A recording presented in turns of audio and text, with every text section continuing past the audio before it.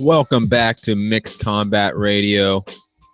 It is your main man here, Matt Hunter, and my other main man over there, Santiago. How you doing, man? We're about to break down UFC Fortaleza, Vitor Belfort versus Kelvin Gastelum. Live play-by-play, immediate reaction to all the prelims, all the fights, and plus, when the night gets about 3 hour mark, we're also gonna hit HBO's Boxing After Dark, I believe. I don't think it's World Championship Boxing. I could be wrong. It is HBO or Boxing After Dark. Boxing After Dark, David Lemieux versus Curtis Stevens.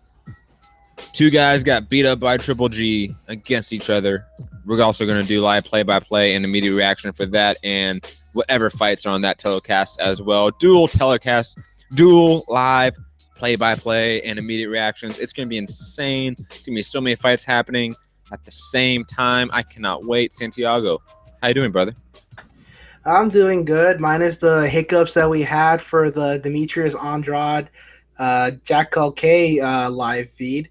This was starting off a lot better than was the case, so I'm good. I just finished eating, getting ready to basically do your blow-by-blow commentary while you provide the color commentary for our good listeners here on Mixed Combat Radio. Yeah, and it's not like we had like tons of difficulties, but definitely better off with you starting off the telecast with me. Going solo dolo for a bit, always rough. I was pulling the Vin Scully act, the poor man's Vin Scully act, and it was difficult. But right now, we have Michael Prazeres walking into the cage. I did admit this, I believe, on the preview show we did earlier, that I have no idea who this guy is. But he is fighting, I believe, Josh Berkman. I do not have the fight list up. I should probably pull that up right now. And indeed, you are right, Joshua Berkman. Oh, look at that beard. Joshua Berkman. Old man Berkman himself. Keys to victory from Brian Stan. Uses reach, win in the clinch, defend against the takedown. I like those keys to victory, Brian Stan. You're a good man. But I think Josh Berkman needs to keep it very simple. He needs to minimize this fight. Negate any offense by Prazeres, who seems to be a very strong, fast guy from the one highlight video I watched, I'll be honest.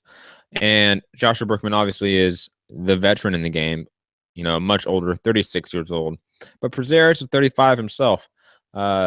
Huge reach advantage for Josh Berkman. So use that jab, use his unorthodox stance, striking to hopefully win decision, because I don't think he's going to win by finish. Santiago, how you doing, man? You excited for this fight? What do you think of those fight pass prelims before this fight starts?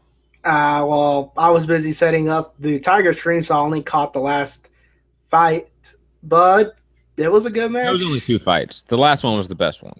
Yeah, it was a good fight. I enjoyed myself. I don't really have much to say considering I was busy getting ready to set up for the live prelims right here. So, what can you indulge me regarding these 2 fighters aside from what you've already said? Any other elaborations? Well, Josh Berkman is fighting in a weight class that he normally hasn't fought in for a majority of his career. Normally, he fought at welterweight, which is 170 pounds. And for his last couple of fights, he's dropped down to 155, which I think has been just a utterly bad decision. I think it was an obvious move, a desperation move at the end of his career to go and fight maybe smaller guys. And I think it's just weight drained him a lot. I think it's really affected his cardio. Like I said, I believe on the previous show, I'm picking Berkman, but that's only because of really a lack of knowledge on Prazeres that I admit. And if Berkman loses, I would not be shocked in the slightest because of his age, because of this weight class that does not seem beneficial to him. And with the first round about to start, I am kind of unsure about what this fight's going to look like, what it's really how it's going to play out exactly. Berkman's on his feet right now. You can tell that he wants to be on the outside. Prazeres, the shorter guy, in my opinion, should get on the inside, use those takedowns, Use his muscle, get on top of him. Already coming in with a barrage of punches right there. Oh, head, body. it's hurting him. I think it's gonna be done right now. All left. Looks like it's done. Referee's looking very intently. Oh, yes, he's hurt. Yeah, no. Don't grapple. Don't grapple. Stand back up. Prazeres needs to keep this on his feet and just pummel him. Wow. What a barrage. Yeah, they could stop this right here. Oh, Big John McCarthy's about to stop this fight. I can tell. A nonstop barrage by Prazeres. Wow. Berkman looks lost. It doesn't look like he knows what to do. He's trying to hold on so badly. He's trying to stay on his feet. For an outside leg trip. Didn't really get it. Berkman defending slightly well against the cages back. And down he goes. Oh, you're ahead of me. Damn you. That's what you get for having the live feed on my end. I have the live feed on my end. Fuck you, Fox Sports 1. How is this live and it's not the same as you? That's some bullshit right there. Anyways. Maybe I got a better TV than you, but Prazeres is still on top. Hashtag TigerStream. I'm not even using TigerStream. What? Nah, this is my cable Spectrum. Dude, you need to like pause your shit for like a split second and press play. Oh, going for that north-south choke. It's over. Tap out. Yeah. Prazeres wins. Boom. Yeah, you need to pause your shit for like a quick second, asshole. Let's see if that quick second matters. You know what? I don't want your attitude, Santiago. Hey, but hell of a opening bout right there for the prelims. Yeah, Prazeres definitely, once he connected with some clean shots and put the pressure on him, he just didn't let up. Oh, that pressure was on him like white on rice. Obviously, the technique is... Oh, hold on one second.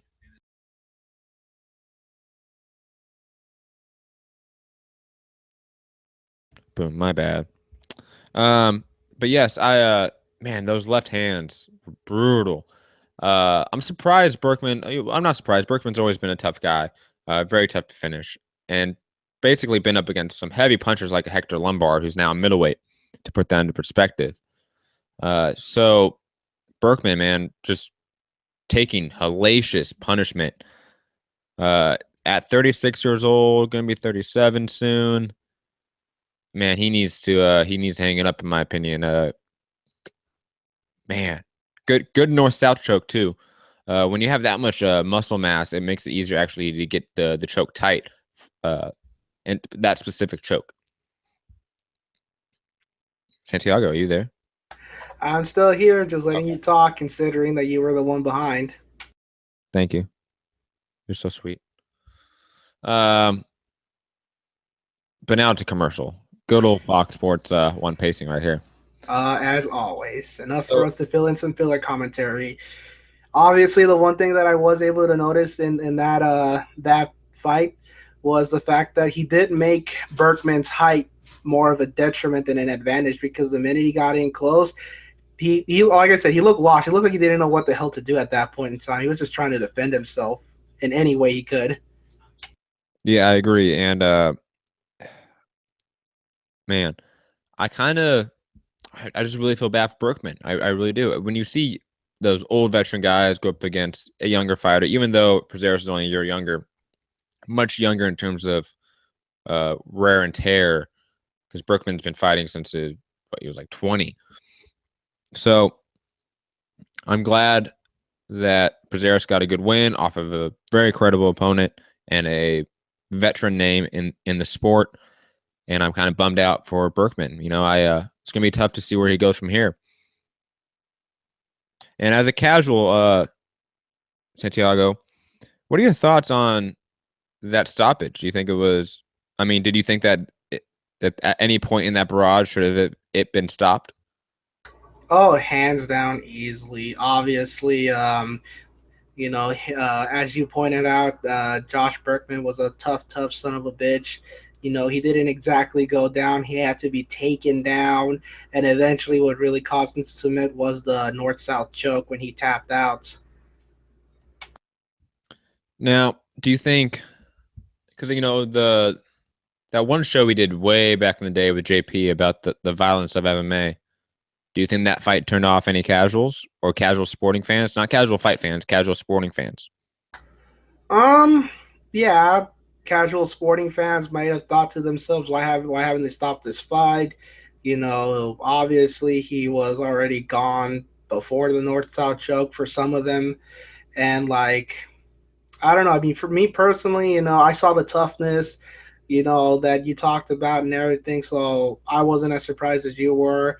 But at the same time, it's kind of like this just keeps going to show that you know UFC is a very very violent sport.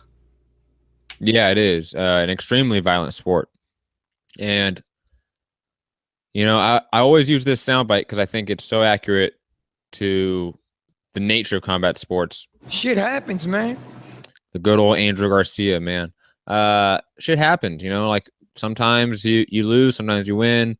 When you get old, that shit happens, when your time in the sun is gone. Your time in this sport is gone at a certain point in your career. And I think Berkman's hit that. So, Berkman, have you entertained us? Absolutely. Always, man. You've always been entertaining. Even in your bad fights, I've always liked you and your personality. So I do hope you call it a career and right off into the sunset because, man, I don't want you to take any more punishment. And Prazeres at 155, let's see him go against like an Abel Trujillo or somebody along those lines. I would not mind that sort of step up in competition. But Santiago, I believe the next fight, I could be wrong. Let me check.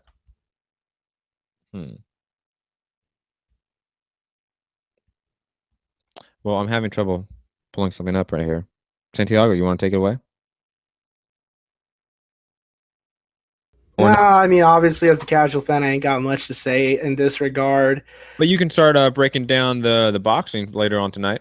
I guess for those who are tuning in later tonight to watch HBO Boxing After Dark's Lemieux Stevens, you've got yourself two former challengers, two Gennady Triple G Golovkin. In Lemieux, you have yourself a former IBF middleweight champion who won the title against Hassan and Dom by way of decision in a dominating fashion. Stevens has been making pretty decent strides, although there was much to be, desired from him in his last fight against James. I believe it was James De La Rosa, where he settled for a very, very close decision win against him. And David Lemieux, the last time I saw him out, was actually on the undercard of Canelo Khan when he stopped Glenn Tapia in 3 rounds. Glenn Tapia will be taking on Jason Quigley 2 weeks from Thursday, I believe. And my initial pick for the fight would probably be David Lemieux, obviously by stoppage, because both guys are knockout punchers. David Lemieux a little bit more thudding with his power, but Curtis Stevens, in my opinion, a little bit more accurate with his shots. Case in point, his knockout of Patrick Teixeira when he landed that clean counter right on the chin and knocked him out. I believe it was in the 2nd round. Matt, what are your initial impressions on the David Lemieux Curtis Stevens bout? I mean, we saw Curtis Stevens at the Kovalev Award fight, and I was so underwhelmed by him, by his skills, his speed, his footwork. I mean, he looked awful. And I think even the David Lemieux that showed up to the Triple G fight beats any version of Curtis Stevens at this point. So I'm going to pick David Lemieux by decision because I don't think he's going to be able to put Curtis Stevens out. But I definitely don't think Curtis Stevens is going to be able to put out David Lemieux. Not that David Lemieux has this chin of iron. Curtis Stevens has a much better chin. But David Lemieux is just a much better boxer. I think he's much better. He has a much better jab.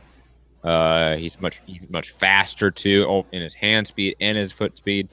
He's also the bigger man in the ring by a significant portion too. He didn't even weigh back in per the IBF rules, so he will not have an opportunity to gain the IBF North American Championship, aka some bullshit title. But some regional belt just to make the fight seem more important than it really is. Really, it's just the middleweight bouts. Yeah, it's not important. But just saying that all that points to me is David Lemieux is going to be massive come fight night or fight time. And I believe that Curtis Stevens only showed up to that next day weigh-in, which you have to be 10 pounds, within 10 pounds. So you can only weigh up to 170 if you're weighing at middleweight. And he came in at 167. So that was this morning he weighed that. So it's not like he's going to gain another 20 pounds. I think Lemieux is probably looking at high 170s, maybe low 180s easily, if not pushing 190. So Dave Lemieux is just going to be the bigger, faster, better technique boxer in there. And I can't give Curtis Stevens any benefit of the doubt at this point because he just has looked atrocious. Not saying Dave Lemieux has looked great because his fight, I forget who he fought after the Triple G fight recently. Santiago, do you remember who he fought? Not exactly, but the last fight, like I said, that I remember seeing him in was against Glenn Tapia on the undercard of Canelo Amir Khan. And really, there's not much to be said in his performance to that fight because, for all intents and purposes, Glenn Tapia did absolutely nothing. Glenn Tapia. Like, we know what Glenn Tapia is at this point. No matter how much we don't want to say it, it's just true. But I digress. What were your thoughts on the Clarissa Shields Showtime main event last night? You know, we have not had a chance to really break that down. It is a commercial break. First round finish for the UFC on Fox Sports 1 means a lot of fucking commercials. So, thoughts on Clarissa Shields? Oh man, so I've always been an avid supporter of women's boxing, and to see Clarissa Shields be the headliner on the first premium network for women's boxing, you know, it was quite a sight to see. And she had a lot of nervous energy to her, though. Like, obviously, she was trying to get that knockout. She was hitting that woman with everything but the kitchen sink and the ring post. I mean, Sylvia Sabatos was a tough woman in that fight. It took 4 rounds for referee Harvey Dock to finally call a halt to the fight. Hopefully I can see her improve her technique, work on more tighter shots, and really moving down from 165 to, I believe, 160. You know, it'll be interesting to see the opponents that they can find for her in that weight class. True. What were your thoughts on that? I believe it was the opening fight, the bantamweight fight between, I forget their names. It's something Greer and something Smith. You remember that fight? The guy was almost like the Mohawk. That epic knockout. James Gordon Smith versus Joshua Greer. Yes. A very fast. Santiago, do you see the group chat on this Google Hangout? I believe so. Do you see what I wrote right there? Just tell me yes or no. Yes, I see it. Okay, good. So give me your thoughts on that fight. Okay, no, most definitely. Obviously, it was the opening bout to the ShowBox card that took place yesterday. I'd never heard of either guy to begin with, but they came out, you know, looking very crude, but at the same time, very sound in their technique. James Gordon Smith, 11-0, 1-0 contest, 6 KOs entering the fight, was your typical come forward fighter. And Joshua Greer, 11-1 with 4 knockouts. He was your quintessential outside fighter. And these guys just came to fight. I mean, oh my God. I was wondering the entire time I was watching that first fight, when was this gonna end? And you know, it was give and take, in my opinion. You know, James Gordon Smith had some good moments in the fight, working the body, closing the distance, but he didn't really cut off the ring. Joshua Greer started taking over the fight, and in the 5th round, with a uppercut, he knocked down Gordon Smith, and eventually sealed the deal in the 6th round with a wicked clean counter straight right to the head. You know, I look forward to seeing Greer in the future. You know, I as agree. as an outside fighter too, he has some pretty good counterpunching ability, and I look forward to seeing him work more on it as his career progresses. Right now, he's only 12-1-1 with 5 knockouts. Yeah, and I thought it was just one of those like perfect fights to start out the night. I got really hyped from it, and then the next two fights were just awful. God. That second fight that followed was the antithesis, the exact opposite of what that first fight was. It was godforsakingly awful. That was one of the worst fights I've seen in a long time. I'll be honest. Like, It's right up there with Diego Chavez, Brandon Rios, in my opinion. I'll put it this way: it hit that like fourth round, and both guys were so tired that like they had their hands on the hips and like huffing and puffing. I was like, you got to be kidding me! Like they will never be on television again, right? Definitely, in my opinion, not Ed Williams. I mean, he got what, 2 points deducted in the third and fourth round for obvious rabbit punching, you know. Yeah, obvious. And like Wesley Tucker looked like someone who still didn't really know how to close the distance, use his height to his advantage, make himself a smaller target. Because I can say the exact same thing for Ed Williams. Ed Williams looked like he was trying to stay on the outside, but he had considerably less success than Demetrius Andrade did in today's fight. Oh, So I completely agree. we'll see where Wesley Tucker moves forward, because Ed Williams is definitely someone I probably don't ever want to see again. I'd be surprised if I see him again on Showbox, except for cannon fodder. Oh, that's so good. But I'm trying to look up Clarissa Shields' division.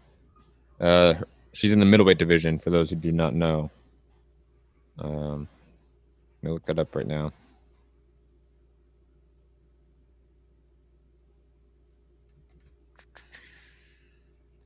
Man, Christina Hammer from Germany is 20-0. What are her noteworthy credentials? Well, she's ranked number 1 on BoxRec. Okay. She'd be. I mean, I don't know any of these people. I'll be completely honest. Like I'm a supporter of women's boxing, and the fact that I want to see it televised more, because none of these fights have been televised. Fair enough. Obviously, Plus she's been fighting in Germany, so I mean, like, what's the likelihood that you've seen her fight? obviously, as much as I am a big supporter of women's boxing, I have seldom had the opportunity to see any of the newer comer women. I mean, I've yet to see undisputed welterweight champion Cecilia Brækhus. I'll put it this way: Clarissa Shields is 2-0, right? You want to know where BoxRec has her ranked? Where? 9th. Wow. Is the middleweight division that limited or that shallow? Dude, I'll put it this way: somebody's ranked number 2 that's 4, 4, and 3. Yeah, but then again, this is BoxRec, which is off of a rating system, which is weird. And like, I'll put it this way: you can never really trust BoxRec ranking, because they have Tony Bellew at the number 3 ranked heavyweight right now, which is hilarious.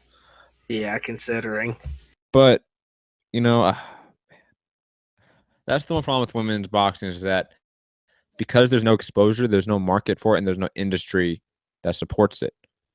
Think about it, like, how can we have a full-fledged division in women's boxing when the only fights that have been televised in the U.S. from any of those fighters has been Clarissa Shields, and it's only been her last fight, which was yesterday. None of these other women have been featured on U.S. television. So if there's no market for it, then the division can never fully form. Yeah, no, definitely. Obviously, like in men's boxing, there is that niche market for certain weight classes. You know, I think you had this discussion, I think, on the Boxing Voice about the cruiserweight division with Ness and the others about But the cruiserweight division is way more fledged out than any women's division. We know that, obviously. Not obviously, but at the same time, right? But comparative speaking, like there's other divisions that I think are worse. I think 118 is a really bad division. All you have is Yamanaka. I guess a more fitting example of the lack of niche market for women's boxing. Oh, okay. Right? I see what you're saying about the market size, the niche part. I see what you're saying. No, I definitely agree with that. I think cruiserweight is very geocentric to Eastern Europe, and that limits it entirely. Though again, Eastern Europe has now been a thriving market for some reason for combat sports, MMA and boxing. So maybe there's just enough money over there that we don't know about because of some oligarchs and some shady business over there. I'm not pointing any fingers. I'm just saying check out Jordan Breen's press row on Sherdog where he interviewed what's his name? Zaram Zadine, a reporter for MMA Fighting, who's their Russian correspondent. And you're going to find some very interesting information out from over there. But I digress. Coming up on the UFC prelims is Ronnie Yaya versus Joe Soto. And I remember kind of going way too on about it in the preview. I remember listening back to that show and going, there was no point in talking about Ronnie Yaya and Joe Soto for that long. But I did anyways, because this fight is going to be really interesting to watch. Ronnie Yaya is still one of the most credentialed lower weight division grapplers in MMA history, yet has always just been mentally off in the cage and with cage fighting. The minute you start throwing punches in the mix, he just reacts weird. And I'm not saying that he can't take a shot or that he doesn't like taking punches. I'm not saying that, but it's like he doesn't think. Is it fair to say he lives out what Tyson said? Everybody has a plan until get hit, and in his case, once he gets hit, everything just goes out the window for him. Not even the plan; it's like the skills. I'm not even denying it. Like there's times where he gets hit and he's on the ground getting like ground pounded, and he's just not going for obvious submissions that a guy with those credentials should do. And then there's times that he does do it.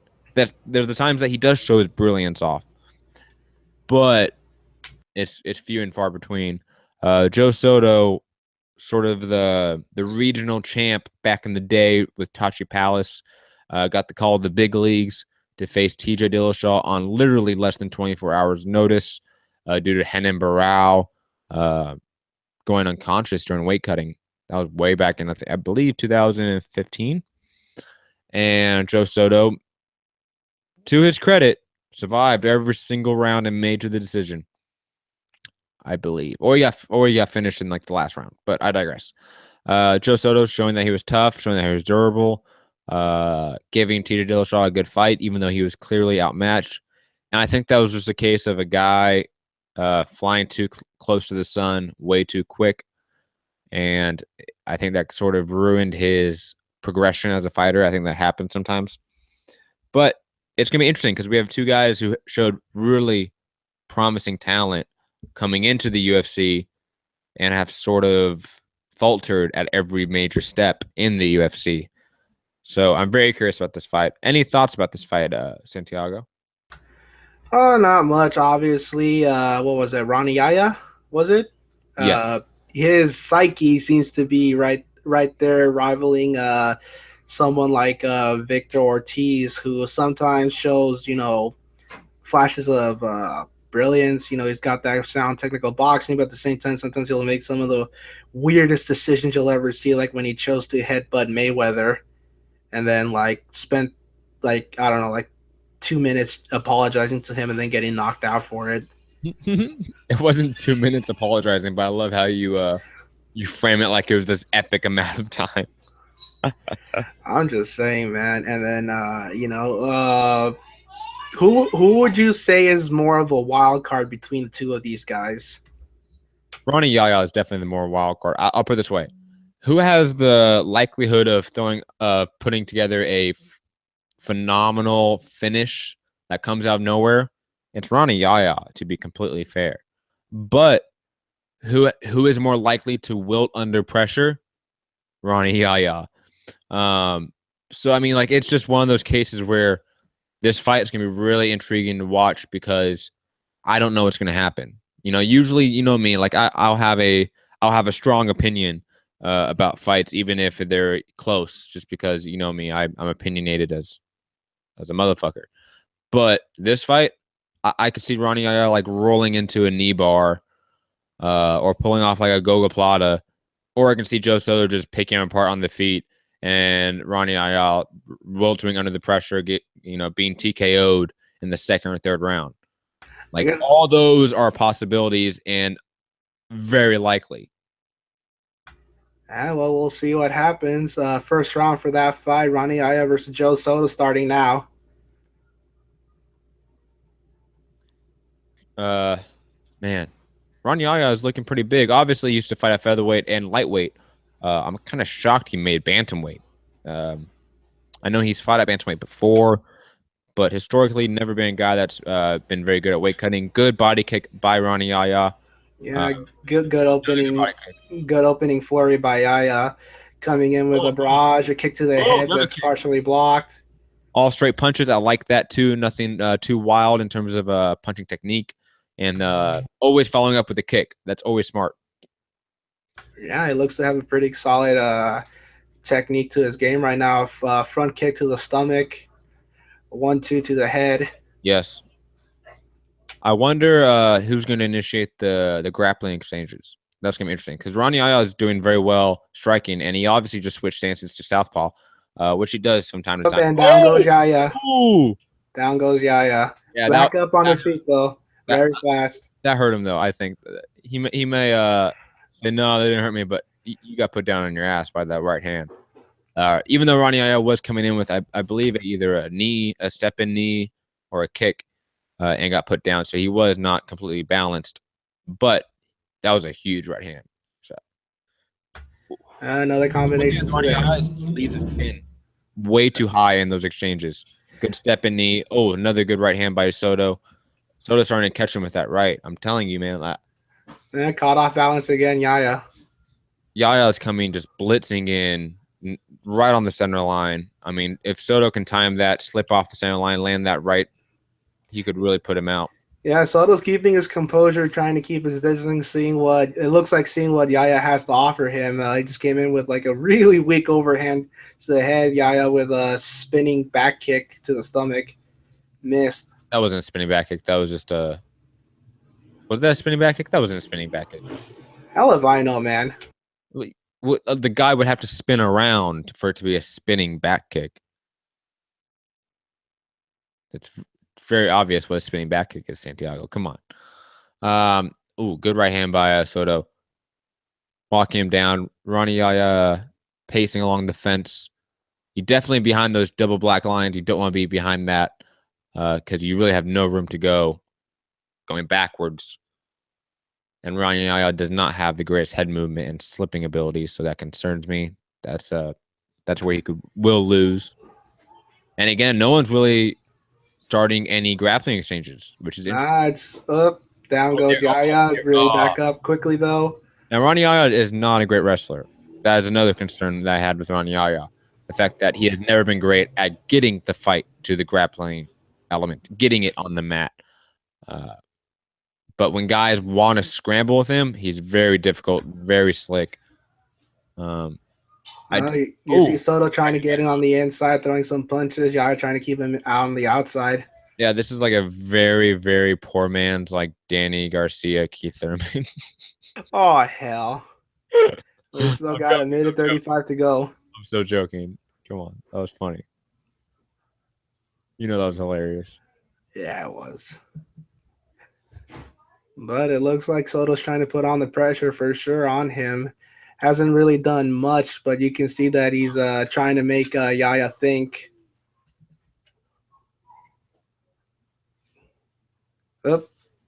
Almost went down. Another minute to go in the round.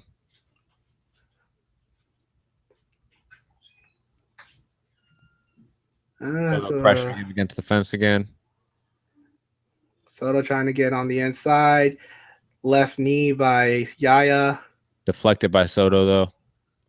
Oh, single leg by Ronnie Yaya. He gets it. He gets it. Attempted guillotine by Soto. Does not exactly have it on. Yeah, he's too far out. Is not in full guard. Look for Ronnie Yaya to flip over and spin out and land on top. Oh, gave up the choke. Ronnie Yaya in the full guard of Joe Soto, the butterfly guard. Attempting to half guard right now. Almost in side control. Landing a few elbows on top. Looking to set up an arm triangle from the looks 10 of it. seconds to go. I believe he might be in full mount right now. Nope, in the butterfly guard. And that is the end of the first round. Good grappling defense by Soto on the ground to not let Ronnie advance position to anything to threaten him. Good use of the butterfly guard by him. Thoughts on that round? Who do you score to, Santiago? I honestly, I would have that scored for Yaya. How about yourself? Yeah, I agree. I definitely give it to Yaya. I think he landed the better shots throughout, landed more shots throughout, and once he got to the ground, he was on top and trying to advance position, making Joe Soto be defensive throughout. And I think also standing up, he made Joe Soto defensive throughout the round until the very last minute and a half, 2 minutes.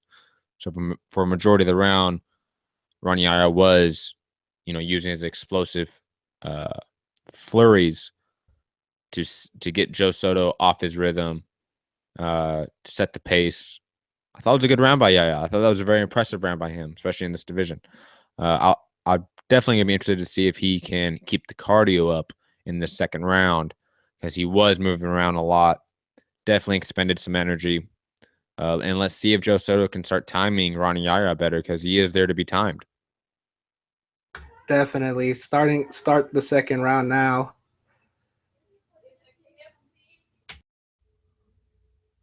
Joe Soto again pressuring Ronnie Yaya behind those double black lines, but Ronnie Yaya coming in with 2 wild hooks.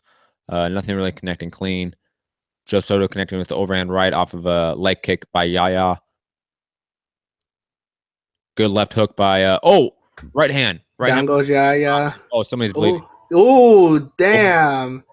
Somebody has a Joe Soto has a guillotine right now. Doesn't seem to have it. What is the ref doing? What do you? Oh. Call time. Oh my God, he is leaking. There was, I believe, a unintentional headbutt.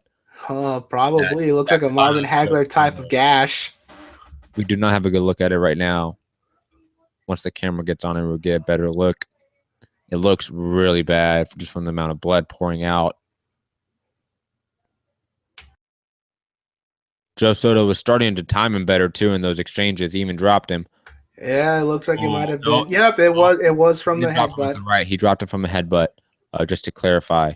Oh God, that is a Ronnie Yaya sort of fight though. Headbutts and shit. He is the Victor Ortiz. Oh, the referee resumes the fight. Out comes Yaya coming forward. We still didn't get a good look at that cut. Right? Did you get a good look at it? I didn't. Oh, good right hand by Soto. Attempted head kick. Almost gets caught by Joe Soto. I didn't get a good look on the cut, but I do know where the cut is. It's on the top left side of his head. Yeah. Defending 2 takedowns from Ronnie, taking his back, going for the rear naked choke. Looking for that body lock. Does not seem to have both underhooks. Scrambling. Boom. Standing up now. Good scramble. Good scramble. For those who can't see it, literally the left side of his face is crimson. Yeah, we still can't get a good look at that cut, man. That's pissing me off. That blood is hiding the damn cut. Yeah, I just landed a 1-2 right on the cut. Good one, too. Jab. When he threw the 1-2, he did the step back. That was fast. That was good. Yeah. Oh, bad attempts at uppercuts by Yaya, though. Oh, good body kick to the body. Lazy right by Soto. Attempted takedown by Yaya. Gets sprawled out.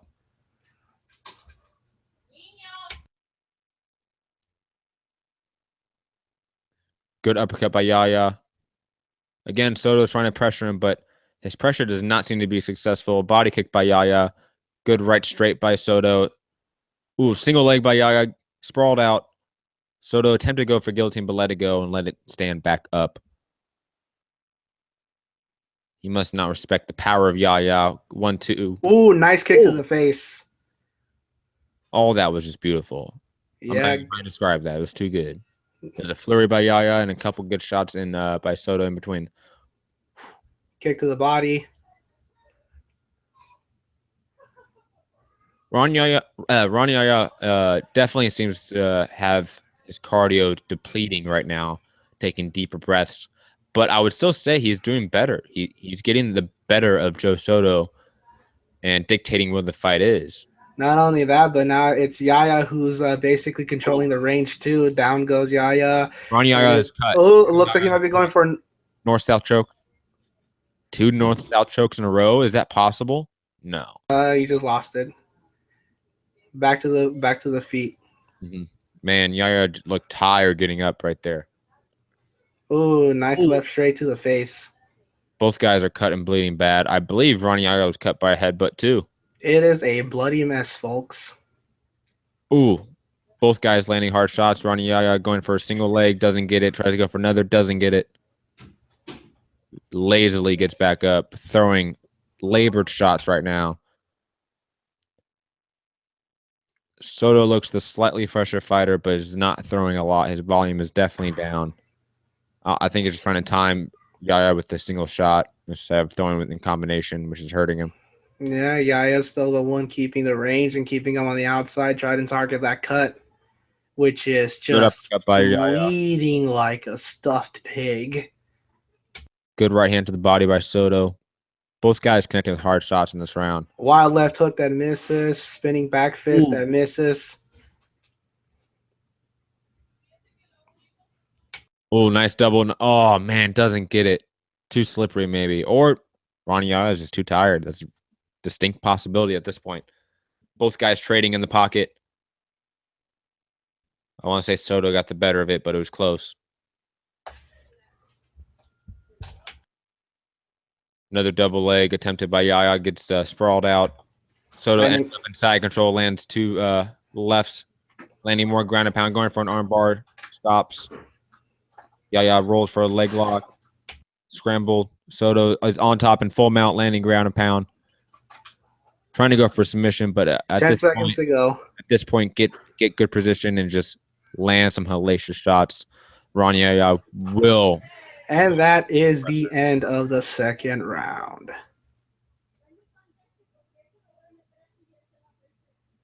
Matthew, how would you score that round?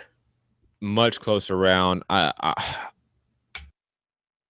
don't know. That's one of those where you can almost coin flip it. I'm gonna give it to Soto slightly though. He defended the takedowns well. He ended up on top when they scrambled. I think he landed maybe the cleaner shots, maybe not as many shots, but he landed the cleaner shots.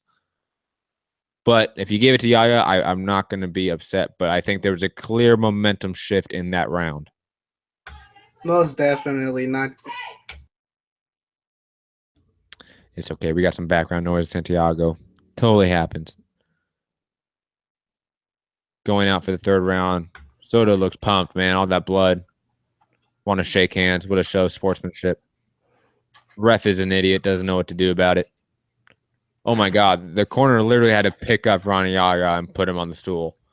Looks like this will be the petulant round for Ronnie Yaya. Will his cardio hold up, or will Soto manage to get the win by either submission or stoppage?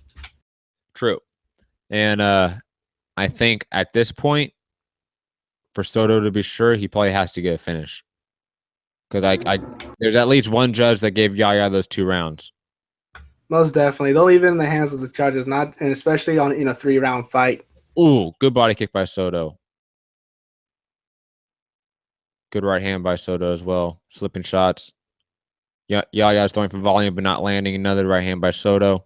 Looking pretty arm weary at this rate. Oh, yeah. Shoots for a double leg. Gets sprawled out. Going for a guillotine again. Now switches up to north-south. Does not have it. Yaya rolled out. Soto is in side control right now, trying to create space for that elbow and land some shots. Yaya's trying to roll out again, giving up his back. Soto landing some good ground and pound right here.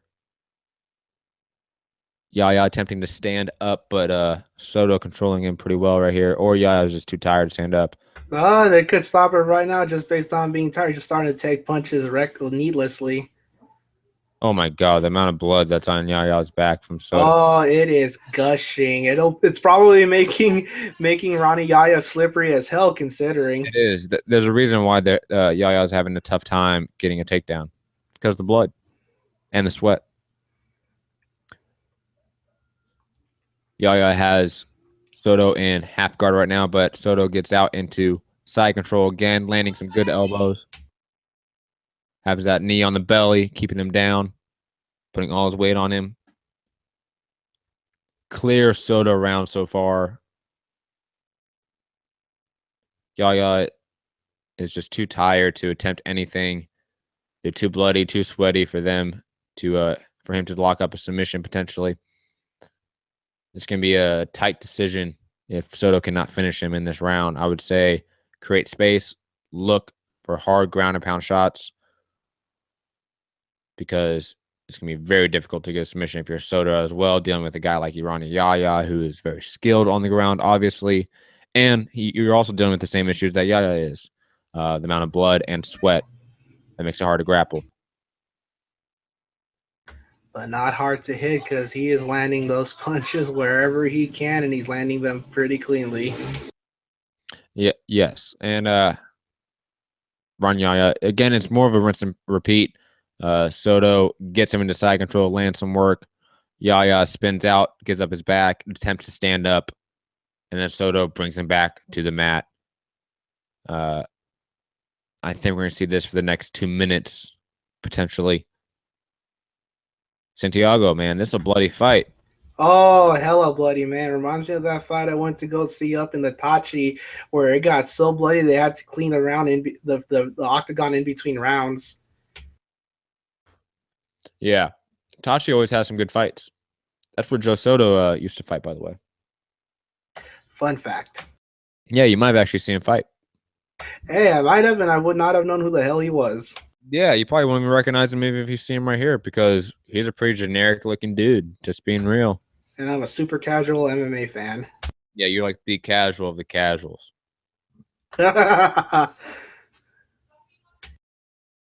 Soto, man, just beating him up right now. You know, you can almost argue this is a 10-8 round. Yeah, it might be the what sways in favor for the judges. Final 60 seconds to go in this third and final round, and pretty much more of the same. But they finally get on their feet. They finally get on their feet after spending 3 minutes on the ground. Yeah. Nice kick by Yaya. But tired. You can see it, man, in his execution too. Oh God. Spinning back fist attempt by Yaya was just comical. Head kick partially blocked, jab, couple punches here and there. Couple good shots by Yaya right there. Knee, go, and down they go again. Good single leg by Soto, full mount. 10 seconds to go. When you advance to full mount like that on a grappler of those credentials, you know he's just gassed. And that is the end of the third and final round, and it'll go to the judges' scorecards. Well, I have it 29-20. It's not 28. It's 29-27, right? If you made that a 10-8 round for Soto, then yes, it would be 29-27. No, I'm not making it 10. I'm not making it a 10-8. So 29-28. 29-28 scorecard for me, for Joe Soto. I gave him the second and third round. But that second round, man, that was a close round. You know, I have no idea what the judges are going to think in this one. That's your swing round for this entire fight, really. Yeah, so give me your thoughts on the fight, Santiago, and who you thought won. Obviously Yaya came out strong, looking good, looking like he could control the fight, but obviously that Me, have your own opinions. Have strong opinion. dude, like obviously, I mean, there's not much to say. I mean, at the end of the day, from the second round forward, there was that change in momentum in favor of Soto, and it seems like the cut is what made the difference for Soto, because that third round was a clear cut round for Soto, and to be honest, I have it 29-28 for Soto. You just copy me. Of course, I copied you. What else can I say, man? No, you can definitely switch it up, man. Like you can say, no, I gave the second round to Ronnie Yaya because of the volume.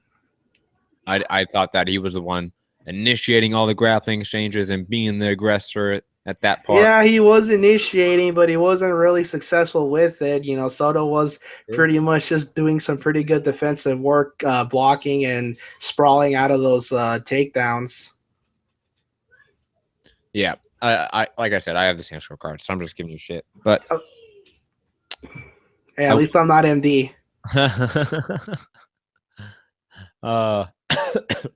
That's hilarious.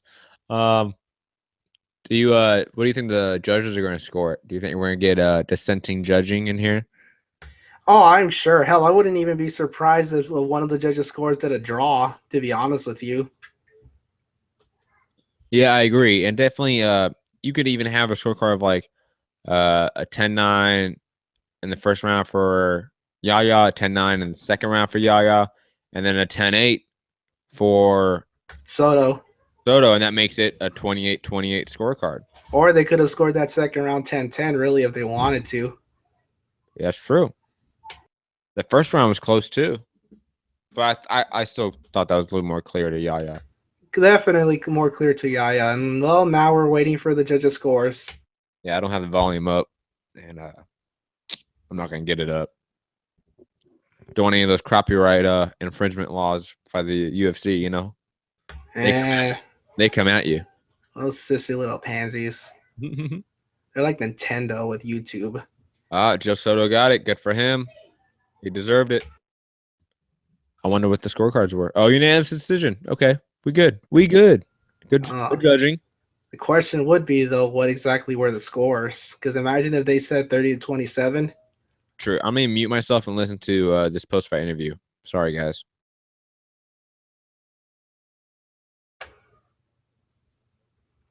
Well, while Matt listens to the post-fight interview for Joe Soto, our co-main event on tonight's HBO Boxing After Dark features Rene Alvarado versus none other than Yuriorkis Gamboa in the lightweight divisional list, the weight class that Gamboa last fought at against Terrence Crawford, in which he got stopped in about 8 rounds, I believe. Gamboa, at this point, it's still his only loss of his career. He is currently 2 fights with a win, and pretty much I'm not sure what's left for him, because he's pretty much been kind of moving up and down weights. 135, he's kind of small in my opinion for that weight class. Rene Alvarado, I don't really know much about him personally. He's 24-7 with 16 knockouts. Obviously, some people are probably thinking this is an easy fight for Yuriorkis Gamboa, but even without knowing much about him, I'm actually going to side with Rene Alvarado on this one. Like I said, I really don't know what Yuriorkis has at this point in his career, and at 135, actually, no. Says lightweight, but they actually weighed in at 130 and 31 pounds. I wonder, they got to change their names, man. But yeah, I'm still gonna stick with Rene Alvarado because Wait, hold on. I wasn't listening to you this whole time. So wait, you're picking Rene Alvarado? Yeah, I'm picking Rene Alvarado.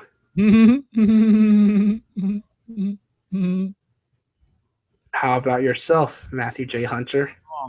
Wrong.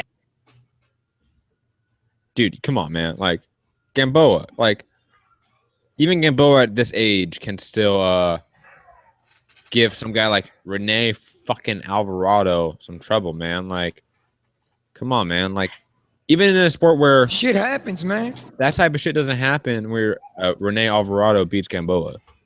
I'm sorry. So you think even at 36, Yuriokis is pretty much going to have this? The only way that Gamboa loses is if he pulls shit like this. I broke my back. What do you mean by that? My back is broken. What, a vertebrae or Well, what portion? Spinal. So, unless Gamboa has like a broken back or spinal, as some might call it, Gamboa is going to win this. Now, do I think Gamboa is still elite? No. I don't necessarily say that. But to say that he can't beat a guy of Rene Alvarado's status, I think is taking so much away from Gamboa. Now, what does it say if Gamboa does in fact lose to Rene Alvarado tonight? Then it says that he's washed. I would say, like, then he's done. Like, if he loses to Rene Alvarado, I never want to see Gamboa on my television again. Same with like when Robert Guerrero lost to a fucking cab driver. I was like, I never want to see Robert Guerrero on my television again. He's done. Retire. Go off into the sunset. And let the young guys come up. Because obviously you are done. Am I wrong? Oh, for sure. And obviously, for me... for sure I'm wrong, or for sure I'm No, wrong? no. You're not wrong. Obviously, you're not wrong. Gamboa loses, that's it. Game over. I mean... That's it. This is only going to be a second loss if he does in fact lose. He's only 2-0 since losing, and his last fight was in December of 2015. Yeah, exactly. Man, another commercial break. Fox Sports pacing.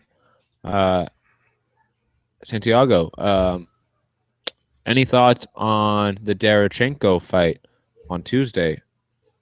Derevchenko fight on Tuesday. Oh, is that on Tuesday Night Fights? Oh, yeah. I didn't even know he was fighting, to be honest with you.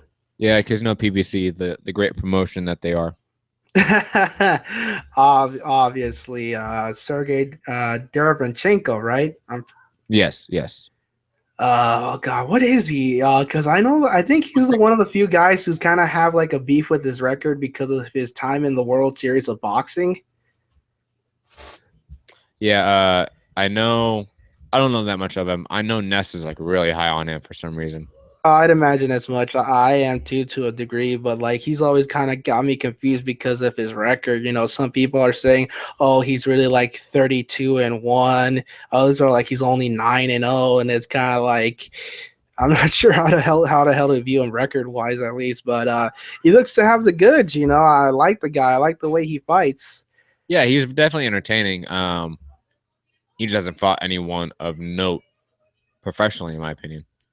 Definitely, but he does live up to his moniker of the technician. I mean, right now he's not. If we go by BoxRec, right now he's 9-0 with 7 knockouts, and his last fight was July of 2016 against Sam Solomon, in which he knocked him out in the second round. Shout out to Rob Gotti in the live chat. Only guy there. You're awesome. Thank you, man. But yeah, that ref was trash in that fight. I'll admit that. Anyways, digressing. Looks like we have Sergio Moraes up against some other dude. This is gonna be one of those fights where if me and you were just watching Santiago, I'd be like, dude, we can totally check out and not pay attention to this fight. It's one of those fights, isn't it? Yeah, definitely one of those fights. You didn't even mention the second fighter's name, Davy Ramos. Yeah, because I'm not picking him. You're picking Morales, or you're not even picking at all. I'm picking Moraes. I'm picking Sergio Moraes. Old man Moraes. I'm picking him. Sort of the same reason I picked Josh Berkman. So I'm not saying like definitely put a bunch of stock in this pick. This is one of those picks where I don't care. It's one of those fights. So that's like, well, let's go talk about something else now, shall we? Yeah, what do you want to talk about, Santiago? Hell if I know. I mean, what else is there to talk about? Tyson Fury said he's 350 pounds right now. Holy hell! Even for his height at 6'9", that's a lot. What the hell? He's like Butterbean. Yeah, 350 pounds, and he wants to fight Deontay Wilder or Tony Bellew next. Oh man, that gives me heartburn just listening to that. Holy hell, 350 pounds, man. Even when that's Butterbean weight, man. That's Butterbean weight. Holy shit. King of the 4-rounders. Yeah, that's pretty bad, huh? That is horrible, man. I mean, Tyson wants to be taken. I don't know what to say to that. I mean, get in shape, buddy. Lay off all that food that you've probably been spending all that Klitschko money on, because like you want to be taken in consideration of with these guys and get your titles back. Do something about it, because even that performance against Klitschko ain't gonna fly. No, hell no. You can't. It's like with when Kilbrook beat Sean Porter and beat Kevin Bizier and Jojo Dan, and then took on Golovkin. It's like, okay, like that one win a while ago only holds you over so much. This combat sports is the sport of what have you done for me lately? Basically, we have very short attention spans. We do, and that's just the nature of the sport, unfortunately.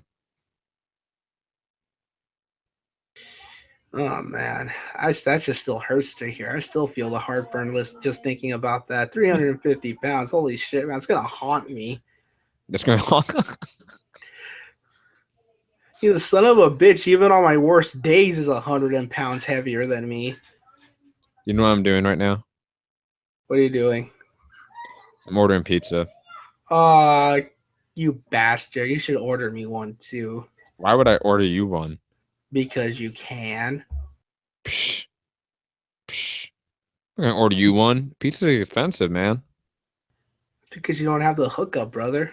That's because you get all the deals and all you do is eat pizza. Let me tell you something. I once ordered a small pizza, and when that pizza came, it was a fucking medium, and they didn't charge me extra. Man, what am I gonna say? What were you talking about? Was it Pizza Hut the other day that had like the Brooklyn style pizza? No. That's Domino's. Oh, damn it. Pizza Hut has the stuffed crust. Yeah, but I don't want stuffed crust, man. You want Brooklyn? You want to go back to New York? Yeah, Brooklyn's so dope. Get Domino's, man. Shit. No, I don't have the Domino's app. I'll order it for you. Hell, look, this is how dull the next fight is, folks. No. We're talking about pizza, like who's gonna order what and whatnot. And we're not even in the same place, so I got the app. I got the points. I could probably get you a one for cheap. no, you're not gonna buy me a pizza, Santiago. Like, I don't have to pay for it. I order, you buy. no, I'm not gonna use cash. Fuck that. You're not gonna use cash, and call your local pizzeria and then freaking place the orders. No, you know what? I'm not gonna deal with you anymore, man. Asshole. Oh man, you know what would be the worst thing that could happen right now, at least for you, because you really don't care for this fight? What? It goes the distance. Dude, you know what's crazy? The difference between a medium and a large pizza at Pizza Hut's only $2. I'm not surprised. And it's, oh my God, it's so expensive, dude. Like, I remember when pizza used to be cheap. What the fuck happened? We got older. No, pizza used to be cheap. It's not like we. Of course, it used to be cheap. Back then, I could buy a small pizza for $11.27. Now it costs me $13. You have to use the deal menu, which sucks. Yeah, you have to use the deal, man, because that's when you actually feel like, oh, yeah, this is what pizza used to fucking cost without a coupon. Any casual thoughts of this fight before we go into it? Not really. I mean, if you're as disinterested about this fight as you are, then how the hell can I be any more hyped for it? Moraes is a really good grappler. One of those old men of the sport who just have always done well. He definitely exceeded expectations within the UFC. trains with Anderson Silva and the likes of those guys. Leo de Machida, the Nogueira brothers. So he comes from a good camp. Again, I have no idea who the other guy is. So I'm picking Moraes. But Santiago, please give you play-by-play as the fight progresses. Yeah, sure, why not? Whatever happens to go happen. So like, no, as I'm ordering this pizza, man. Come on. screw you. I'm gonna get a pizza later. Anyways, wild overhand right landed by Moraes. Right now they're just there. Flying knee kick misses. They're just standing there in the middle. Lead kick misses.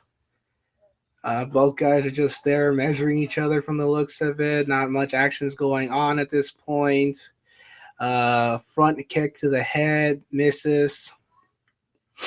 They're just it looks like they're just filling each other out really at this point. Neither of these guys are doing anything.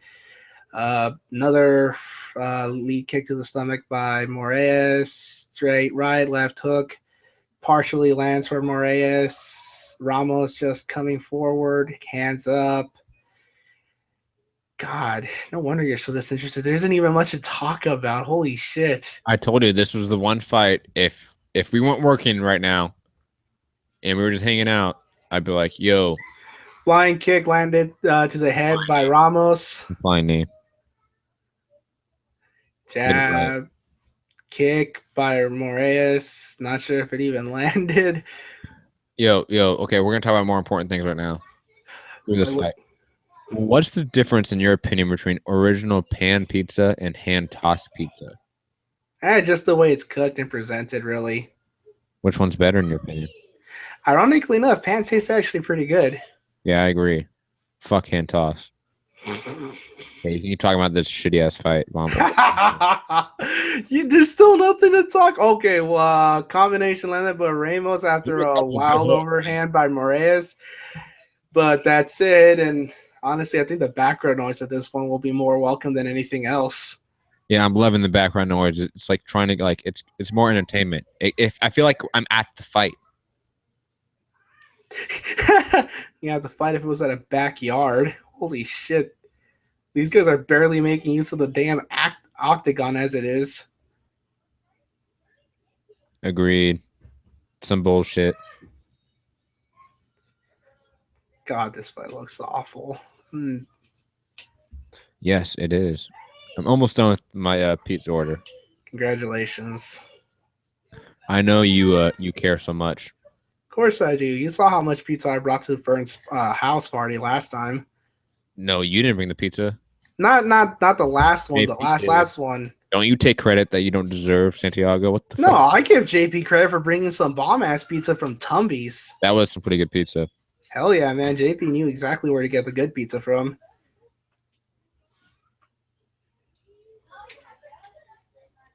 Okay, you keep talking about this fight. I'm almost wrapping this up.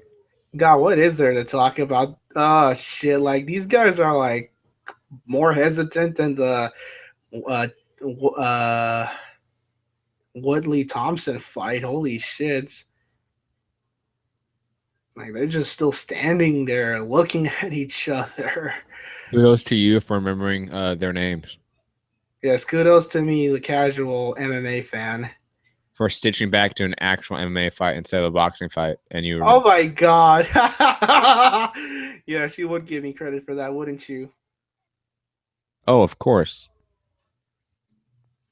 One jab overhand wild right by freaking Ramos. Oh, another wild overhand by Moraes. Still nothing. I don't even know if anything landed clean. Like his hand speed. Nah, the hand speed is good, but at the same time, I don't think these guys landed anything flush on each other. No, hell no. Hell no. Like, I think the only things that have landed cleanly are This was one of the worst fights on the card. I'll be completely honest. You know this shit's going the distance. Oh yeah, like, and it's gonna look like this every freaking round, man. Like, can I come over and get that some of the pizza? I'm pretty sure by the time I get there, the fight will barely be over. no, I told you can't come over. You suck. Leave me alone to watch this shit. I'm alone too. You act like I have people here. You got your dog. No, my dog left me, man. He doesn't like me. You could have just said that even the dog didn't want to watch this shit. That's probably that would have been funnier. Okay, sorry, but I'm not as funny as you, Santiago.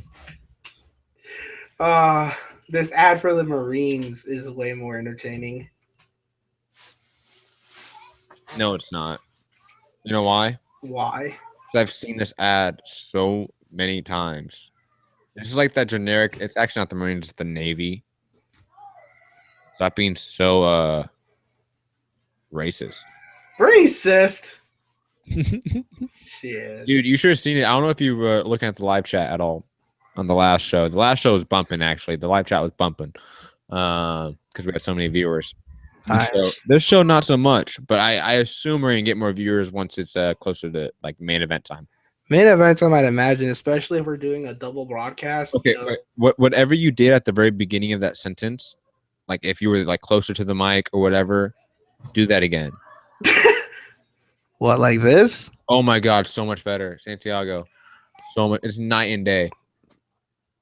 Really now? Oh my God, Santiago, just talk some more. It's beautiful.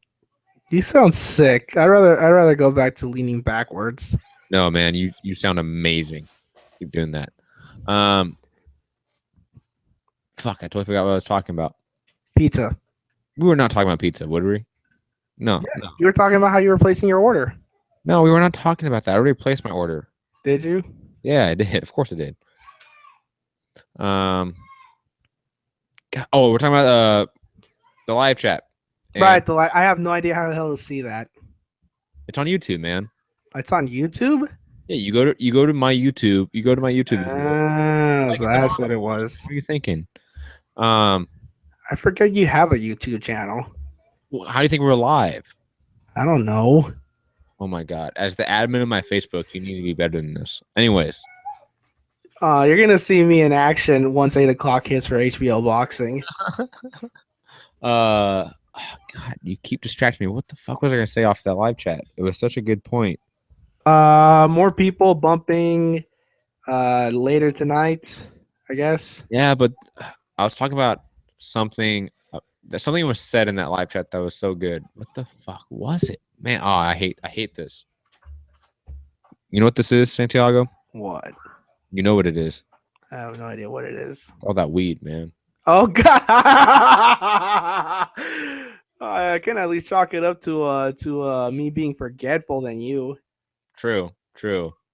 And for those listening, all two of you, just so you know, it's gonna be a long show tonight. I mean, we're doing what, like a 5-6 hour show tonight. So we're going way into overdrive compared to TBV tonight. Yeah, this is gonna be something that's brutal. So if we just start talking about random shit, don't worry, we will get back to the fights and talk about the fights. Just realize that, like in boxing, MMA has its fair share of shit fights too. And we just rather not talk about them. Because believe you me, we would not have been talking about the freaking Wesley Thompson Williams fight whatsoever yesterday. Oh, hell no. We only mentioned it because it was that shitty that we needed to mention, hey, this was such a shit fight. Oh, God, what was on that live chat? That's going to bother me the entire show, man. Congratulations. You like hearing that? Congratulations, that crisp? Oh, I love the background noise. You know me, man. But that's your mic. If you had a different mic, it'd be different. Let's be real. Probably. Imagine if I was still using my Guitar Hero mic. Do you still have that mic? Yes. Have you tried it at all when we've done the show? What, on this show? Yeah. Today? No. Like in any of the times have you done? Yeah, I had when we did the show with JP. Oh, then yeah, don't use that mic. Don't use that mic. No, the sound quality is so bad. You're like, well, I mean, you gave me your mic, so obviously this thing has to be high quality. Well, the only difference is that's a different type of mic. So like, you have a dynamic mic. I have a condenser, and dynamic mics pick up more background noise just naturally. Like if you were to like step back from your mic, it would sound not entirely like I cannot hear you. Like you would still be loud enough. But if I start slowly going backwards away from the mic, you can barely hear me. And then Like right now? But instead, I come right back to here, and you can hear me fully. Like and right not hearing. now. Yeah, I can. Wait. Yeah, you sound pretty shitty. Go back. Oh God. God, what was on that live chat? Somebody said something about our show. I thought it was really nice. And I wanted Probably to, has something to do with the fact that we were disorganized as fuck, and I kept fading in no, and it out. was nice. It was a nice thing. Like it was a nice comment towards us. Probably somebody said "fuck MD." No, no, no one said that. Uh, it was like great live play by play. I just forget who said it. I think a couple people said it. I don't know. This is what happens when the fight you're watching is just so bad.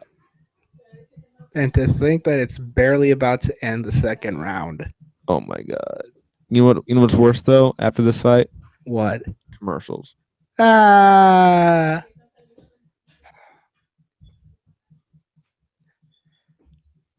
Have you seen any of the George St. Pierre Michael Bisping press conference? No, I have not actually. After these fights tonight and like tomorrow or whatever, it's on YouTube. You can watch them. I'd imagine as much. Watch it because I want to get your casual fans' perspective on it. Like you're gonna be Enrique Church in this shit. Definitely. So that should be fun. Sure, why not? I got nothing better to do. Eat a pizza, watch the press conference, play video games. I want my pizza so bad. I'm still debating what the hell to get. Are you tapping right now? Am I tapping? Yeah, like are you tapping like the desk or something? No, why? I feel like you were. Yeah, I can hear it. That's me moving the table with my foot. Oh, don't do that. How about now? See, that's the difference between. I can still hear it, man. Oh, you know what it is? It might be the cord. Is it like the cord hitting something? It looks like it because I'm just shaking my feet, but I think it's banging on the table. Hold on. Do we have somebody over the bat line? Do you? That's what it sounded like. I love that background noise, man. So good. I'm sure it's. Nope, no one in the bat line. I heard the like the Skype like. Oh, yeah. I heard that. I'm like, oh, somebody must be hitting me up on Skype on the bat line, but apparently not. It's okay. Only on Saturdays. Yeah, I'm loving this dead air. You can tell that I've been doing radio for too long today because. Of course, you've been doing. You've been putting in the work for those who haven't been following what Matthew J. Hunter's been up to lately. He's been putting in that work. Keep going. Tell the people what's up. What is this? I think I said it in the last show too. I love just the sounds of children screaming in the background. Santiago, it's hilarious. And they're being terrorized by their big brother, no less. Oh God. But yes, for those who don't know, but if you listen to the show, let's be honest, you probably do know at this point. I am the co-host and co-producer of the Boxing Voice, the #1 podcast for boxing on iTunes. And we did 3 shows yesterday, and we almost did a 4th, but Ness was on a date, so that's why we didn't do any Clarissa Shields videos or podcast. But it's just been busy, like we were in New York last week. Seems like a month ago already because just of how much has gone on. I was in Florida the week before. Just tired, man. Oh man, folks, this guy's been putting in so much work and has had so much stress that his beard fell off. He didn't even need to shave. Oh my God! Did the people need to see it? Do people need to see the beard's gone? The handlebar mustache. If Rob Gotti's still on there, he's probably gonna be like, "Yeah." I don't think Rob Gotti's still on, but hold on. Boom! There you go. So if you watch it on replay, because there's no viewers right now, you will see that I'm clean shaven. If you're listening on podcasts, over to YouTube /mixed.combat.radio, and you too can see this. The clean shaven Matthew J. Hunter, who is looking very, very good right now. That's all I'm gonna say. You know me, repping that Angels all day, repping the TBV. You know how it is. But I'm turning that camera off because I'm too tired. Don't want you guys looking at me. You guys have to pay to look at this. Go to Patreon /Thaboxingvoice. Yep, to see that clean shaven goldness. Yeah, I'll just post selfies all day there if you guys want to support. Santiago. Yes. Santiago. And we can only get away with all the background noise on my end because the fight has been so fucking dull. Yeah, otherwise I'd just be talking about it. But, I mean, it's almost over. It's almost over. We got like, what, a minute 20 to go? Yeah, but that's not that bad. Next thing you know, time! You can, oh my God. Let me jinx that shit, why don't I? It's just not, I just don't want to watch this anymore. So, Matt, who just scored after 3 rounds? Hold on. Do I have a soundbite for that? Let me find one.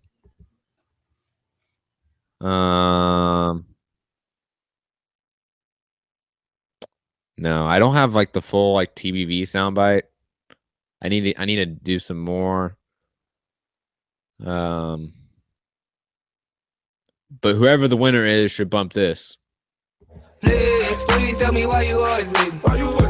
Please tell me why you always leave. Because the winner still won, got a check, got viewed by 1 million plus people probably. So you're doing something right, apparently. You know, even though you're stuck at fighting. Something with an asterisk. I wouldn't say it's an asterisk, really. I would say it's just like a shit fight. Like, you know, sometimes you get shit fights. Hey, at least it wasn't as bad as that one card you had JP watch, remember? Oh my God. Well, that was Bellator. Like, let's be honest. Like, it's just different. Like when you get a Bellator super regional fight or card compared to a UFC card, I mean, it's just light years of difference. And like, I will admit, there's some really good fights later on this card. The main card on FS1 is stacked with some really intriguing bouts.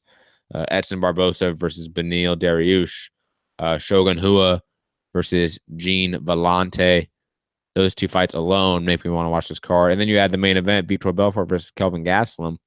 It's not a bad fight night card on, relatively speaking, a slow weekend for combat sports. It's not like David Lemieux, Curtis Stevens is blowing it out of the water.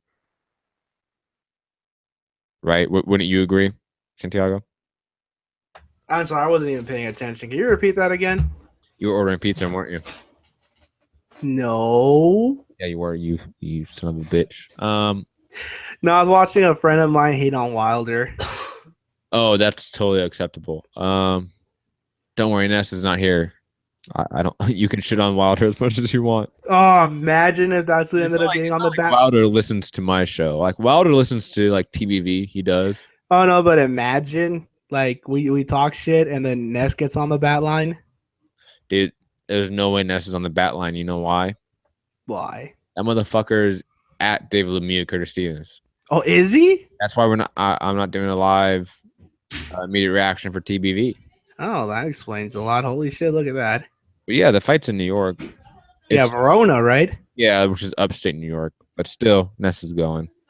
Ness, You know Ness, man. Like he's the hustle, man. I'm not the hustle. Ness is. You're the hustle where it counts, my friend, especially when it comes to having co-hosts on. I'm Hustle Junior. Yes, you're Hustle Junior. Okay, who's gonna win this shitty fight? Oh, Moreo. dude, I told Moraes. Whatever. Who gives a shit? The fight sucked. Hey, he won a unanimous decision, man. Next thing you know, it's at 28, 20. Oh no, it's unanimous. Never mind. 29, 28. Yeah, I told you, motherfucker. Not listening to me. Of course, I'm not listening to you. Now we can move on to what is hopefully a better fight. How much vodka have you been drinking, Santiago? I have not been drinking enough, clearly. What? So who's next? Francisco Trinaldo versus Kevin Lee. I do not know. How do you not know? And I'm the casual fan here. How did I know those names? And I'll be honest, most of the time, like when you see, like when you go online to like MMAfighting.com. Oh, look, there it is. There it is. Okay, there you go, motherfucker. But like usually fight schedules, like you go to like other websites, doesn't have the bout order. The bout order is different. Oh, well, obviously, so far, what I found seems to be going in order. Like I put it this way, I turn on my info for like my DirecTV. All it says is Michael Perez versus Joshua Berkman, TBA versus Sergio Moraes, TBA versus Kyle Bushnick, and then Francisco Trinaldo versus Kevin Lee. So in the info itself on DirecTV, there's 2 TBAs. So, motherfucker. Okay. Okay. Giving me shit. I'm gonna go MD on your ass. I'm just kidding. All right. Well, is this still a fight worth talking about? Oh yes, this fight's gonna be very intriguing. Definitely one of those fights that both men can put the lights out shot at any moment. Trinaldo, very gifted grappler. Kevin Lee, a very gifted wrestler. Both guys uber strong, big muscles, explosive. Trinaldo's sort of been an overachiever in a way that he came into the UFC at a very old age and has just been very good, to say the least. Kevin Lee is a much younger fighter, coming in with a lot of hype and promise at the very beginning of his UFC tenure, and has sort of underwhelmed at times. Won fights that he could easily win, and then lost fights that were the tough tests. You know, I'm hesitantly picking Kevin Lee, but Francisco Trinaldo, if he carried on with his unbelievable streak so far in the UFC and just a career that has been very good from what the expectations were, I wouldn't be surprised. I wouldn't be surprised if either guy can land a single shot and put the other out as well. Or not to jinx it or be the Debbie Downer, but if both guys end up just clinching each other a lot along the cage and tiring out by the middle of the second round and going to a decision that's boring, would not be surprised either. Just the way it works out sometimes. One of those intriguing toss-ups, isn't it? Yeah, get closer to the mic. What the fuck you doing, man? Yeah. Well, yeah. Say yeah, me.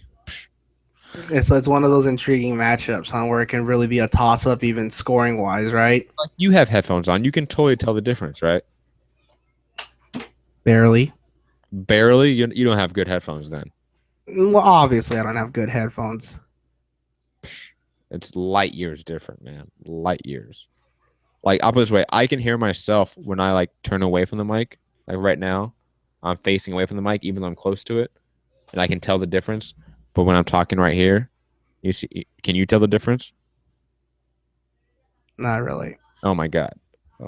I'm not that tech savvy. Sue me. No, you just need good equipment. Well, that too.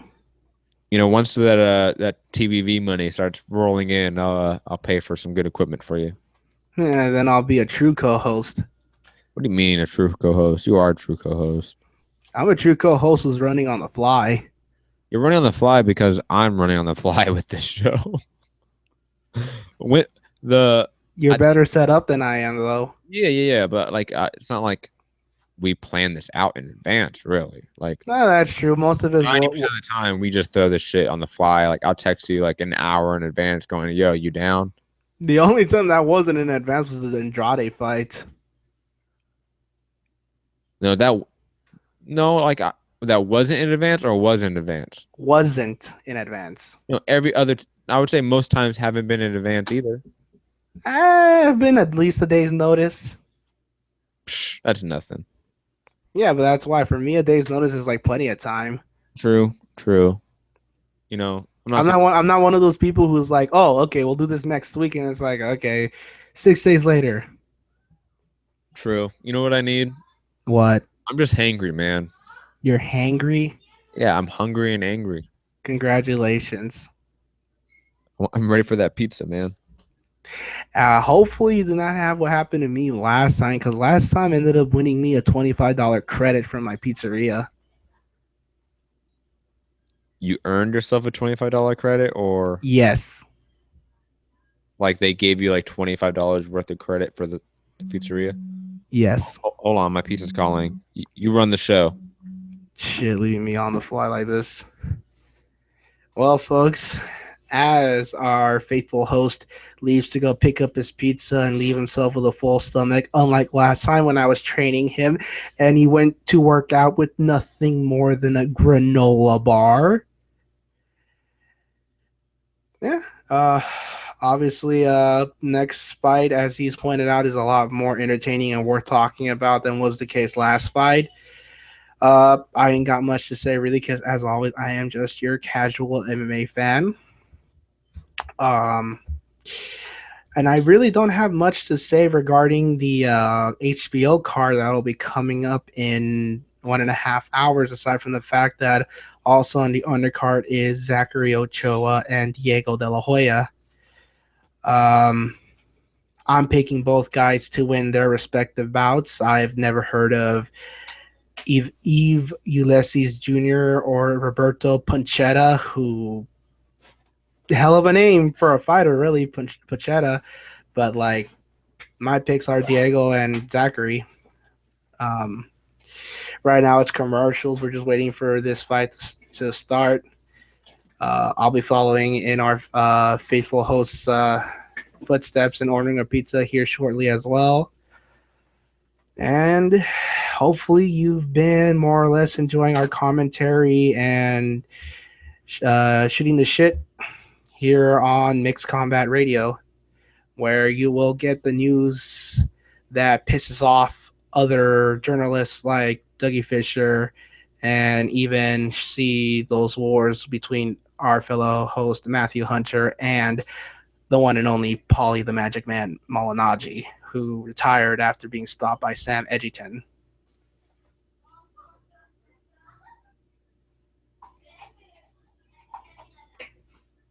Yeah, not much else to say, really. I'm just trying to figure out how long it's going to take for this guy to actually get back with his pizza. Oh, man. Let's see. Obviously, we have fights on Tuesday. Next week is, in fact, the much anticipated, at least for me, Gennady Triple G Golovkin versus Daniel Miracle Man Jacobs world unification match. Golovkin, I believe, enters the fight with a 23 knockout streak.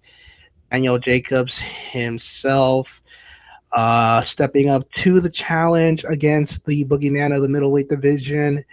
I give him a good chance to look good in this fight, but I am picking Golovkin to win this fight, most likely by stoppage, maybe knockout. We'll see where the cards lie, and we'll see what Daniel Jacobs has to show against the likes of someone like Gennady Golovkin, who has a basic, not in a derogatory way, but in such a sound technique and fundamentals to his game plan that he really doesn't need to do much. You know, he comes forward like any other fighter does, but he knows how to put those combinations in properly. He knows how to pick his shots. He has that thudding power. You know, he can either box on the outside like he did against David Lemieux, take shots like he did against the likes of welterweight and Kell Brook. And, you know, you've seen the results that this man has to offer us. Next week should be intriguing. Catch the HBO 24/7 that they've posted for these two if you haven't already. And you can check TBV's live viewing of the 24/7 episode for Triple G Jacobs and our reaction to it and our breakdown of it on patreon.com/Thaboxingvoice. And Santiago, just Yes. like I'm eating really fast. And I'm sure I'm probably still gonna have to be covering your ass while you stuff your face with pizza, you son of a bitch. yeah, have fun. Good luck. Screw you, man. All right, so right now, Francisco Trinaldo and Kevin Lee are already having their names announced and everything. Obviously, the crowd is very excited for this fight. Our faithful host here is going to enjoy himself some good pizza while he watches the fight and listens to me talk like an idiot. And hopefully, we will have a much, much better fight. Round one starts. Trinaldo in the yellow, Lee in the blue, pawing with that jab. Trinaldo is. Lee throws a straight lead and a lead kick. Both don't land flush. Right now, Trinaldo is on the outside, trying to move in. Lee's jabbing, kicking, trying to keep him on the outside. Trinaldo throws a lead straight that lands. Lee goes for the knockdown, but it doesn't. But it's sprawled out of it. Knockdown. Come on.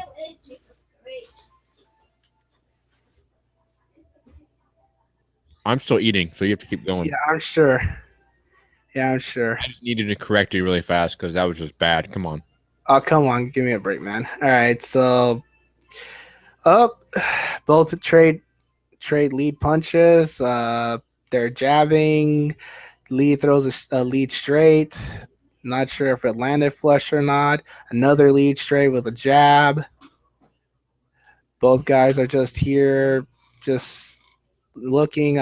Lee goes for a takedown, gets one. And this would probably be the point where Matt takes over because I have no idea what's going on at this rate. All I know is that Lee's on top, and I think Trinaldo might be going for a submission. You're trying to isolate an arm and look for some sort of arm bar off of that or like a triangle. But he's not going to get it from this angle.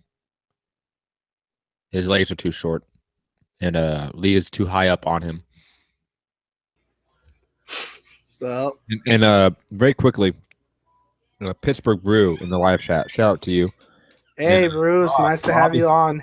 Rob is still in the chat, faithful viewer. Thank you, Rob. But apparently, Diego De La Hoya is fighting right now, and he's about to get KO'd. So, yeah, no, it's 6:38. The HBO card starts at 8. Go mute yourself. Go to Golden Boys. I believe their Facebook page, Brew. Check out their Facebook. No. Where's it at, Pittsburgh Brew? Where can we find the prelims? Oh, he's winning big. Oh, okay. I thought Diego De La Hoya is about to get knocked out. He's saying Diego De La Hoya is about to get the knockout.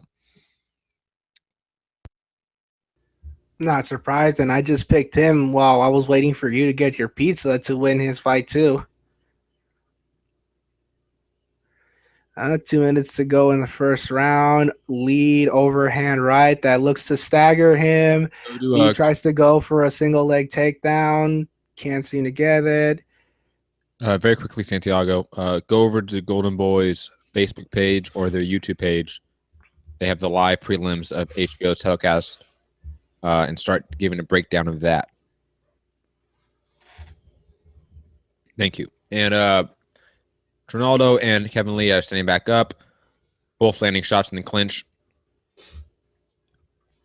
Landing good shots in the clinch as well. Trinaldo got caught by a huge right straight.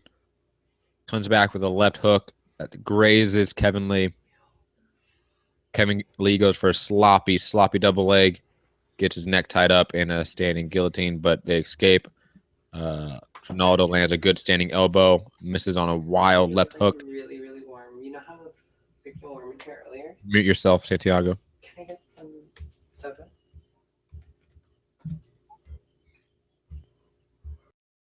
Another double leg by Kevin Lee, gets sprawled out. Trinaldo lands some good elbows. Oh, man, powerful elbows.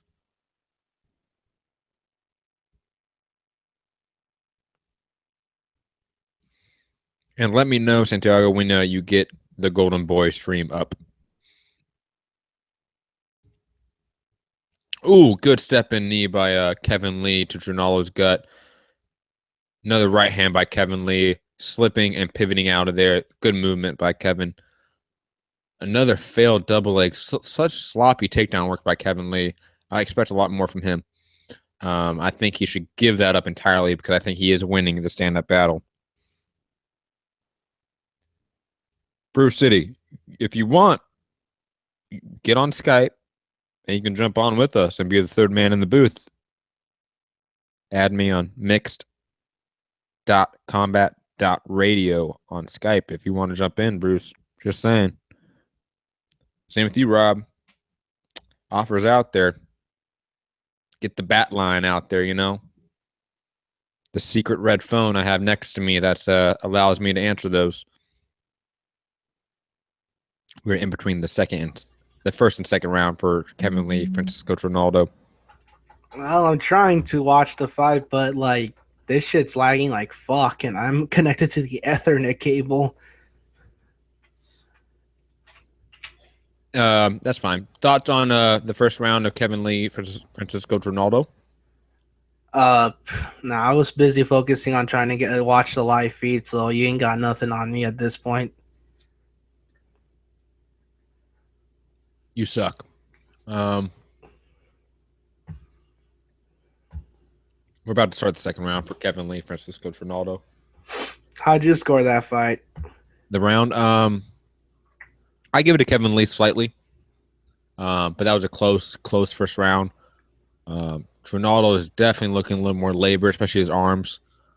He's trying to bounce back into it. You can tell he's shaking out his arms at the beginning of this round. So is Kevin Lee in a way, but I think Kevin Lee is a little more fresh. Head kick attempt by Kevin Lee gets deflected by Trinaldo. A 1-2 by Kevin Lee is followed up by a roundhouse kick. All gets deflected by Trinaldo. Body kick by Trinaldo lands. Kevin Lee on the outside, doing a good job of not staying behind that double black line and not having his back up against the cage for too long, circling back into the center of the ring, trying to put out his jab out there. Right hand attempt by Kevin Lee, misses. Roundhouse kick by Kevin Lee, misses. Good left hand by Trinaldo.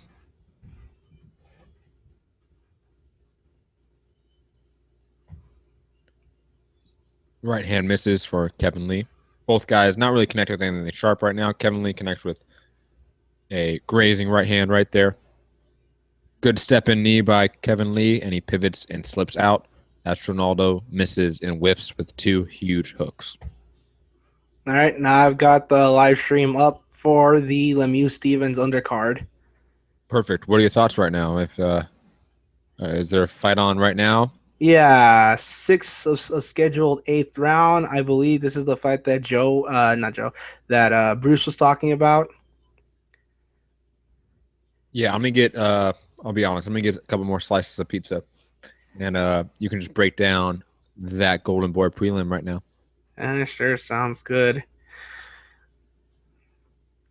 Well, right now, switching over to boxing while our host here enjoys himself a couple more slices of pizza, the lucky bastard. Diego De La Hoya looks to be doing good, landing combinations, keeping the guy on the outside. The other guy looks pretty weary as it is. Diego is working those combinations, the body and the head. Now it's just 15 seconds to go in the sixth round. Both guys are just standing there looking at each other. Diego just went for a wild left hook that missed. His opponent just went for a three-punch combo that was partially blocked, wild left hook that misses, and that's the end of the sixth round. It is 6:45 p.m. local time here in California. The main card for Lemieux Stevens will be starting at 8 o'clock. So for those who are watching and tuning into the show, we appreciate it and look forward to providing you with more blow-by-blow commentary as the night progresses.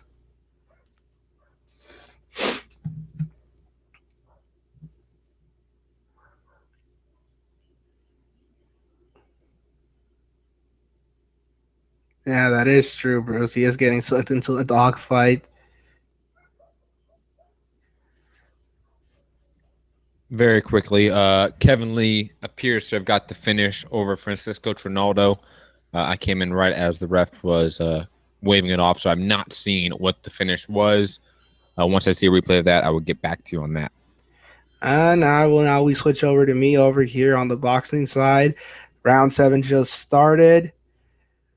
Diego is now coming forward, throwing a jab. Left hook to the body that partially lands. Left hook to the head that lands flush. Head kick by Kevin Lee wobbles Francisco Trinaldo, sends him to the ground. Kevin Lee locks up a rear naked choke and gets the tap once the fight's on the ground and Francisco Trinaldo is hurt. Good second round rear naked choke victory by Kevin Lee. Back to you, Santiago. Thanks, Matt. So, right now, Diego de la Hoya has assumed the role of the aggressor, coming forward, keeping his opponent on the back foot, moving backwards, getting caught on the ring, not using some lateral movement, but not really getting out of the way, just trying to keep him off, throwing a straight right that pushed him off. De la Hoya is still coming in, throwing a left hook, overhand right that don't land. Wild left hook that his opponent ducks over. Both guys are just standing there in the center of the ring, trying to go for gusto at this point from the looks of it. His opponent lands a straight right, no effect. Referee separates them from the clinch. Diego lands a jab. His opponent goes for a left hook to the body, lands. Both guys are in the middle of the ring. Diego goes for his own left hook to the body. That also lands. Another two-punch combo. Do you know the record of Diego de la Hoya's opponent? The record of Diego de la Hoya's opponent is 10-9-1 with 6 knockouts and has only been stopped once in his 9 losses. 40 seconds to go in the 7th round, and depending how the 8th round goes, it looks like he will still have only one person that has stopped him in his career. But obviously, this is nothing more than a showcase fight for Diego. Apparently, Diego de la Hoya did get hurt in the 2nd or 3rd round, according to Bruce. I wouldn't be surprised, but from the looks of it right now, Diego is dictating the tempo of the round with 10 seconds to go in the 7th round. I'm not watching it, so you have to give all. No, yeah, that's why. Not much to say. 10th round's over. Both guys just stared at each other for the last 10 seconds. And that is the end of the 7th round.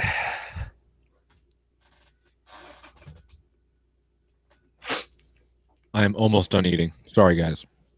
It's all good, man. At least I have something I can actually talk about. And when we have a 6-hour plus show ahead of us, you need a carbo load, you know? You need all the energy. Definitely.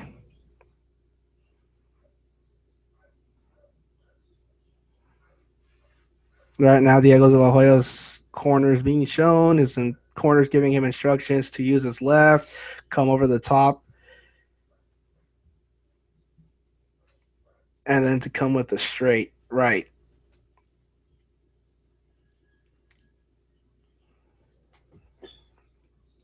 Seconds out. It is now the 8th and final round. Both fighters meet to the center of the ring to touch gloves. And De La Hoya continues to come forward. His opponent taking little half steps back. Still moving on the back foot. Diego is keeping his guard up, moving forward, throwing a jab, throwing a 1-2. His opponent comes back with a 3-punch combo that doesn't land clean. Diego lands 2 clean jabs to his opponent's face. It is a very slow-paced round at this point. Diego goes in for a left hook to the head, partially lands. Another left hook straight right combo. Another left hook straight right combo. His opponent goes for a right hook, left hook combo that's blocked. Now his opponent's the one coming forward. Diego De La Hoya starting to move on the back foot. His opponent's trying to press the action, clinch, separate. Both fighters in the middle ring. De La Hoya lands a strong jab and then a 1-2 to his opponent's head. His opponent goes for a lead straight right that misses wildly. Left hooker cut. Another left hooker cut. Straight right to the temple by De La Hoya. Both fighters get caught in a clinch. The referee separates them. Both guys look pretty weary at this point of the fight. Not much going on. De La Hoya looks to feel like he needs to just simply stay away and make it to the end of the round. 60 seconds to go in the 8th and final round. His opponent comes in with 2 rights that land. Both fighters trying to trade. His opponent coming forward and going for a hook combination.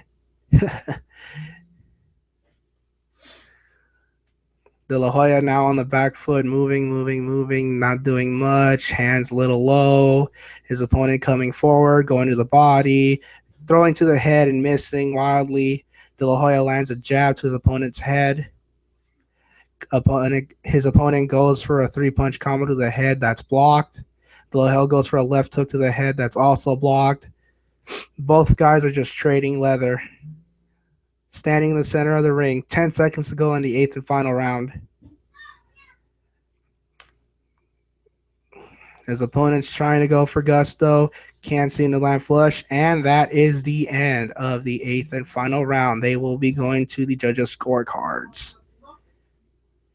Well, Jim, what were your thoughts on the fight? Oh, De La Hoya definitely looks like he needs to work on his conditioning because he was dropping his hands low and they look right for the opportunity to land an overhand to the head, which his opponent couldn't do. So more work to work on for De La Hoya. His opponent, obviously a game opponent, but not much else to say aside from that. Do you think that Diego De La Hoya needs to take a step back in competition and progression right now? Did he look that bad in those later rounds? Because I know you didn't see the earlier part of the fight, obviously. But excuse me, sorry about that. But what did you think about those later rounds? Did that version of Diego De La Hoya look worse than versions you've seen earlier? He looked sloppy. He definitely looked sloppy. Like his form definitely slipped in these later rounds that I watched. You know, you could see him throwing more from the shoulder and just the shoulder. You know, there was no real commitment with his body or technique. So I'm not sure if, you know, maybe he should take a step back in competition, but I definitely do think that what he does need to work on is his overall conditioning. Because when your form starts to slip and, you know, as the fight continues, that's not a good sign. True. All right, and the judges have our decisions. What are the scorecards?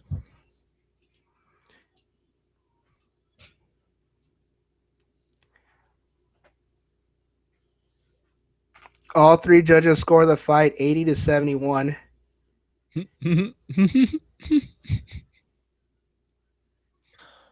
Obviously in favor of Diego De La Hoya. Obviously. So his new record is now 17-0 with 9 knockouts. Pillows for fists right there. But sorry about that. We have 5 minutes till the UFC main card starts. We're going to take a mini break. Give Santiago like a couple minutes to just, you know, get himself situated, you know, get myself situated for the main card and such. We'll be right back to you after this commercial break.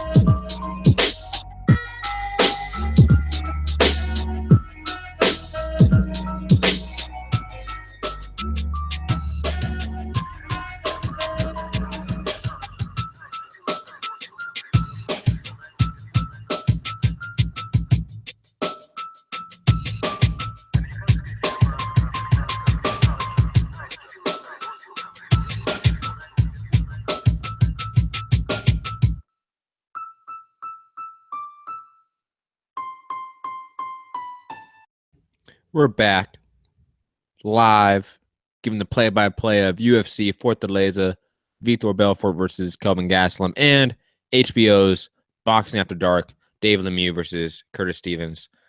Santiago, are you there with me? Are you still getting water, getting situated for the main card and everything? I want to say he's still getting himself situated. So what we're going to do is we're going to go back to commercial break because there ain't no fights on right now. Let's just be honest. And I got no co-host. So be back in a bit. Enjoy that song again because it's the only song that I don't get sued about.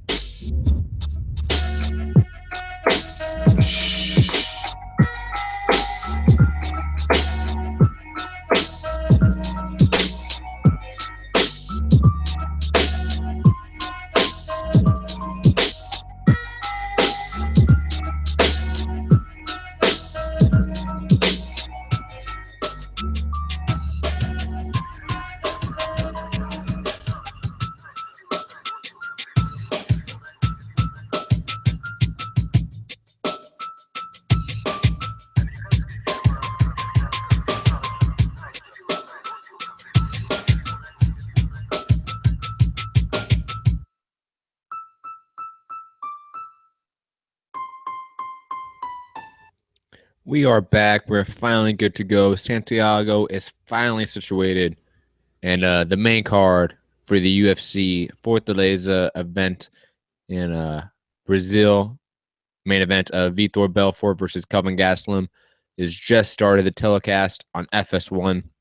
We still have an hour to go till the telecast on HBO begins. But we got the stream for the prelims up. Santiago, any fights on right now over there? Santiago, you told me you were good to go, man. Come on. Sorry, I had to check and I didn't unmute myself. No, the live stream is over, so it looks like as of an hour from now, we will be switching over to the main telecast for HBO Boxing After Dark. So you're telling me that right now there are people in Verona, New York that have to wait an hour in between fights? Oh, you poor bastards, man. Remember us when we went to go see the fight at the Forum? No, the Bernard Hopkins Joe Smith Jr. fight. Yes, the fact that there were so many intermissions and all the intermissions were filled because it was Christmas time with a Yes, Santa Claus. multiple Santa Clauses. And the Santa Clauses were definitely like racy in a way. Like they were definitely like trying to hit on women the whole time, and they had live mics, they had hot mics the whole time. So, like it was weird. Like I'll put it this way: I've been to tons of just different sort of fights in LA, and that was weird to me. That was new. I did not like that. I hope you guys in Verona don't have to deal with like maybe like an Easter bunny running around like trying to hump on women. I hope that's not the case. But damn, I can't believe you reminded me of that. That just made me in a pissed off mood, Santiago. I love thinking about that. Every time the Santa Claus came out, I was like, why? Because it was like 5 or 6 times, man. You ended up leaving and watching the telecast at home. I did. I was like, screw it, man. Like, I'm not going to wait for 5 more appearances of this dumbass Santa Claus that's hitting on women. And instead of watching fights, I just want to watch fights. You know, like I said this on the the show we did earlier before you were on, I believe, that I'm the type of guy to where if I don't need to cover the fight live, I'll record it and watch it on replay, skip all the commercials, skip all the introductions, and just watch the fights because all this in between bullshit I don't need. I'm a hardcore. Like this stuff is pointless to me. You know, let's just get on to the fights. No, definitely. I don't blame you for that, to be honest with you. I mean, that was some really bad pacing on their part. So if there really is nothing being shown on for the rest of this hour, I do feel bad for them. Yeah, I do. Like that's especially like in like nowadays where like we feel your pain, everybody in Verona. We feel your pain. Venues don't let you get to go back to your car. You know, some venues don't have like smoking areas for all your smokers out there. So like, it's tough. Like it's to go to a fight event for all the prelims nowadays is an all-day event. It feels like you have to be there all day.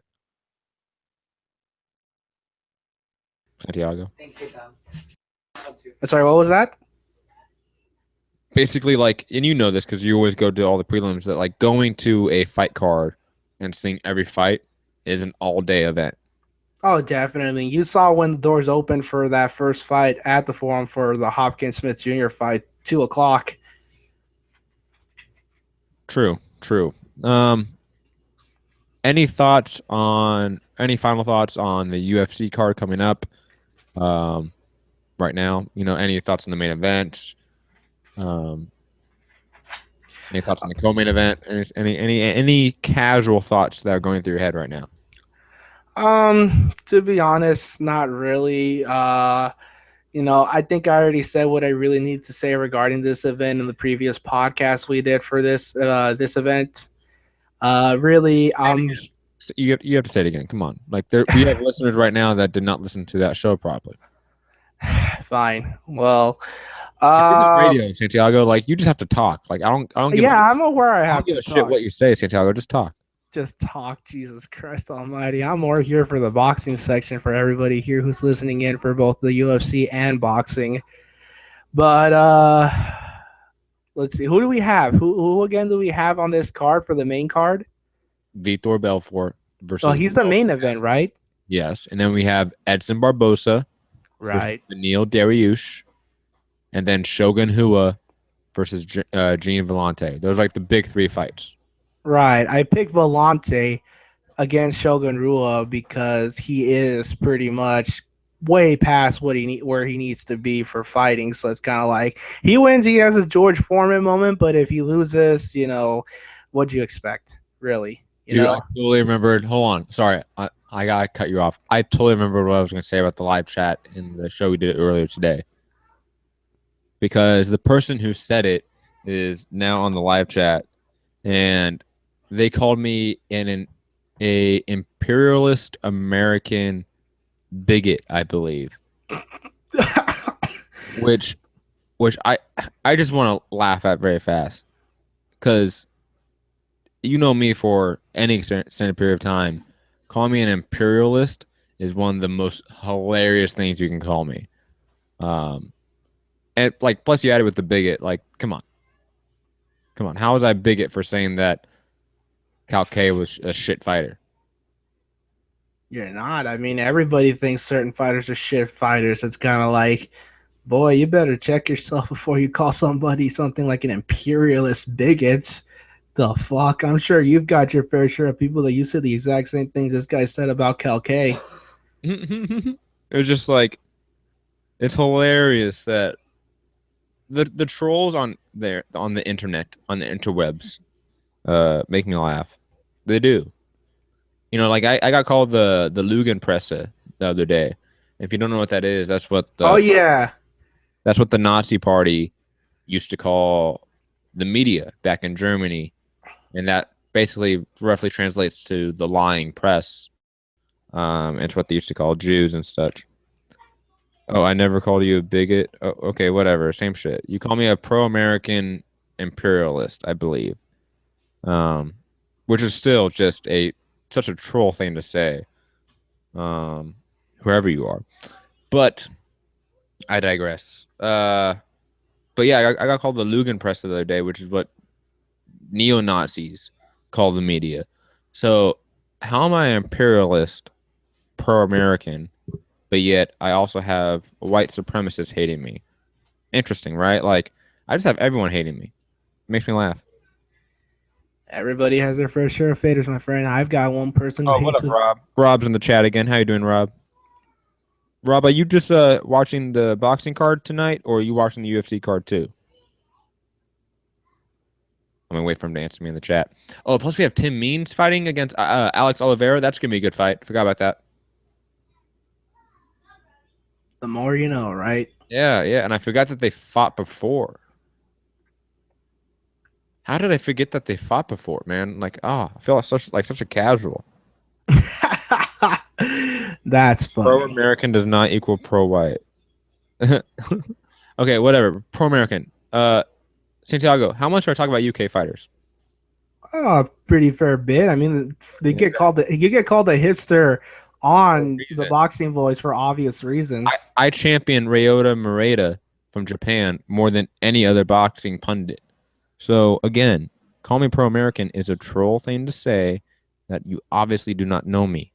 Clearly. And clearly have not been listening to my podcast. Yeah, especially when you talk about guys like, Murata or Shafikov or Yamanaka. Or Richard Comey. Or Richard Comey. These guys are clearly not American.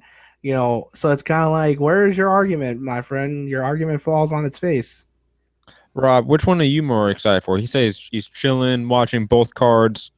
Are you more pumped for the UFC card, or are you more pumped for the David Lemieux, Curtis Stevens? Because, Rob, you're more like me. You're a fan of both sports from our interactions together. So I know you're not biased in any one sport in particular. So, like, which event are you more excited for?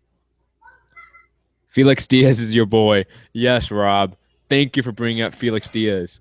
I rep Felix Diaz more than Ness does, and Ness You is rep Felix Diaz like a motherfucker. Dude, I repped him so hard in that Terrence Crawford show. I felt like such a fanboy. I must have felt like what MD feels when he talks about Triple G. Definitely. But it's okay, because I know Felix Diaz is amazing, man. Now, I won't go as far as that one caller who said that Felix Diaz, Terrence Crawford's 50-50. Nah, like I won't go that far. You're not that hipster.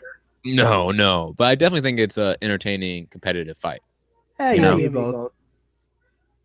Oh, is the troll gone? The troll seems gone. Oh. Sorry. Well, Rob did answer your question, though. Rob is awesome. Rob has been listening to Mixed Combat Radio pretty much since the inception. He was one of the first guys to sort of hop from TBV over to MCR. You only support non-Americans when it is convenient for you. Okay, troll. Answer me this. How was I being pro-American? Hey, Ferngully's on the chat. Oh, what up? Nice to have you on, man. The Zachary Ochoa fight's on right now. Is it? Yeah, you may not. I may have to find a stream on it. Probably because the YouTube stream ended already, and the Facebook stream is garbage. Really, Santiago making it so difficult for me.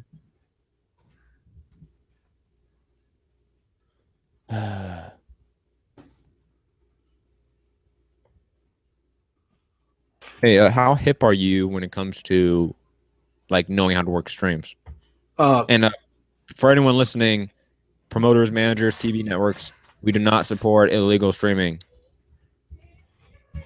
But Santiago, you know how to you're savvy with this shit, right?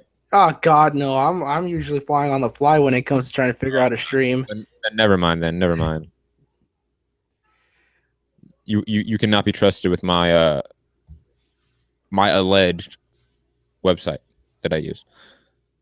You were shitting on Cal K without even watching him before tonight. I said I saw highlights of him, but I was never that impressed with him. I never saw a fight of his, but I saw highlights. And he lost. Can I not shit on the fighter that lost the fight? Yeah, I can. I'm a pundit. I'm a media member. It's in your job description, no less. Yeah, so I mean, I shit on him because he was doing worse. It's not shitting. It's called critiquing and giving an analysis of a fight. Jezreel Corrales with your boy, Mitsubishi. Jezreel Corrales is the truth. But no, I'm pro-American, right? That's right. I forgot. Hilarious. I cannot wait. Damn it! I gotta remember to record this.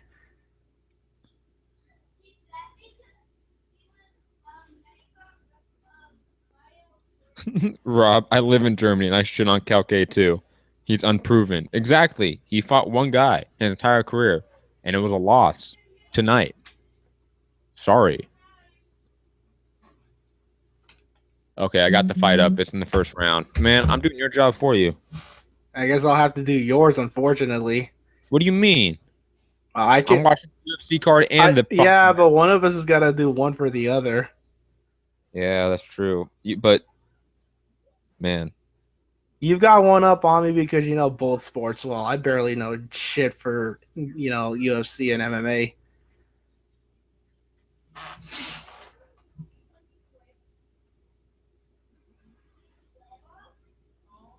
Hey, troll in the chat. I'm not going to refer to you by your name because it's like Bloody Mary. You can't refer to a troll too many times unless they appear to you. You can't just do that. But troll in the chat. Again, what did I say that was shitting on Cal K? You said I shit on him. What did I say? I'll be waiting. You're one of my 5 viewers. I can wait. Oh, I can be petty about it. Who's Zachary Ochoa fighting again? Let me pull that up for you really quickly. He is fighting Yves Ulysse Jr. I haven't seen him fight. I'm sure he's got a 12-0 record. How was I I was dismissing him, troll, because he was unproven. Who did he fight? Name his best opponent. Or heck, you can always call in and we can have this debate on air. If you're not too much of a keyboard warrior, add me on Skype, mixed.combat.radio. But I think you're probably going to just stay on the chat. I dismissed him, yes, without any real analysis. My analysis was on his resume. And plus, he didn't seem to have any power, and none of his shots seemed to have any effect on Andrade until the very final round. And I even said you can make an argument that he won 5 rounds. I've said that. Yeah, you were the one saying that. You made the argument. That his work rate wasn't the most impressive part. His durability was impressive. But no, that's not real analysis. apparently. Anyways, When you're doing a 6-hour show, I can be petty as fuck. Well, the Means Oliveira fight has just started. Oliveira has Means on the cage. It looks like he's trying to go for a leg take, not like takedown, but like he's got his leg trapped. He's trying to go for an outside leg trip. Oh, Boom. Oh, nice. He almost landed, but Tim Means managed to stop it. managed to stop it. Good for him. Tim Means is looking really small right now compared to Alex Oliveira, muscle-wise. Yeah, that's for sure.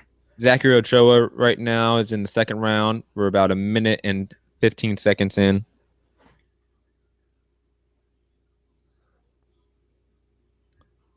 He's not looking bad. He's definitely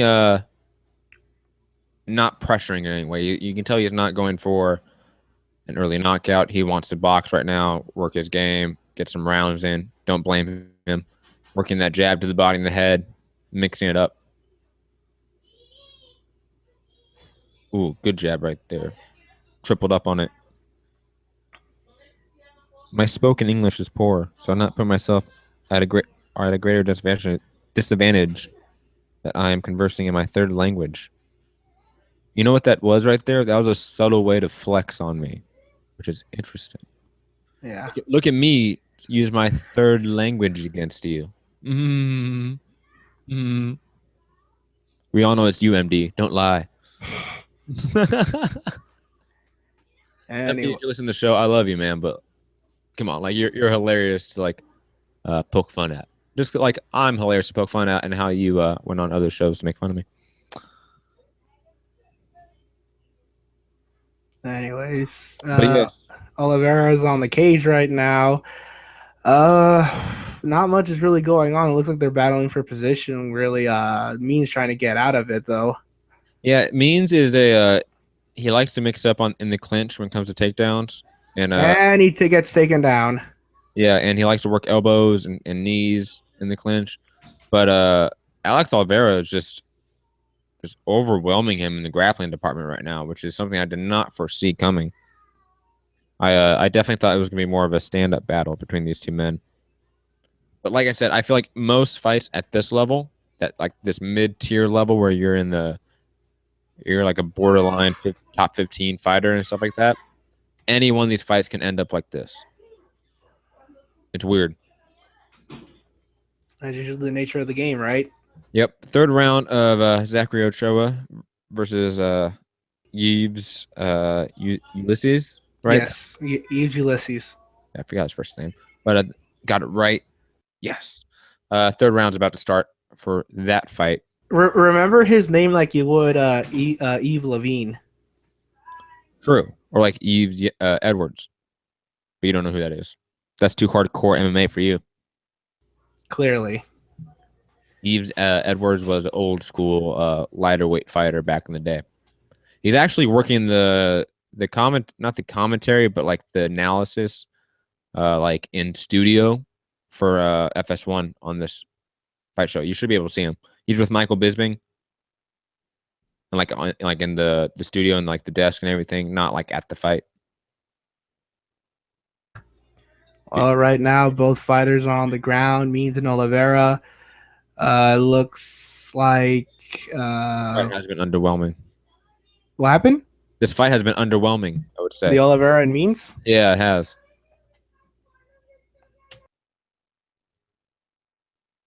30 seconds to go in the first round. Means is trying to generate some space right now to set up some ground and pound. You can tell he's not trying to advance position necessarily. And Oliveira is trying to turn around, spin out, either go back to guard, half guard, or spin out and try to stand up, similar to what Ronnie Yaya was trying to do a lot in his fight against Joe Soto. Which Joe Soto had better success with too, no less. Especially in that last round. Yes. And that is the end of the first round. How's everything on the boxing end? Good. Both guys was trading shots. Nothing really powerful. Nothing really landing super clean. I would say Zachary Ochoa is winning slightly, just overall just having the better boxing work. connecting with more shots, making Ulysses miss a lot.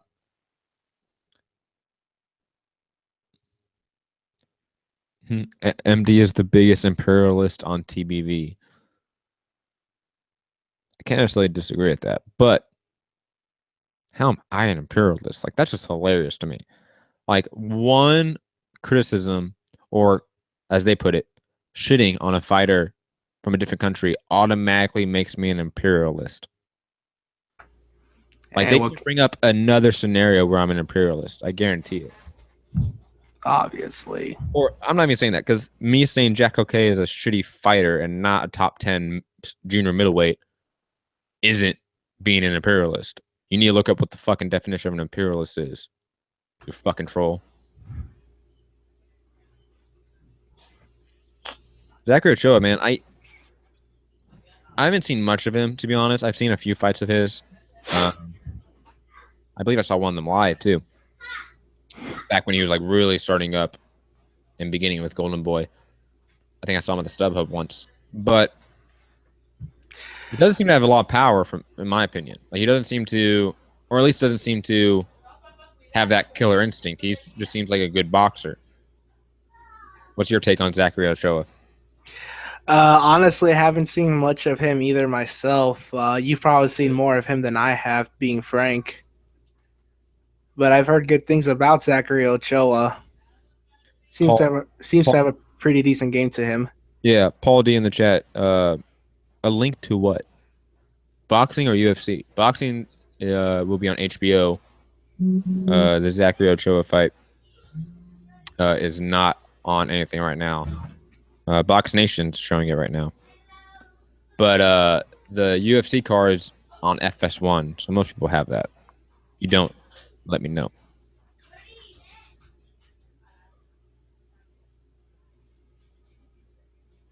Troll, I don't know what you're talking about, man. Like, I studied the fighter in the fight I just saw. Can I not give my opinion? I gave him 5 rounds. You want me to give him the fight? Or draw? What are you expecting here, troll? Come on. Ulysses working some good work to the body, pressuring Ochoa against the ropes a few times in this last round.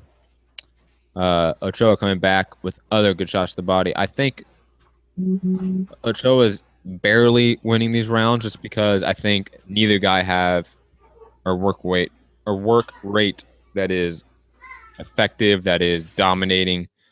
Both guys sort of just going tit for tat and circling each other.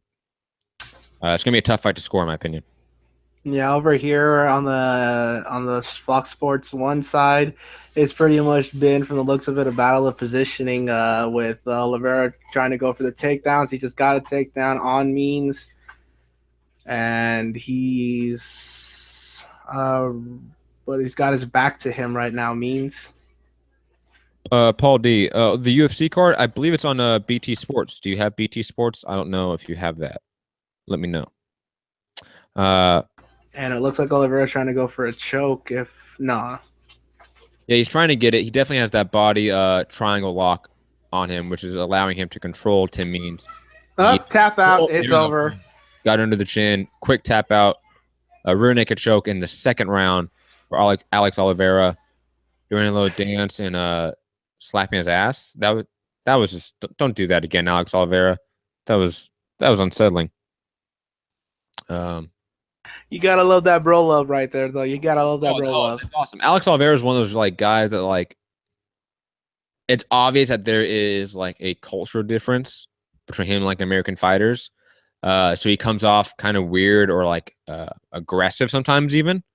But I've met him a few times. He's a super nice guy. Like I told him I was a fan of his. This is years ago, and he gave me a hug. Like he's one of those people that just like is super friendly, which makes him a little bit weird in a way sometimes, you know.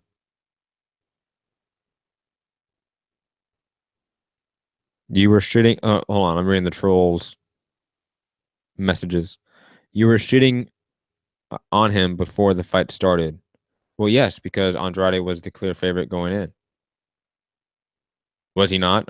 Was Calque a favorite? No, he wasn't.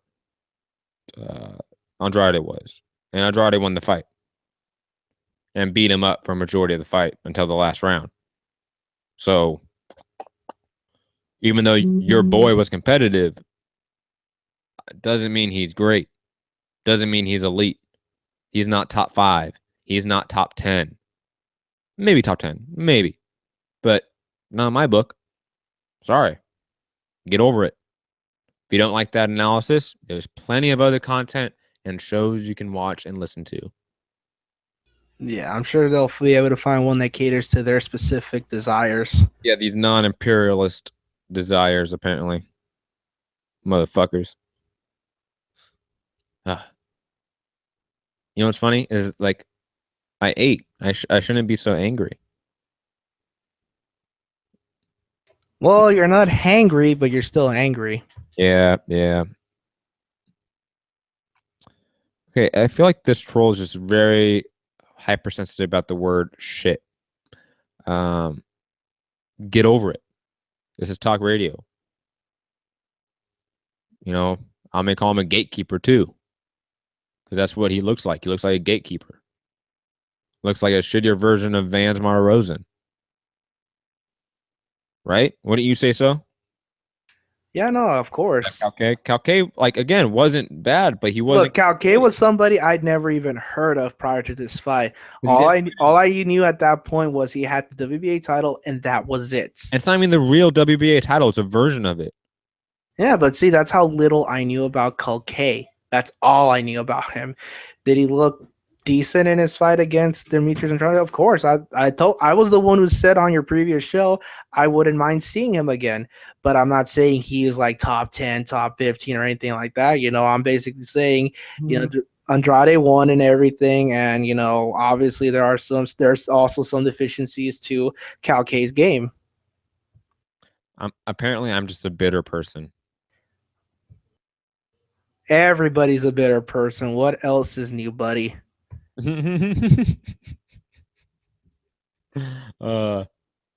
Ulysses doing some good work though, man. I know I haven't really been calling it that much. It's just because there's been no drama in the bout, to be specifically. That's just a lot of tit for tat. It's one of those I'm even having a hard time scoring. Because Ochoa is getting hit with some shots that I didn't think. Oh, we got hit with a good right hand or top right there by Ulysses.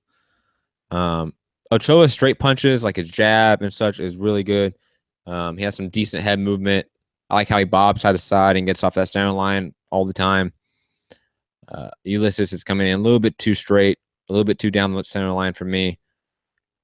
But again, these are some very close rounds. I don't know. It's gonna be tough if Ochoa doesn't start landing with more authority or with more volume. He might lose this fight, or it's gonna be close.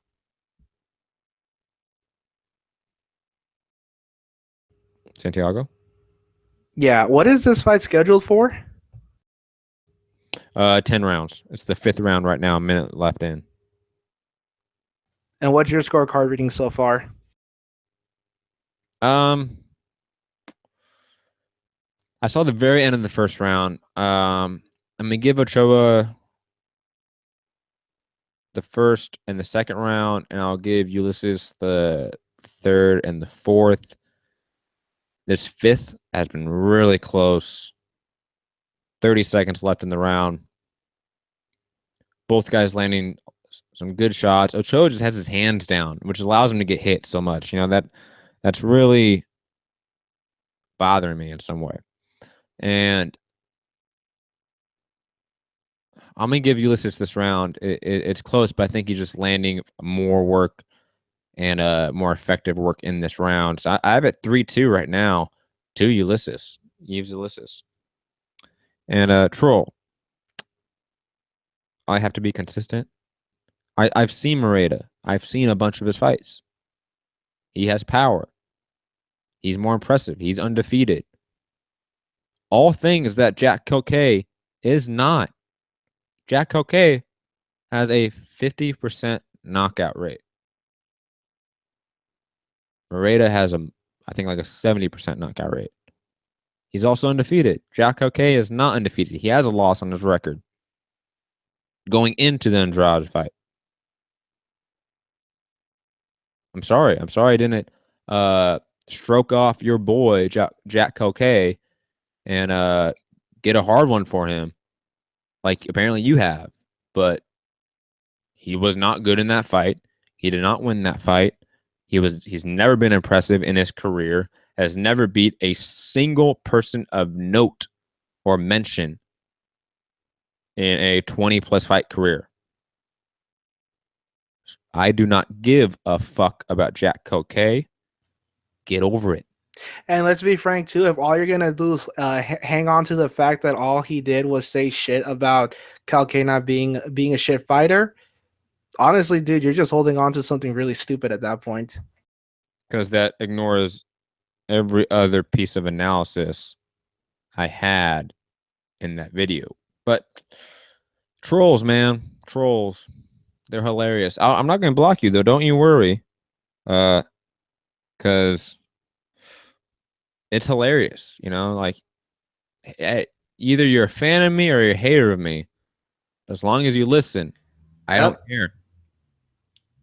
And really quickly, the next fight on the UFC card is Betch Correia versus Marion Renaud. Did you ever see the Ronda Rousey versus Betch Correia fight? No, but I've been hearing that the best thing she's known about from that fight is getting knocked out by Ronda Rousey. Okay, get this. The troll tried to compare Jack Calcaine to Jezreel Corrales. Jezreel Corrales, a undefeated fighter, high knockout rate, beat Yukiyama, a potential Hall of Famer, twice and retired him. Can you name anything that Jack Calcaine has done that's 20% of that? That is a fifth of that good? No, you can't. So that's called a straw man argument and a false equivalency. So come back again, troll, you know, when you have some good shit on. And again, you're comparing a guy's knockout rate that's 30 pounds less than the guy you're talking about. Middleweight should have a higher knockout rate than super featherweights. Correct? You ain't got no arguments from me. It's okay, man. It's okay, troll. Like you apparently really were on the Jack Calcaine hype train and he lost. It's okay. You're a fanboy or a fangirl or whatever. And you somehow are shitting on a fighter that has achieved more in their career than Jack Calcaine will ever do in Jezreel Corrales, which is just hilarious. Because that's the type of delusion some people have in this sport and some fans have. That they will rep their person, whoever it is, so hard and ignore clear facts and information. Like to a certain degree, the Boo Boo Andrade fans who think that he can take on Gennady Golovkin. Yeah, it's the same level of delusion. The person right now chatting in this live chat saying that Jezreel Corrales is a Jack Calcaine is the same type of delusion that when people say Demetrius Andrade can move up to 160 and beat Triple G. You're the same type of delusional, which means you're delusional as fuck. So, you know, like I said, I'm over giving you airtime. We're done addressing you. Have fun in the chat. Yves Ulysses, man, he is bringing it to Zachary Ochoa. Going into the 7th round right now. I think Ochoa is about to lose this fight. I'll be completely honest. Now, is that based on the scorecards, his performance, a combination of both? Combination of both. I think that you could realistically have scorecards for Ulysses right now, and plus he's also just been doing I would say better work throughout. I would say he's been the bully in there. He's hitting him with harder shots. He's hitting him with more shots. So it looks like he's going in for the upset victory over Ochoa, then, isn't he? Looks like that. Ochoa looks a little bit tired too. I wouldn't say he's tired, but he looks like he's been pressured for 7 rounds or 6 rounds. You know, you can tell when guys have just been in a fight for a bit.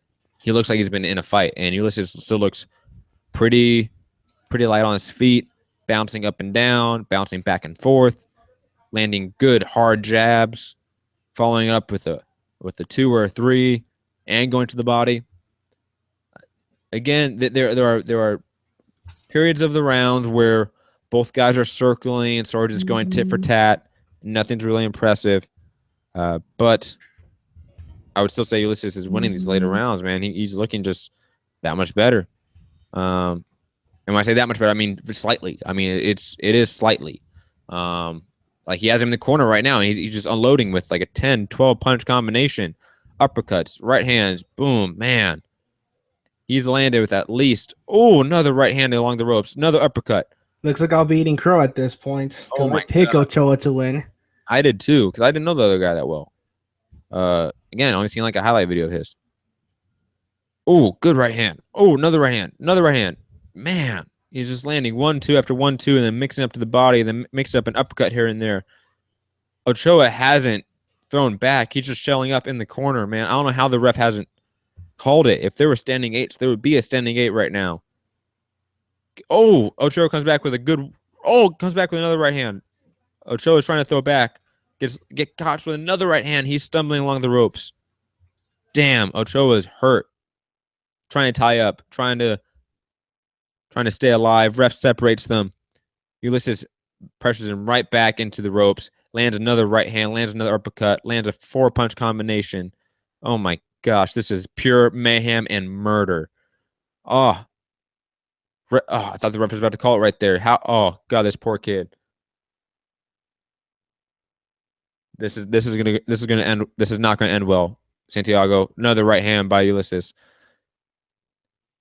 Ochoa tying him up along the ropes. I'm just waiting for you to say they stopped the fight. Ulysses is definitely starting to slow down right now, though. Yeah, Ulysses has stepped off the gas. Doesn't want to throw himself out. Ochoa senses that, trying to bounce back some sort of offense at the end of this round, but to no avail. 10 seconds left in the round. Another right hand by Ulysses. Ochoa is hurt along the ropes again. Oh, when you see a young talent like this get beat up, it's hard to watch. Round has ended. Ref is getting a good, long, hard look at Ochoa right now. Possible corner stoppage? It's like, yep, corner stoppage. Oh, it's over. Oh, wow. Ochoa is upset, and it looks like his brother or something like that was yelling at the head coach, and the head coach literally pushed his brother. I want to say his brother. I don't know if it's his brother. Pushed him away. Like, no, this is my call. That was a little bit dramatic. Wow.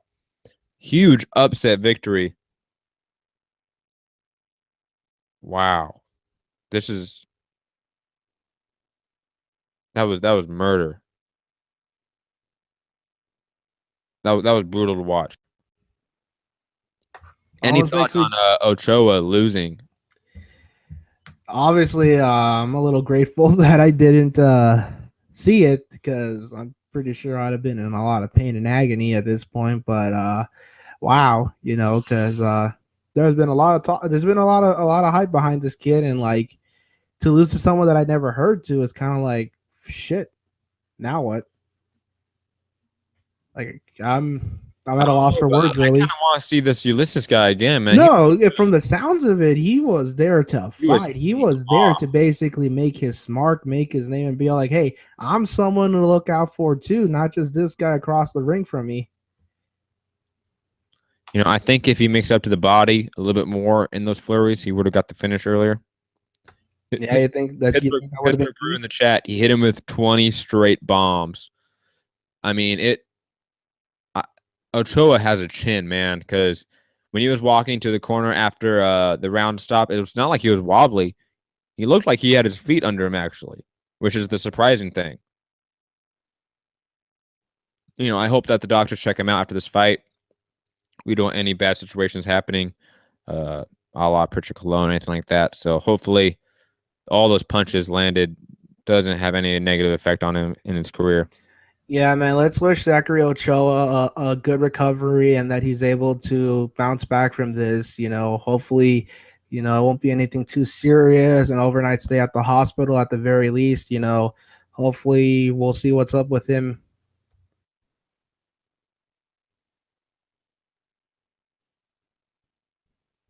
Ref was kind of shitty. Yeah, I agree.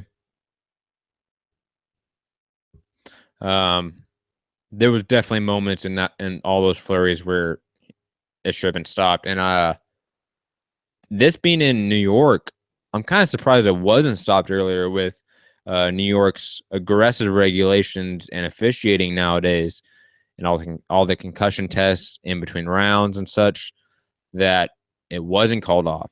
New York's been sort of quick on the trigger of recent memory. Maybe that's a New York City thing instead of like an upstate New York thing.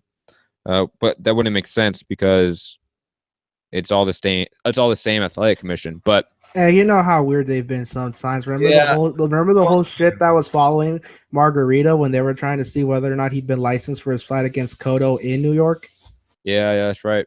That's right. New York's always been sort of a weird case, to say the least. What time is it right now?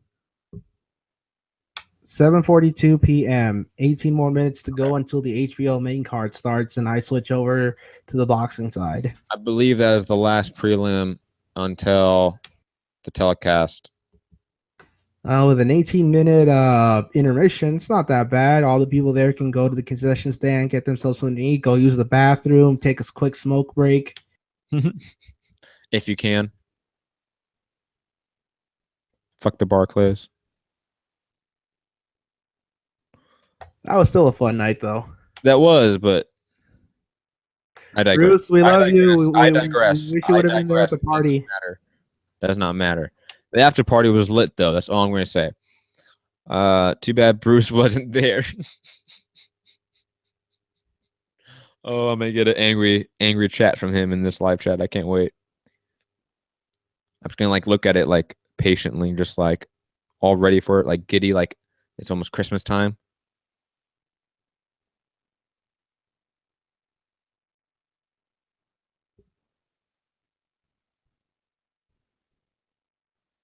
And on that note, tail of the tape for Betch Correa versus Marion Renaud. 33 and 39 age, 5'5", 5'6" in height, 136, 135 in weight, 64 inches, 68 inches in reach. I'm going Betche Carrera to win by decision. I think she has just improved as a fighter overall, especially since her loss to Ronda Rousey. And again, the Ronda Rousey loss was sort of a quick one-punch knockout, 30-second type of fight. So, are you looking at the live chat, Santiago? Do I really have to answer that? Yeah, did you see that last one? That's hilarious. Of course I did. I'm not acknowledging shit. I want to talk about Betch Correa versus Marion Renaud. Fuck everything else. You know what? I'm done. Don't entertain them. That's what gets on their nerves. Yeah. Boom. You're blocked. You're done. Sorry, troll. Bye-bye. Bye-bye. I am an asshole. Get over it. Yeah, but Betche Carrera, I believe, just her overall striking ability is pretty good when it comes to the average of the division. Obviously, she's not a Valentina Shevchenko or Amanda Nunes, but she makes up for really good dirty boxing, decent power, but not fight-changing power. So that's why I feel like it's going to go to decision. Renaud has always sort of lost to the upper tier. I think Betche Carrera could potentially be that upper tier. She caught a good body kick from Renaud and landed 2 right hands. Betche Carrera in the more uptight Muay Thai stance. Yeah. Renaud in more of the boxing stance, looking to level change. I wouldn't be surprised if Renaud looks for takedowns and some grappling to tire out Betche Carrera. So far, they're just keeping distance. Lead straight by Correa. Not much to say right now, blow wise, but both fighters are focused, intent. Renaud just threw a jab that barely reached her opponent. Another jab and a return jab by Correa. Another jab by Renaud. Both Definitely guys trying to just find standing in the middle of the ring, keeping distance. Both ladies are trying to find their range and determine a sort of rhythm to set.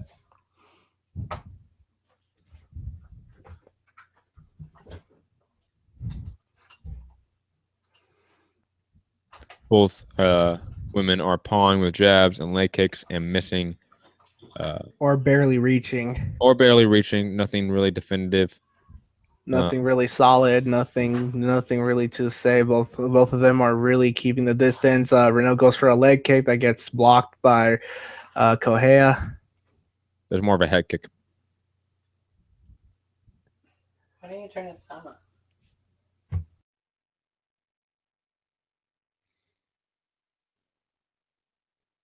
Betche Carrera just dancing around, pawing jabs, body kick by Renaud, tying up in the clinch, looking for a throw, does not get it by Carrera.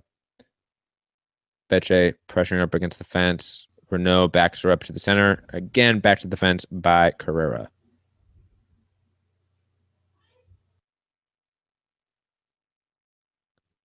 Betche getting double underhooks, looking for a judo toss. They separate and go back to the center of the ring, or the cage.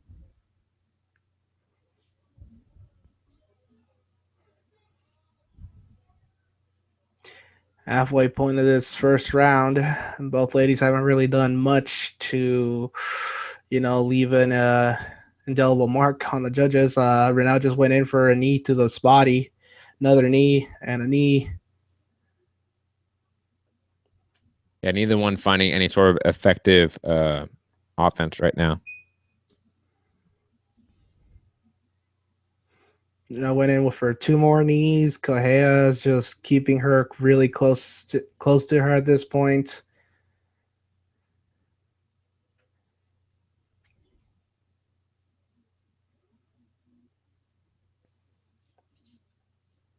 I'll be back in a minute, okay, Santiago? Go for it.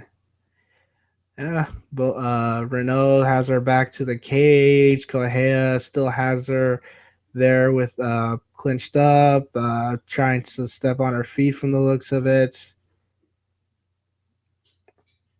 Not much action. Minute 30 to go.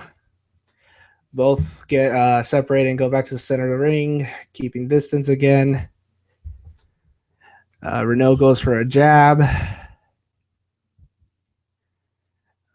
Pine jab, kick to the thigh by Correa. An overhand right that lands for Correa. Jab to the body by Correa. Straight lead by Renaud that just misses. Right hook. Left trading jabs. Kick to the body by Renaud. Another lead overhand by Correa that lands. Keeping distance between each other, not much going on. A kick to her thigh by Correa. Straight that lands for Renaud. Another lead overhand that just gets blocked. A lead body kick for Renaud that lands. Both get caught in the clinch. Both ladies go down. Correa's on top. Renaud's on the bottom. Renaud is trying to land shots to Correa right now, to her head, elbowing to her head, punching to her head. Both ladies are just trading on the ground. Betche is in the full guard of Renaud. Round over. Who did you score that round to and why, Santiago? Oh, man. I'm trying to figure that out myself right now. That was actually a pretty hard round to score considering the inactivity between both fighters, but strong opinions only. No, that's why. But my pick at this point would probably have to be for Renaud personally. I think she did just slightly a little bit more to edge out that round, in my opinion. Yeah, it was close. It's going to be the first time we have dissenting views. I'm going Betche Carrera slightly. I thought she landed the harder shots more damaging shots.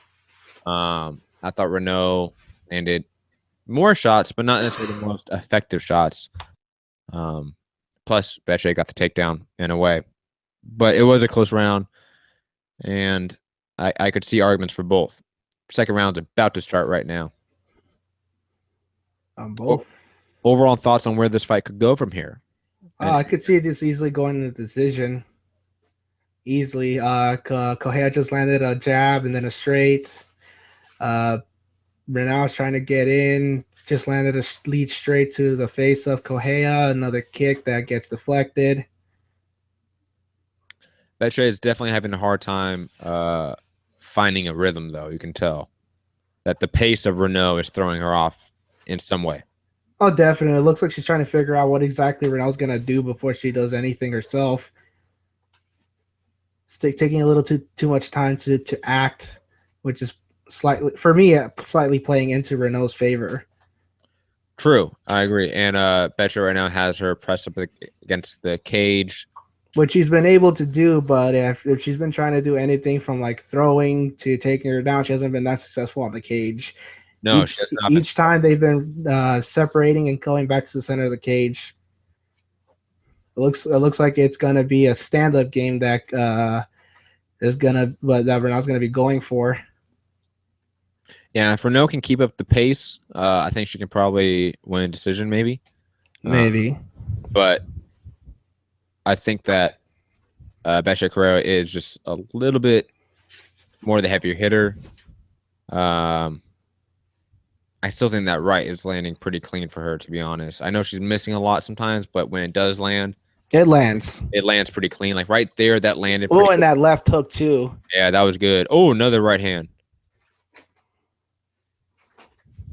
Betche Carrera is doing a good job of timing and countering.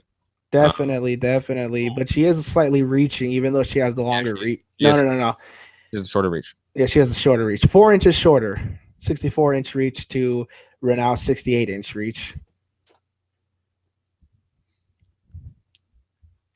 Can't be throwing those hooks too far out, or she'll get caught.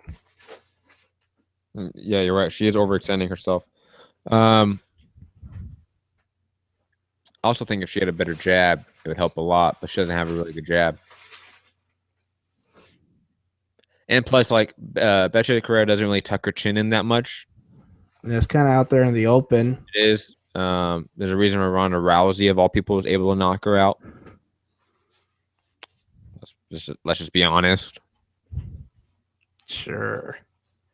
What? Nah, I'm just saying, man. Right now, the talk of this show has to be about these two ladies right here in front of us. But Correa is not doing too badly either. She's just hold on. I know what that meant. All I'm saying is that Carrera has technical deficiencies that a striker of the level of Ronda Rousey was able to exploit, which means she has some major technical difficulties. Now, as I stated at the beginning of this fight, I think she has improved on some of them. Not all, but some. Asshole.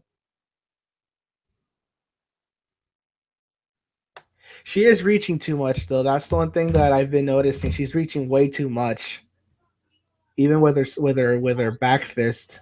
Yeah, that was like a little bit of a lazy takedown, but she got it. Single leg. Got it. She's in the full guard of Renault. She needs to advance position.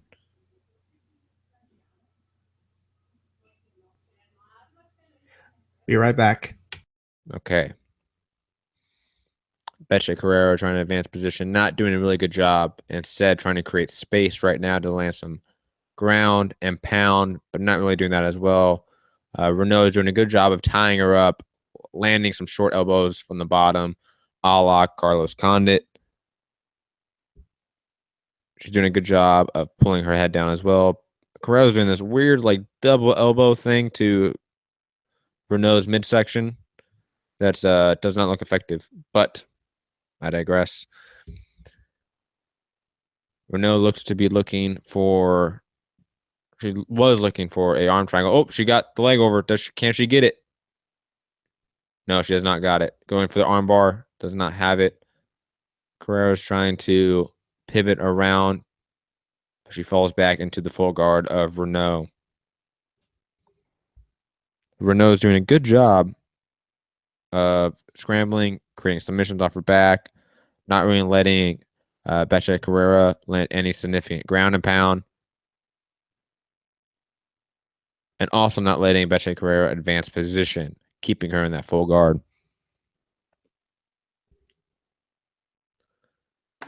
And back as the round ends. Yes. I'm gonna give that round. That was a close round. They've both been really close. This is gonna be a 29-28 scorecard either way. I feel like Either way, because I'll be honest, like that's one of those rounds where, like, immediately afterwards, I was about to give it to Renault, but I'm like, Bethe was doing some good striking at the beginning. He was landing that right hand a few times. But then Renault was doing some really good work off her back, trying to go for submissions. Almost landed an arm bar and a arm triangle at some point. So that's a tough round to score, just like the first, man. They're both coin flips to me. Strong opinions though, because that's what the show. Kohea. No, I was gonna give it to Renault. More dissenting views. I'm a sucker for that groundwork, baby. I mean, she was closer to that finish. Again, I like Kohea's cleaner work personally. I will admit though, and you know this by now, doing live play-by-play and scoring, very different things. Hey, that's why we need Ferngully on here to be our unofficial scorecard keeper. Oh my god, that would be hilarious. He kind of looks like Steve Farhood, but like a Hispanic version. So, Fern, how'd you score it after 2 rounds? Can you give your Steve Farhood impersonation? Who, me? Is Bethe Carrera hurt right there? Oh, Yeah. It looks like. Oh, yeah. Oh, She's getting touched up. She's getting touched up. That was weird. I almost like a headbutt or something that originally hurt her or something. She's staggered though. She's managed to get there, but she's getting hurt. She's still getting hurt. Look at those punches, man. Even from that position. Yeah, I think Renault, she could win this. She could win this by stoppage. She could stop her. Oh god. The hype train of Bethe Carrera about to be derailed. Getting elbowed and punched, man. And she almost looks like she's being dropped sometimes by these shots too. Look at that. Just like the Soto fight. Literally just like the Soto fight. The Soto fight was better. It was better, but you still see it, right? Yeah.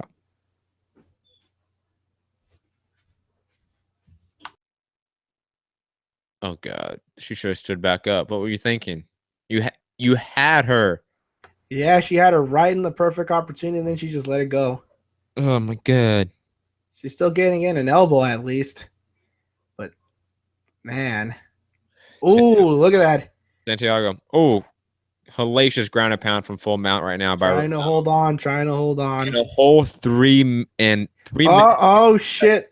Yeah, this fight's not gonna last that long. No, Switch over to the HBO telecast there, Santiago, unless you have 2 TVs working. Not right now, unfortunately. You don't have that Tiger Stream up? No, it's not that. The Tiger Stream is HDMI only on my end. Well, switch over to that HBO telecast because it's starting already.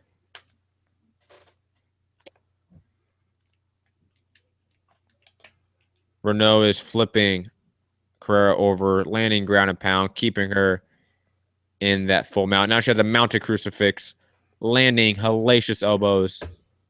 Poor Bethe Carrera.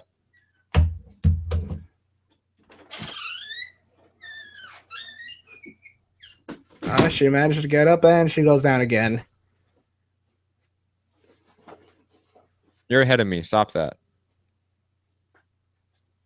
Asshole. Fine, I'll just switch over to the HBO telecast. That's what I told you to do anyways. A lazy mounted crucifix on Carrera right now. Is that a recording? It's recording now. Santiago, you can mute yourself if you want. Just come back when you're ready. Renault has the back mount on Betche Carrera looking for a rear naked choke. She has 1 minute and 40 seconds to do it. Can she do it? I do not know. Oh, she almost has the arm under the chin. She's working for it, beating her up in the process. Betche Carrera trying to separate the legs. Not really defending the chin. Is this a concern? She's doing a good job of turning into the choke in a way. Renault still has her back, landing good punches, looking for that rear naked choke. She has the body lock now on Carrera, looking for further control. Is it just a matter of time? We have 1 minute left in the fight. Right now, I'd have it scored for Renault because oh, hell yeah. That was pretty dominating. And even with the dissenting scorecards, we both would have it right now 29-28 for Renault. Yes, we would. We would have the same. Oh, God. Rounds. Look at that eye. Yeah, I can't wait to get a better look at that because that looks not too good. No, it doesn't, man. I'm shocked she hasn't got this choke yet, though.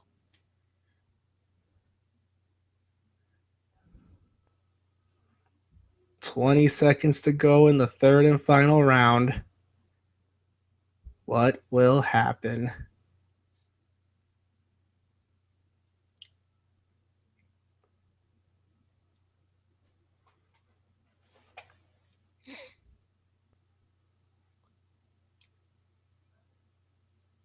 And it is over. They will be going to the judges' scorecards. And clearly, Correa thinks, yes, I did it. I won. Oh, man, look at that booty shake. Oh, God. There's so many things that were just wrong with that I don't want to do. But I will get into one. She did not win that fight. What the fuck are you doing celebrating and dancing? You know what it is. It's one of them moral victories. I made it to the end of the fucking fight. I'm delirious. I got my head in. Look how fucked up my eye is right now. Where am I? Did I win? I'm just going to dance because I'm happy. And while that's in commercials, she literally forgot the last 15 minutes of her getting her ass kicked. Clearly.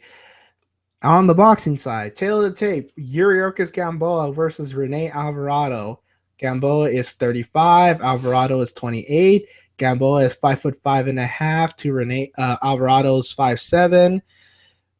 2-inch reach advantage for Alvarado.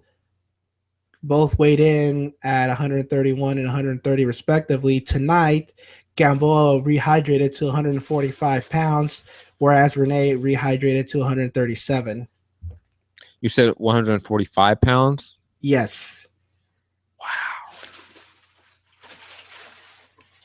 It is a junior welterweight versus a welterweight tonight, my friend. No, that's that Danny Garcia weight. Oh, God. Well, what are your thoughts? I think Gamboa's going to take it. I think he's going to do Gamboa-like things. Clearly, it's what he's been good at. Yeah, and just win this from just being a better boxer, having the heavier hands, faster, smarter, more explosive, etc. Benji Estevez is the referee for this fight. Oh God, I hate Benji Estevez. Anyways, again, the age is a factor. The layoff is a factor. Clearly, those are things that we cannot ignore. But oh my God, what? Versus Marion Renault, majority draw. Oh my God, Renault got robbed, man. She got robbed. Holy shit. Oh my God. What did I just saw? You know what? That's one of those. The judges were as delirious as Betchko Hale was. Obviously. Maybe they just. Oh, no, never mind. You know what? I'm going to be quiet. Because that was such a shitty decision that I don't want to say that any fighter is shit right now or any judges are shit right now because, the trolls are going to come out. But that was a robbery, man. Like, I think all of us can agree.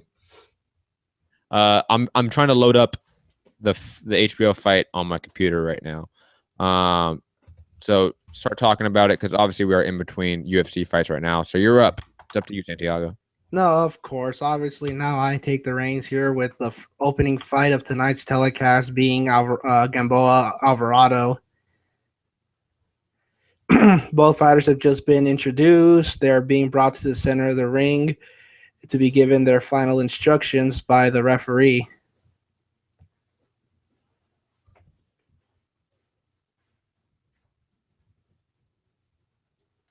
Any final thoughts or predictions? You know me, right now I have it for Alvarado, personally, just taking into account the agent layoff for Gamboa.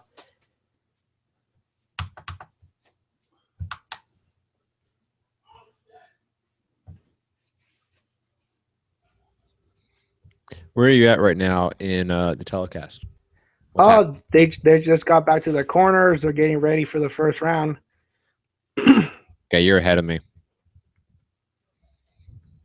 So you give the play-by-play, and I'll just give overall themes of the fight. Be the color. Or are they all tap? Just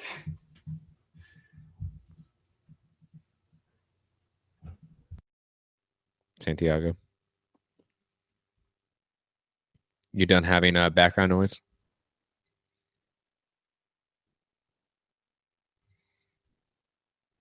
Gamboa's looking healthy for 36. And for somebody who's weighing in under 135. who?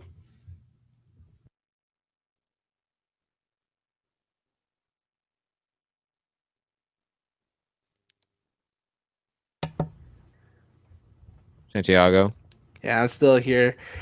you have to give the play-by-play. No, I mean, right now it looks like a feel-out process. Gamboa just threw a straight right to the body. Renee tried to counter with a left hook that missed. Renee just landed a pretty good lead straight right to the head of Gamboa. Partially landed. Both guys are just keeping range, feeling each other out. Gamboa with a pawing left. This was boring. Jab by Gamboa. Another jab by Rene Alvarado. Jab to the body by Gamboa. Lead left hook straight right that lands for Gamboa on Rene Alvarado.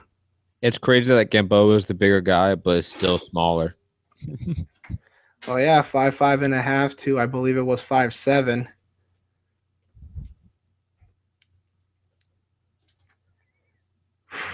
Off balance shot by Alvarado. Jab by Gamboa. Jab. Lead left hook. Got him off balance. Gamboa goes in for a rush. They get into a clinch. They get separated. Gamboa gets warned for hitting behind the head.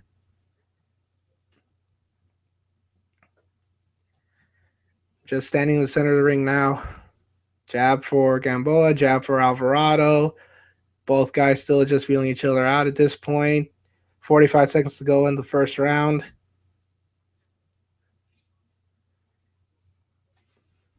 Not much going on at this point. Jab to the body that lands for Alvarado. Straight right that lands for Gamboa. Total punches landed this round. Gamboa 8, Alvarado 3.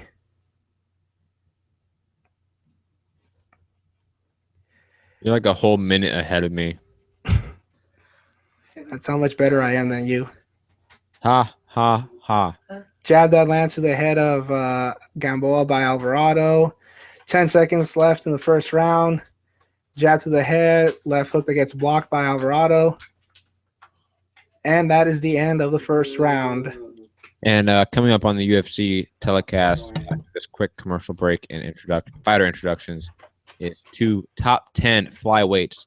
Ray Borg versus Hussier Formiga, setting up a fight potentially against another contender and somebody higher ranked, trying to get that Demetrius Johnson mega fight in the division. I'm using mega fight in air quotes, by the way. And once that fight starts, I will start breaking it down as well as Santiago breaking down this Gamboa fight. Santiago, take it away. Right now, 20 seconds to go in between rounds. corners giving their fighters instructions. My initial pick, it was a pretty close round in my opinion. I would probably have to give the edge to Gamboa. What about you, Matt?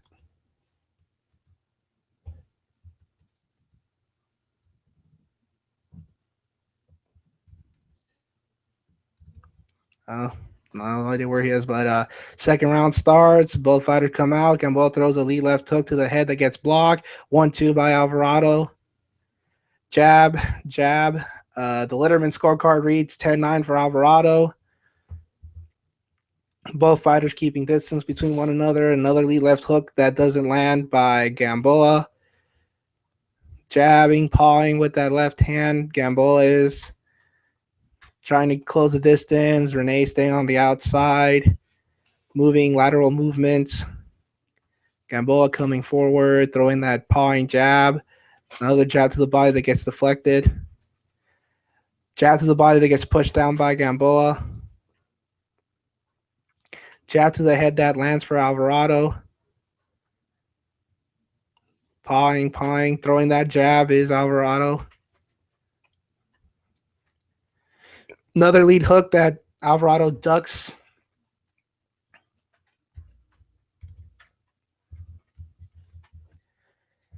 Both fighters just standing in the center of the ring, trying to fight off each other from the looks of it, waiting for the other to make a mistake. Lead straight that gets deflected by Gamboa. Jab to the body that lands for Alvarado. Pawing jab by Gamboa. Another pawing jab. Left hook that gets blocked.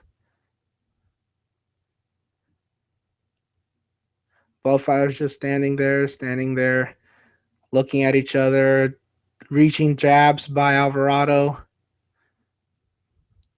Straight lead by Alvarado that gets blocked. Another pawing jab by Gamboa. Gamboa went in for another lead left hook that misses. Both fighters get caught in the clinch, separate. Another jab by Gamboa. Lead straight by Alvarado that misses. An overhand right that partially lands by Gamboa. Both fighters keeping distance between one another. Another pawing jab by Gamboa. Another jab, straight right that lands. Another straight right.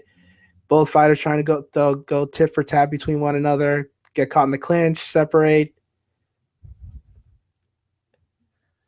Another jab by Alvarado that misses. Both fighters pawing jab by Gamboa. Both fighters just standing there, looking at each other. Another lead reaching straight that doesn't reach. Jab that doesn't reach by Alvarado. Both fighters keeping distance. Another jab, and that's the end of the second round. Who do you give that round to? Oh man, I'm not sure, man. Like these guys are just going tit for tat from one another. You're going for Gamboa? I give it to Gamboa slightly. Yeah, I'd give it to Gamboa slightly too. I feel like he landed better. He landed the better shots. And I didn't see much of the first round. No, I gave it the first round to Gamboa. Letterman did too. Okay, so I have it 2-0 Gamboa then probably. So do I.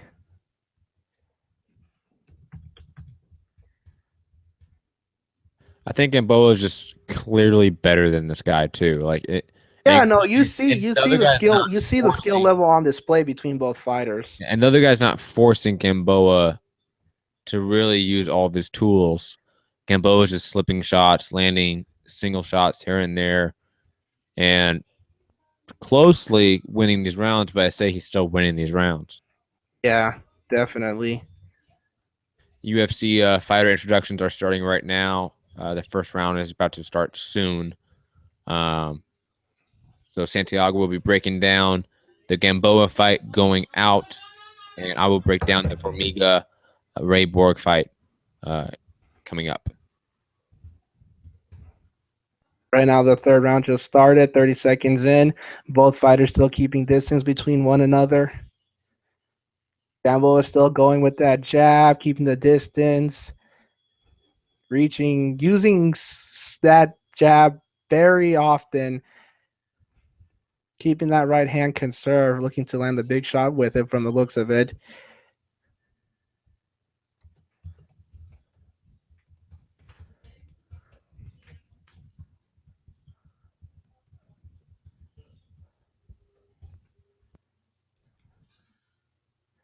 First round is starting.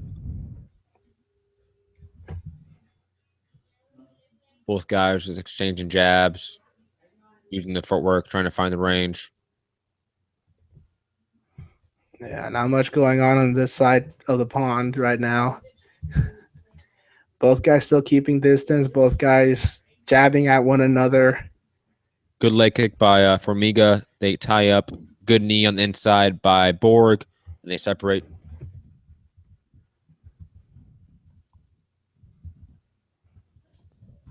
Formiga attempts a level change and takedown, gets sprawled out, and a knee to the gut by Borg.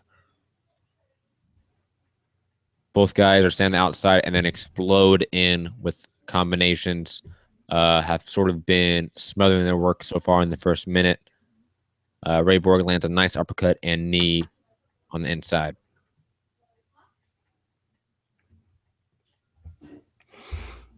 Right now, pretty much more of the same between both fighters.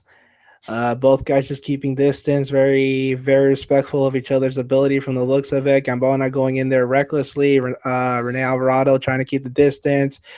You see the combination punching from Gamboa as he comes in, landed a 3-punch combo that gets blocked. Rene gets in, but then just gets caught up in the clinch. Total power punches landed this round. Gamboa 24, Rene Alvarado 4. Leg kick by Formiga. Jab 1-2. The 2 missed by Borg, but the 1 landed. Ooh. Kick to the nuts right there. That sounds painful as hell. Yeah, Borg taking a couple minutes right now.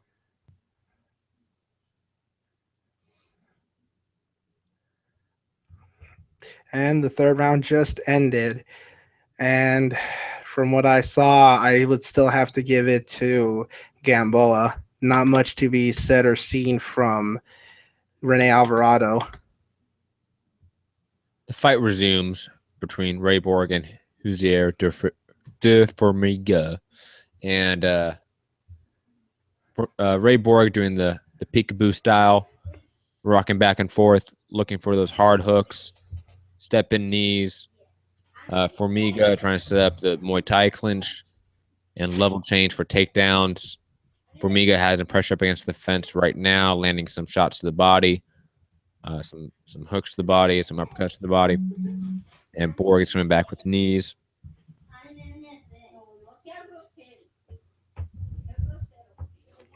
Right now, it's still the intermission on this end.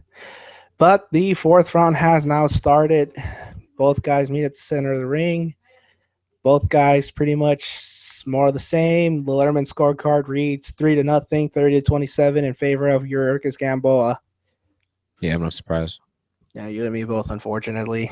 And I pick Rene to win. Both Borg and Formiga are still up against the fence, neither doing that much work. Landing single body shots here and there. Borg here and there tries to pivot out and escape. Good knee to the head, though, by Borg. And he does finally pivot out and goes back to the center of the ring or the cage. Right now, pretty much, like I said, like as the previous rounds, more of the same. Gamboa keeping the distance, controlling the distance, the tempo of the fight. Throwing that pawing jab, keeping Alvarado thinking and guarding. Moving him, keeping him on the back foot. Alvarado throws those jabs, but to no avail. On the other hand, Gamboa throws his jabs, which land. Went for a straight that didn't land. 1-2 that gets blocked by Gamboa. Rene goes for a light jab and then a hook to the head that lands.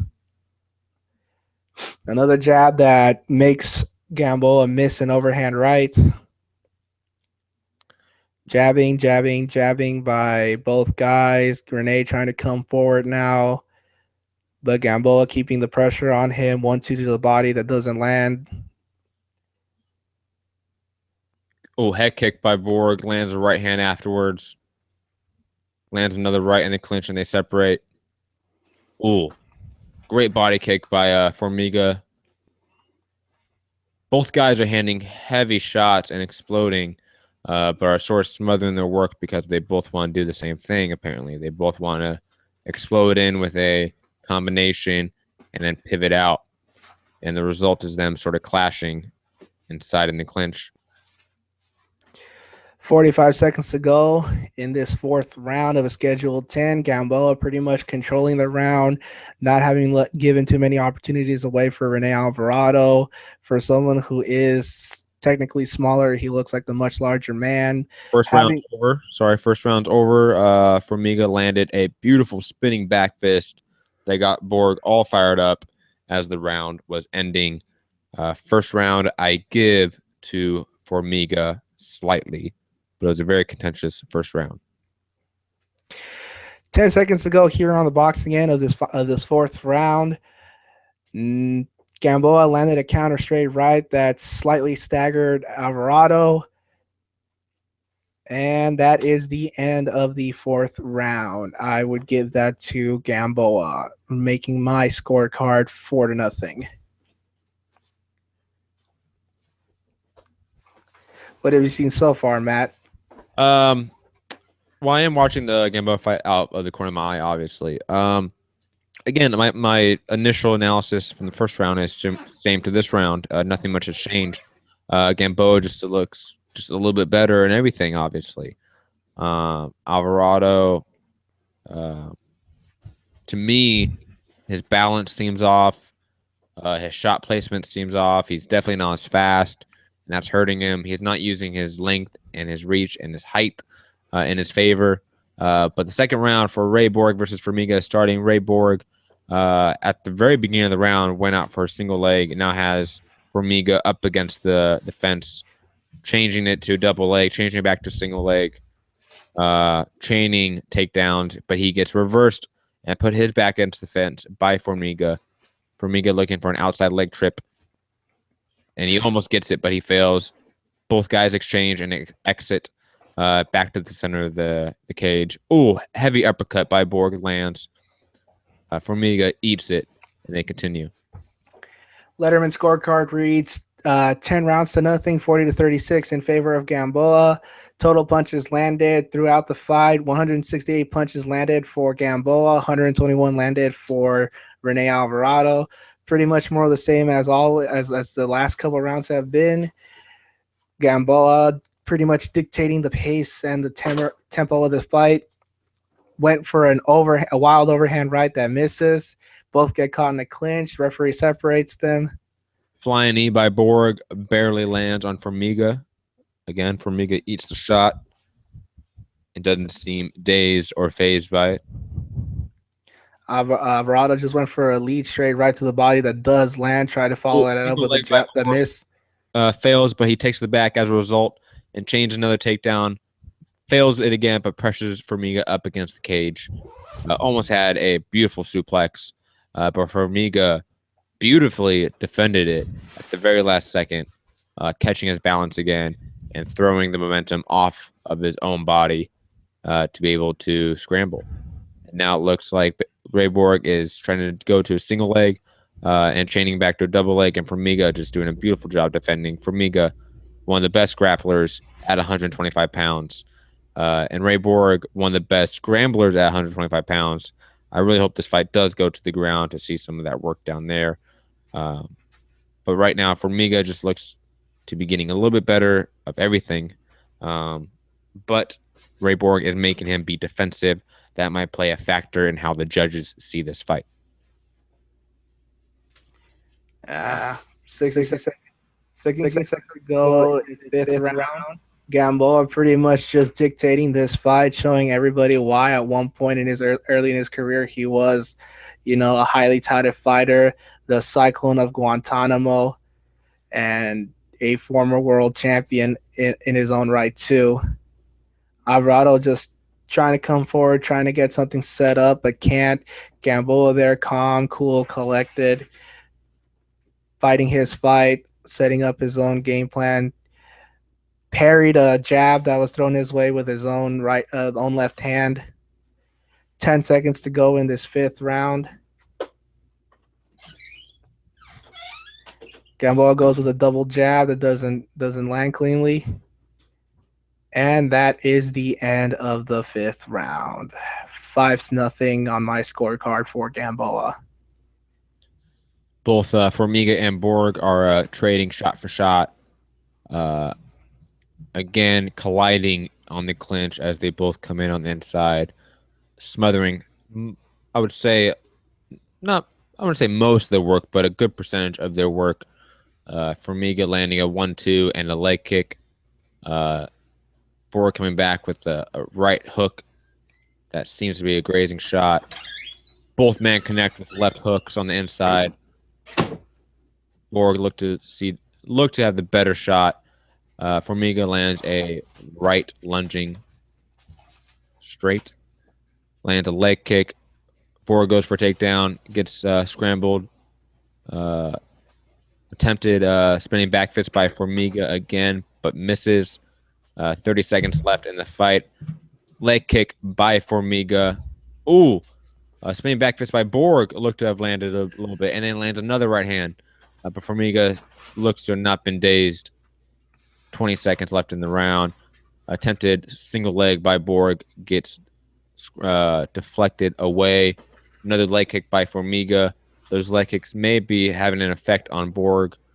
Borg attempts another single leg, but Formiga easily gets out of it. Round's about to end. I give this second round to Formiga as well, but Borg had a bunch of moments early in the round. Almost a whole minute into this 6th round, or 15 seconds into the round, Alvarado managed to land a left hook to the top of Gamboa's head that slightly staggered him, but not so much.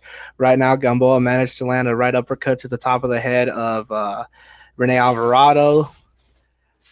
Alvarado trying to come in, jabbing his way, trading jabs. Straight right by Gamboa that hits the shoulder, doesn't land cleanly. Both fights get caught in the clinch and separate. Back to the center of the ring for both fighters. Pawing jab again by Gamboa. Jab, another jab. Lead left hook that doesn't land by Gamboa. Alvarado tries to come back with a 1-2 that doesn't land. Another jab, straight right that lands to the top of the head by Gamboa. Third and final round of Formiga Borg beginning. Borg again, right off the bat, attempts a single leg. Briefly gets Formiga to the ground, but he hops up. Borg has him against the cage, but Formiga successfully turning him and reversing the position. Formiga just looks to be technically better in every aspect of the game. Gets him down off an outside trip. Gets to full mount. Scrambles. Oh my God, this is a thing of beauty. Wow, somehow Borg ended up on the back. They're both standing. Cage grab by Formiga helped defended that takedown. And Borg hasn't pressed up against the cage. Wow, that was I can't describe what happened. It was a tornado of scrambling and submission attempts by both men. Wow. I haven't seen that much movement in the span of 3 seconds in my life. Gamboa's been doing his fair share of moving too, landing some counter straight rights and all that good stuff. For someone who hasn't fought at 130 seriously for some time, he's doing pretty well. Very smart by Formiga. He pulled guard, but reversed the position and ended up on top. And he took Ray Borg down. He has the back. Wow, Formiga just showing how beautiful his grappling game is and how that would be so intriguing against the likes of Demetrius Johnson. Attempting a rear naked choke right now. Has 3.5 minutes left of the round. Has the body lock. Can he pull off the rear naked choke like we've seen throughout the night? Seems to be the finish of choice at UFC Fortaleza. Not much commentary to add on this, and so far I have it 6-0, 60-54 for Gamboa. Gamboa pretty much just putting on his boxing clinic against Alvarado, landing his shots, keeping Alvarado from mounting any kind of sustained offense, using that herky-jerky momentum in very subtle ways, although it did cause him to slip early in the round.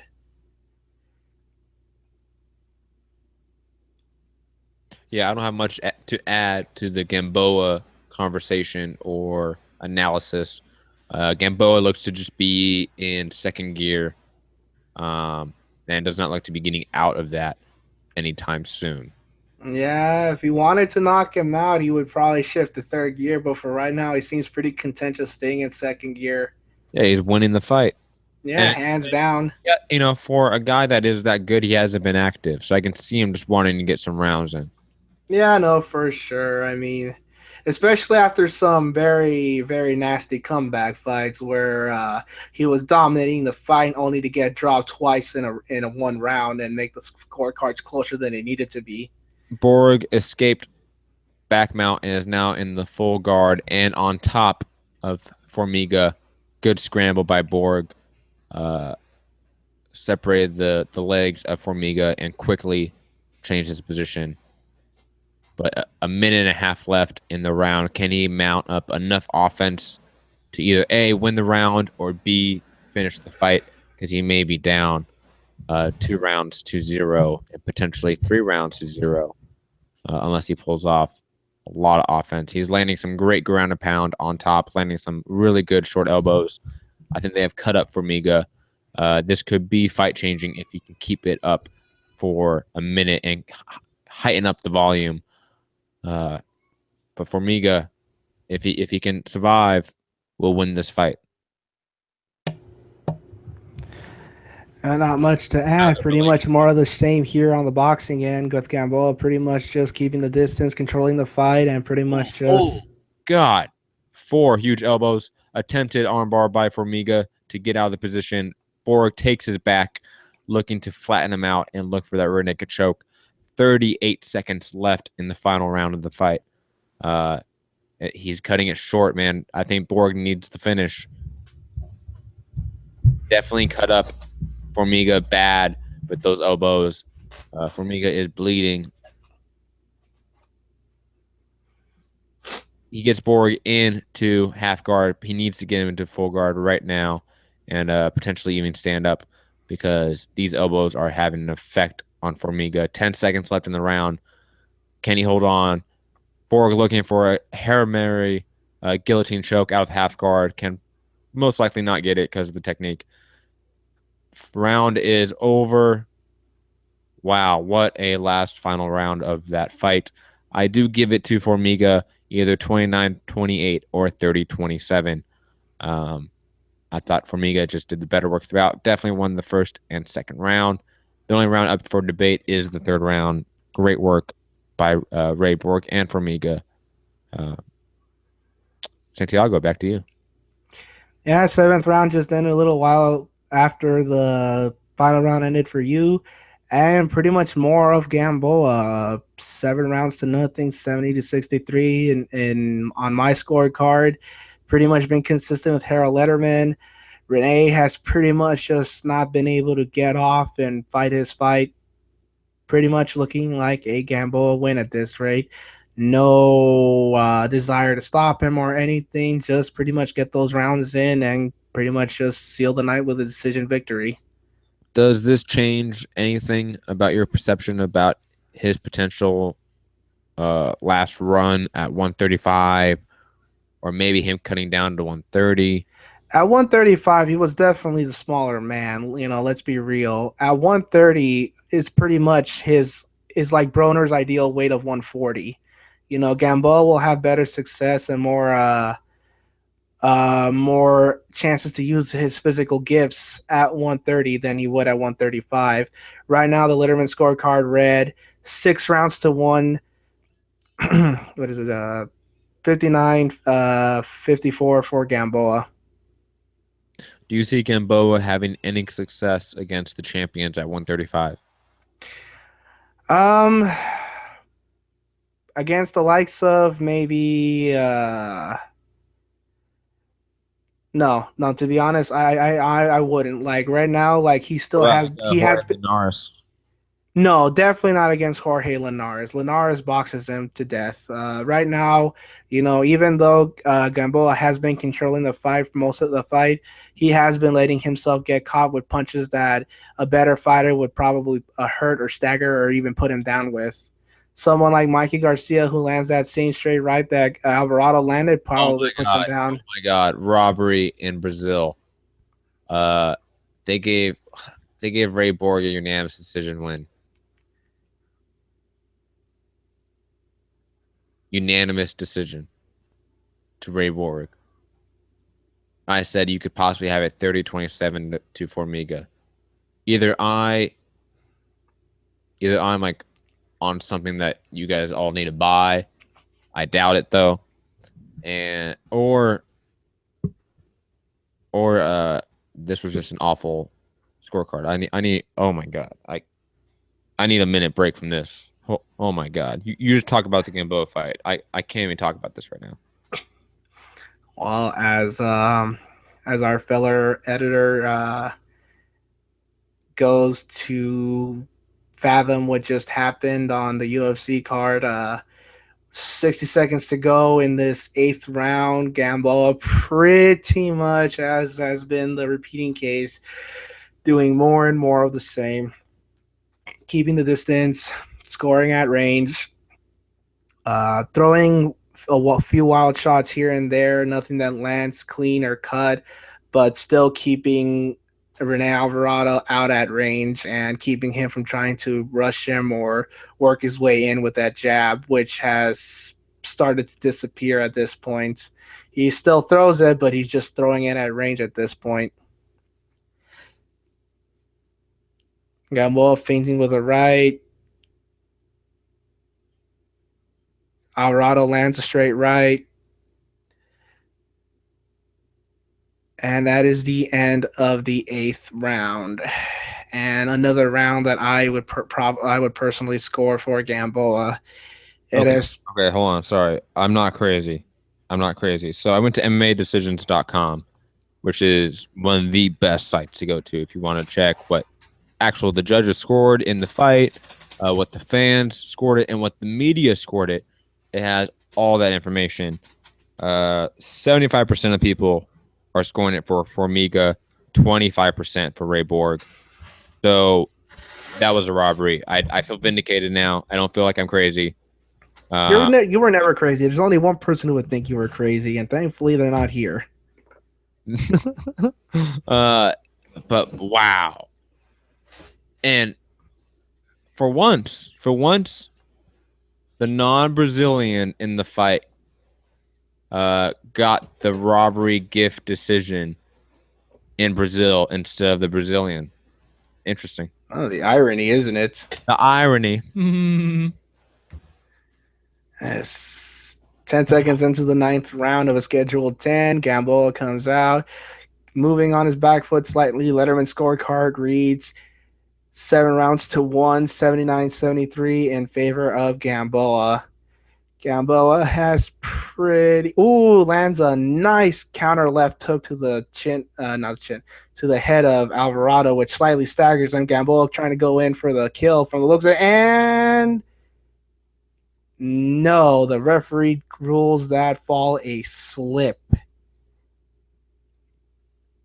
Matt, did you see that? No, man. I'm like a minute behind you, man. Oh, you're terrible. Let me know what you think about that slip. Okay, I will. But Rene coming forward now, trying to put on the pressure, lead straight, left hook that both miss. Both guys smothering each other up. Keeping distance now, both at the center of the ring again. Yeah, that was bullshit. That was a knockdown, wasn't it? That was a knockdown. Unless like there's a different angle where you see his feet better, because I'll admit that you don't see his feet in the angle that I had. Well, we'll see what the replay shows us if it shows anything. That was a fucking knockdown, man. That was bullshit. Yeah, definitely. Minute 30 to go in this 9th round, halfway through. Gamboa pretty much on the back foot now, keeping distance.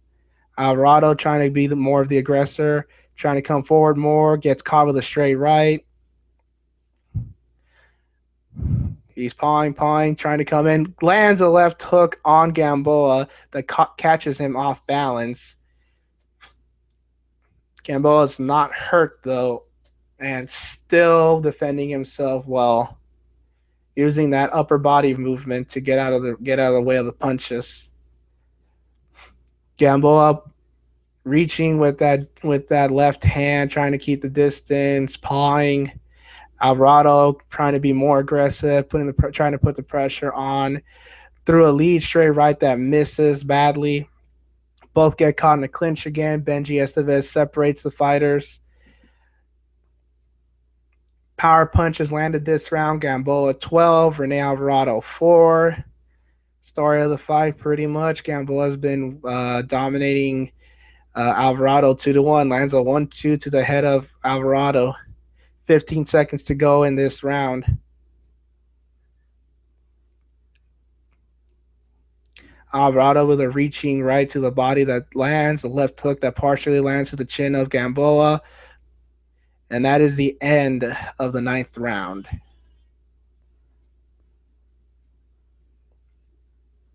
Who do you have it to? Gamboa. Have you given one round to Alvarado? I haven't. Letterman has. I'm not surprised. Yeah, mercy round as far as I'm concerned.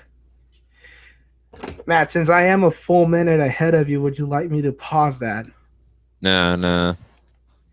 Okay. Like the distraction. Yeah, you're doing a good job, man. I'm doing garbage. I'm taking a little mini break before this co-main event of the UFC card.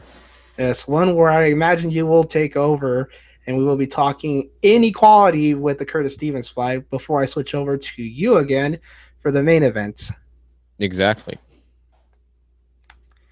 For those who have been listening, thank you for staying with us for as long as you have. Hopefully you've been enjoying our commentary and our commentary between two different sporting events. And if you like it, please hit that like and share button. And if you really like it, you can head over to patreon.com/mixed.combat.radio to help support this show and the people on it and help it get to a better audio quality. So Santiago doesn't have all that feedback and all that background noise and people talking and, behind the scenes, because we don't want that. We want the best quality for you, the best show for you, doing shows every day about every topic. And that only happens from your support. So please hit that like, that share button, and head over to patreon.com/mixedcombat.radio. 50 seconds into the 10th and final round, Alvarado definitely pushing on the gas, trying to be more aggressive, trying to land some shots, but still hesitant. Throwing a 1-2 that just reach only, don't really land. They called a knockdown on that? No, they didn't. No, they did.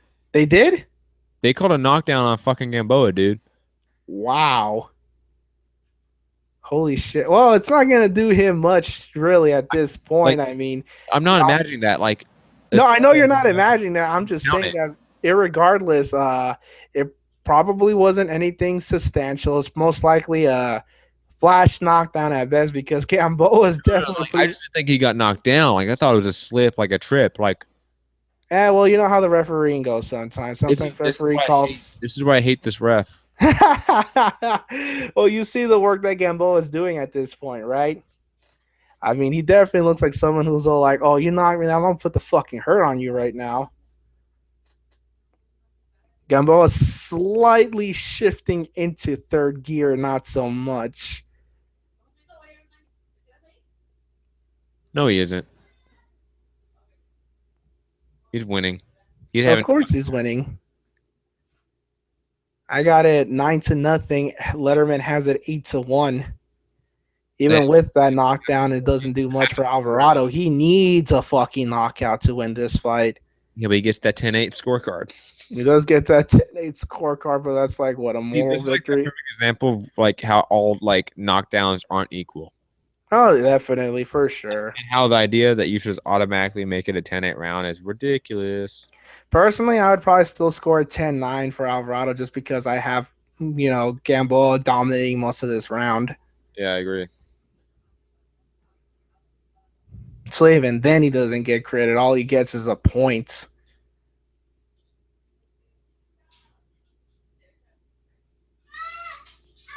And that is the end of the 10th and final round. And they go to the judges' scorecard with the knockdown that was scored in that final round, but the domination of Gamboa in that round. My scorecard is 8-2, 78-72 for Gamboa. Matt? I'll be honest, even with that round, I couldn't find anything that I could give to Alvarado. I give it a clean sweep. I'll be completely honest.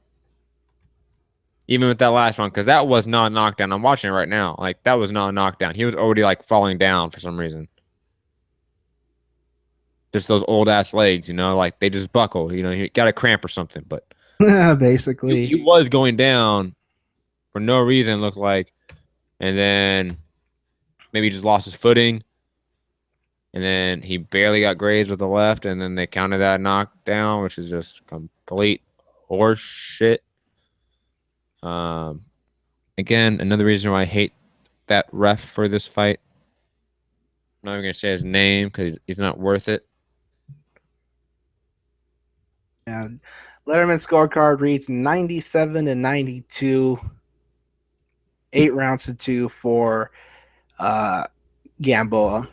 Fighter introductions right now for Edson Barbosa, record of 18-4, versus Beneil Dariush, both fighting in the lightweight division of 155 pounds.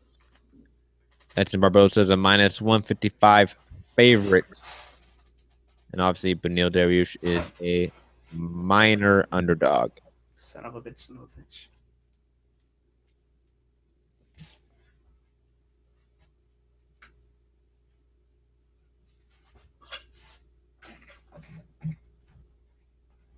Santiago, mute yourself. Bastard. Over there just making noise. Edson Barbosa and Dariush touch gloves. Dariush opens up with a head kick that misses. It's just short. Edson Barbosa lands a couple jabs. Lands a front kick to the body on Dariush. Overhand left by Dariush, the southpaw. Ooh, 4-punch flurry by Edson Barbosa. 2 of those punches land. Dariush comes back with another punch and comes back with a flying knee, barely missing. Both guys having no feeling out process. Dariush goes for another head kick that is blocked by Edson Barbosa. Dariush tries to land a jab. Barbosa slips it, lands a right to the body. Leg kick by Dariush. Dariush definitely being the one trying to pressure him. Edson Barbosa on the back foot, trying to pick his shots.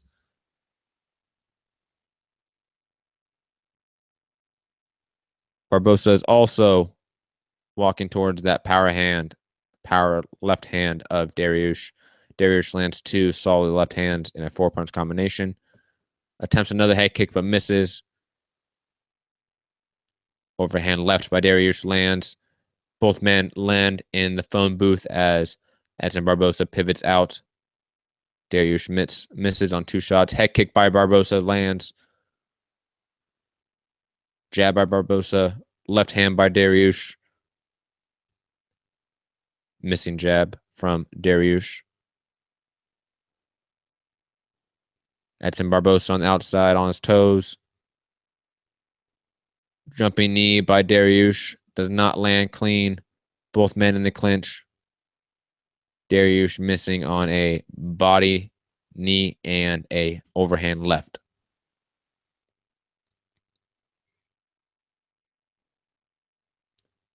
Dariush misses on a body kick. Barbosa evades it and circles away.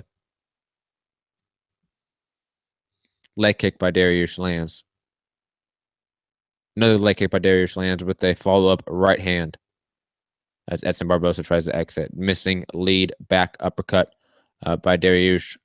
Right jab lands by Darius. Left hand lands. Barbosa getting timed coming in on the inside.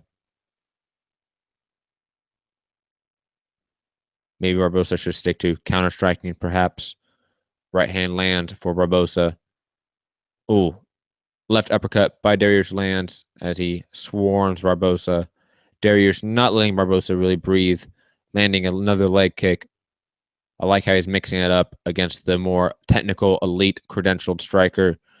Giving a guy like Barbosa, who has wilted in the past against pressure, a lot of pressure, which is good. Darius lands a nice body kick and a overhand left. Another jumping knee left combination by Darius. Again, making Barbosa uncomfortable in the cage. You got some background noise, Santiago. You better fix that. Body kick by Barbosa.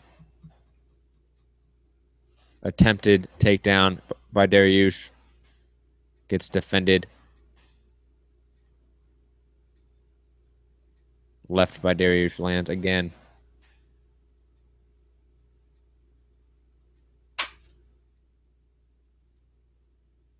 Santiago, Yes.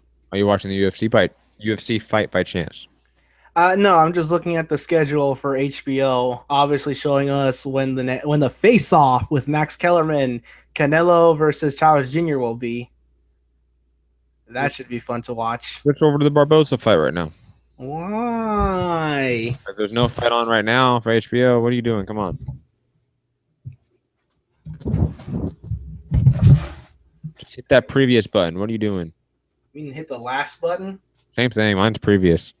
Yours is previous, mine's is last. I wonder which is worse, being previous or being last. Being last. So, my thing says 15 seconds. What does yours say? 13, 12, 11, 10. So now you're like 2 seconds ahead of me. Good, motherfucker. You're like, finally. Spinning back fist by Darius. Ha! Beat you to the punch. Santiago. I saw that spinning back kick. Shut up. Oh. 10-9 round for Beneil Dariush. More volume, more pressure, more clean work. I loved how he was mixing up from all the way from the legs all the way up top to the head. Really making Edson Barbosa uncomfortable, which is what you need to do against a striker like that. You cannot let him set his own pace and his own rhythm because he will land unheard of strikes against you. Rafael Cordero, just a phenomenal coach for Beneil Dariush, same coach for Fabricio Verdum, former coach of Rafael dos Anjos. The list goes on and on. Obviously, you cannot tell me who you thought won the round because you weren't watching it, Santiago. Obviously, I was busy Being a hater. writing down the scorecard that they had for Yuriorkis Gamboa, 97-93 and 97-92. You better be working that Facebook. Both of ours. You better be. A little lag here and there by my standards, but at least I put them down. And Ooh, both guys landing hard shots. Darius lands a good body kick. Barbosa lands a couple good punches. Both guys landing good shots again. Wow. Both guys throwing with bad intentions. Both guys' chins are holding up as we speak. If they start throwing more, we're in for a firefight. sounds like it. Another firefight might be taking place here soon. Tail of the tape for David Lemieux versus Curtis Stevens. David Lemieux is 28 years old to Curtis Stevens, 32 years. David Lemieux has a 2-inch height advantage, a 1-inch arm length advantage.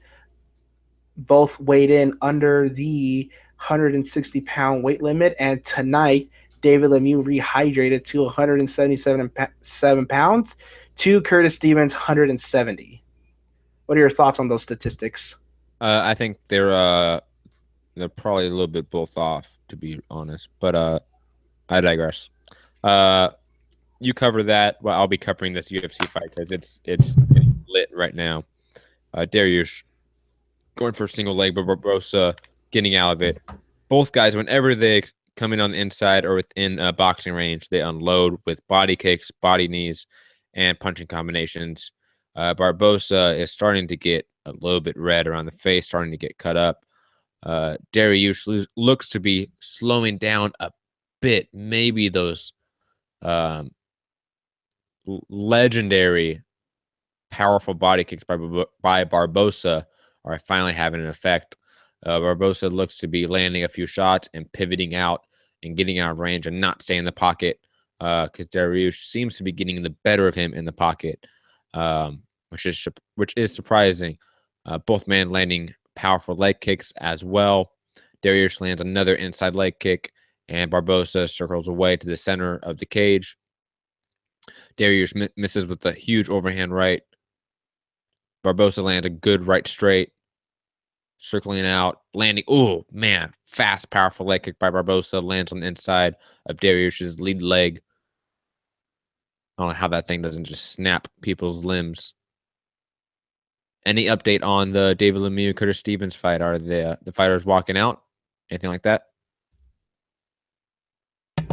Right now, no. They are currently paying tribute to the late Lou Duva. Moment of silence for Lou Duva.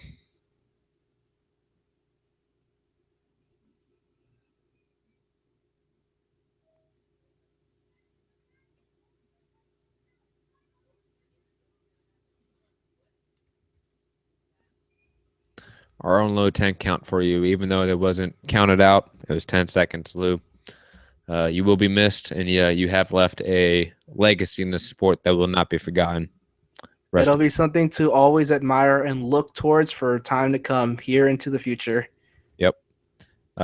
Dariush got hit right in the nuts with an uppercut. Oh, God.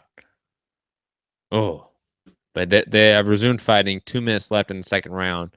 Attempted head kick by Dariush gets deflected by Barbosa. Again, Barbosa step in knee by Dariush, catches Barbosa as he slips down right on the head. Damn, that was beautiful. Timed Barbosa perfectly on that slip off the center line. Dariush looks to be oh my God, knockout. Flying knee knockout by Barbosa puts Dariush out cold.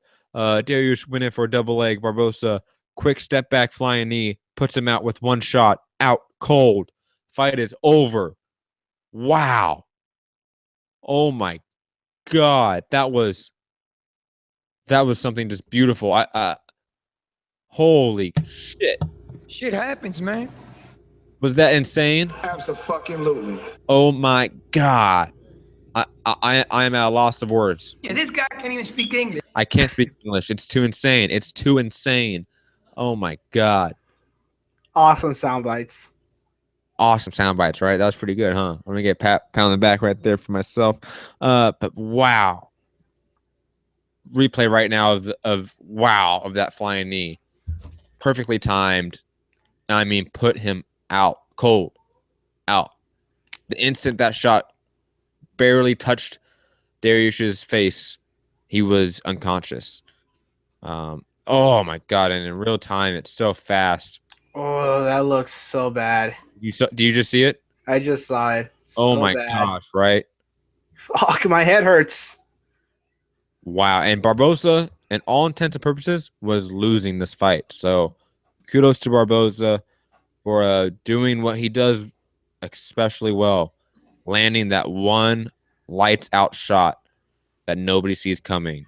Man, I'm at a loss of words right now. And perfect timing too, because you know what this means? We're gonna get a ton of commercials as this David Lemieux Curtis Stevens fight starts. So hopefully, I'll be able to watch most of it with you until this Vitor Belfort Kelvin Gastelum starts. And likewise, once this ends, I will switch over to the UFC card and continue the telecast with you there. Because who knows when this fight will honestly end? To be honest with you, I wouldn't be surprised if it ends in a knockout. You're banking on a decision. Yeah, and I also picked the UFC main event to be over in the first round or second round. Oh, the irony. The irony. But yeah, man, I think Curtis Stevens just looks like a shell of himself. I don't know. I think this fight could be bad. I'll be completely honest. I know everyone thinks like this fight's gonna be entertaining, but I can foresee this boxing fight to be lackluster and sort of a letdown, to be honest. Of course. I mean, Not if to be the Debbie Downer. no, I get you, man. Like having a if David Lemieux does to Curtis Stevens what he did to Glenn Tapia, then damn, you know. Sorry. Yes. I see what you're saying by that. But I also think that we could see both guys hesitant to throw because of out of respect or fear of the other guy's power, and sort of be a fight where both guys are staring at each other a lot, a la Woodley Thompson. You know, he wants to stitch back to that one MMA fight you remember. Seriously, you gotta remind me about that for this of all things. I'm just saying, man. Like, I have a gut feeling, but this fight could also stylistically mesh perfectly well, and we can get a very entertaining scrap on the inside with two guys that are heavy hitters in the middleweight division. I hope that's the case. I think that's the more likely case, obviously, but you never know. Sometimes styles do not mesh well, and sometimes when you get guys with bad blood, for some reason, it just doesn't work the same. You think that the bad blood will automatically lead to a good fight. Not always the case, especially when they're disciplined fighters. Exactly. And I would They know better. David Lemieux is a little more disciplined, and Curtis Stevens is a little bit more, for lack of a better word, shot. Yeah, honestly, I mean, So for me, the upset would be if Curtis Stevens beats David Lemieux. There's a ton of people picking Curtis Stevens, though. I'm not surprised. They're probably the same people that, are high on, Demetrius Andrade. I like how that's the thing now. Like, you have like the Demetrius Andrade, like people, like fans that think he can beat Triple G, and now we have the Jack Kelkay fans who think he's just real Corrales. Hey, that's combat sports for you. Gotta love it. True that. True that. Any final thoughts on the boxing card so far, the UFC card so far before this main event? Obviously, I've enjoyed the card for the most part. Only one fight was lackluster, and that's the one that we were talking more about pizza than anything else. I got mine sitting right here on my left. Because people are going to be listening to it on like a podcast or something like that, and being like, "What the fuck? These guys are talking about pizza for literally half an hour," and it's like, yeah. So, and then you're gonna get the hateful comments. It'll be like, because of you and that half hour of pizza, I ordered a pizza. Good. I'll be like, you're welcome. That's not hate. That's like congratulating me on helping you. All right. David Lemieux, 36-3, 32 knockouts versus Curtis Stevens, 29-5, 21 knockouts. First round is about to begin and starting now. Are you ahead of me? Yeah, I'm like a full minute ahead of you on my cable. Well, no, I switched over to my cable for the boxing fight right now. Oh. I'm at 2 minutes and 48 seconds. Oh, we're like, 3 seconds apart? You ahead of me still? Yeah, 3 seconds ahead of you. That's not bad. Curtis not even. Does look a little bit smaller to me, though. He's always looked smaller. Remember that at one point he was campaigning at 168. Oh, man, David Lemieux is going at him already. I'm not surprised. He's probably to impose himself on him. Oh, good right hand to the body by David Lemieux. Good left hook. Good right hand. Holy. Look at those jabs. Those are thudding jabs. I bet everyone that is picking Curtis Stevens right now is going, fuck. I bet the house on him, too. Man, I should have known better after I bet the house on Tommy Hearns versus Sugar Ray Leonard.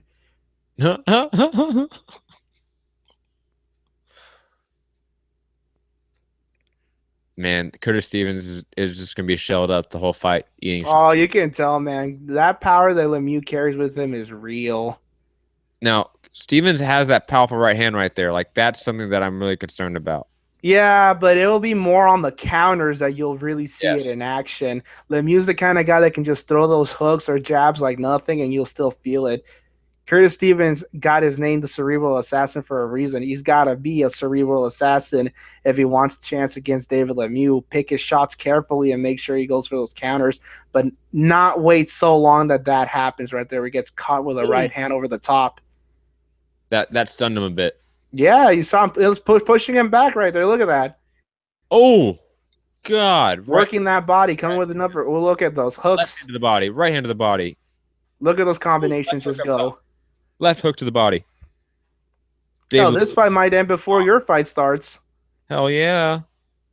But Curtis Stevens will not go away quietly, and he is trying to push his way back, coming with two overhand hooks. But Lemieux is trying to impose himself on him, pushing him back, throwing those straights, 1-2s. Holy shit, man. Working that body, too. Look at that left hook to the body that landed. That uppercut right up the middle. Straight right that blew the guard out. Are so crisp, too. Like, his shots are way more compact compared to an Andrade. Look at those totals punches landed that round alone. Lemieux 35, Stevens 11. Wow. I wonder how many are thrown. He must be at close to 100, or he has to be at this rate, man. I wouldn't be surprised. And we know that Lemieux has the cardio to keep it up. Remember that he went 12 to win the title against Hassan and Dom. Yep. Oh, yeah, no, he's got to be hurt. He's got to be feeling it. Working the body and the head. Look at that. Like a heavy bag right now. Yeah, easily. Easy, 10-9. Maybe even make an argument for 10-8 for Lemieux. Curtis Stevens' mom, they just show over to her, and she looks just like unhappy as hell. Of course, and why wouldn't she? She just saw her son get the shit beat out of him and then some. Oh my God, that was brutal to watch. Yeah. We are approaching the 3-hour mark in our broadcast here at Mixed Combat Radio. Make sure you hit that like, that thumbs up, that share button, and go over to patreon.com/Mixed Combat Radio to help support the show. Man, that right hand by David Lemieux was just a thing of beauty. Plus that left hook to the body. I was very impressed. You can make an argument that was a 10-8 round. Yeah, man. Lemieux is showing why he was somebody that most of us thought had a really, really good chance at beating Golovkin. I wouldn't say that I say a lot of people thought that he was going to give Golovkin a good fight, right? Most of us did. I went to go watch the fight live. You know, and again, like I still say that David Lemieux, I said it before this fight, and I'll say it after the fight, David Lemieux is the best opponent on Triple G's record. Yeah, easily. And right now, Golovkin just simply was a class above him and then some. Curtis Stevens trying to be a little bit more active at the beginning of this round, but still is being outworked by David Lemieux. Yeah, that work rate, those punches landing, even if they're landing on the gloves, they're still gonna do damage as the fight continues at this point. For a guy like David Lemieux, who has a very adequate jab for the middleweight division, to be out-jabbed by a guy like Golovkin says volumes about Golovkin's boxing fundamentals. Definitely. There's a reason why, while basic sounds somewhat demeaning, it's not. It just tells you how sound his own ability is as a boxer. Yeah, David Lemieux, man. Tripling up on the jab, coming back with the right straight. I want to see him work that left to the body some more in this round, as he did in the first round. That was one of his money makers. Definitely. It's what was keeping him on the ropes, too, no less, you know. Taking this round off a little bit, though, not to tire himself out. No, I could imagine. Obviously, it looked like he was going for gusto against him, but he's still giving it in spurts here and there this round. Good work to the body. Oh, but Lemieux's doing good work himself, too. Coming forward, trying to not let himself get bullied, and working Lemieux's body too.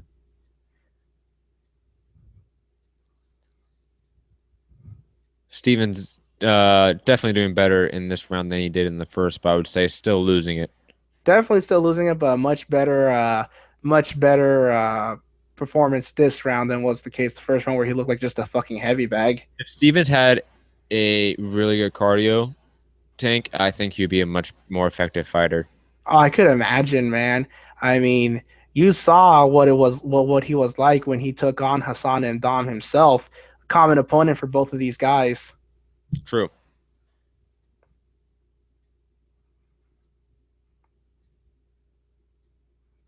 Yeah, both guys are pretty much just going tit for tat. Total punches landed in the second round. Lemieux 34, 35, Stevens 13. Just getting outworked and outmuscled by the bigger, more active man. Not only that, but Lemieux's definitely making sure his punches count. He's not throwing wild or anything. I want to see the percentage on his jabs because I feel like he's been landing a majority of his jabs. I wouldn't be surprised. Ooh, He's definitely thrown more than Stevens. And that's the end of the second round. Another 10-9 round for David Lemieux, if you ask me. Yes, definitely agree. How's everything on the other side of the pond right there, my friend? Let me check it. I'll get back to you. Take it away, Santiago. Yes, but of course we're seeing David Lemieux, someone who looks a little bit better than he did when he was taking on Glenn Tapia, where Glenn Tapia basically looked like he just wasn't there to fight whatsoever.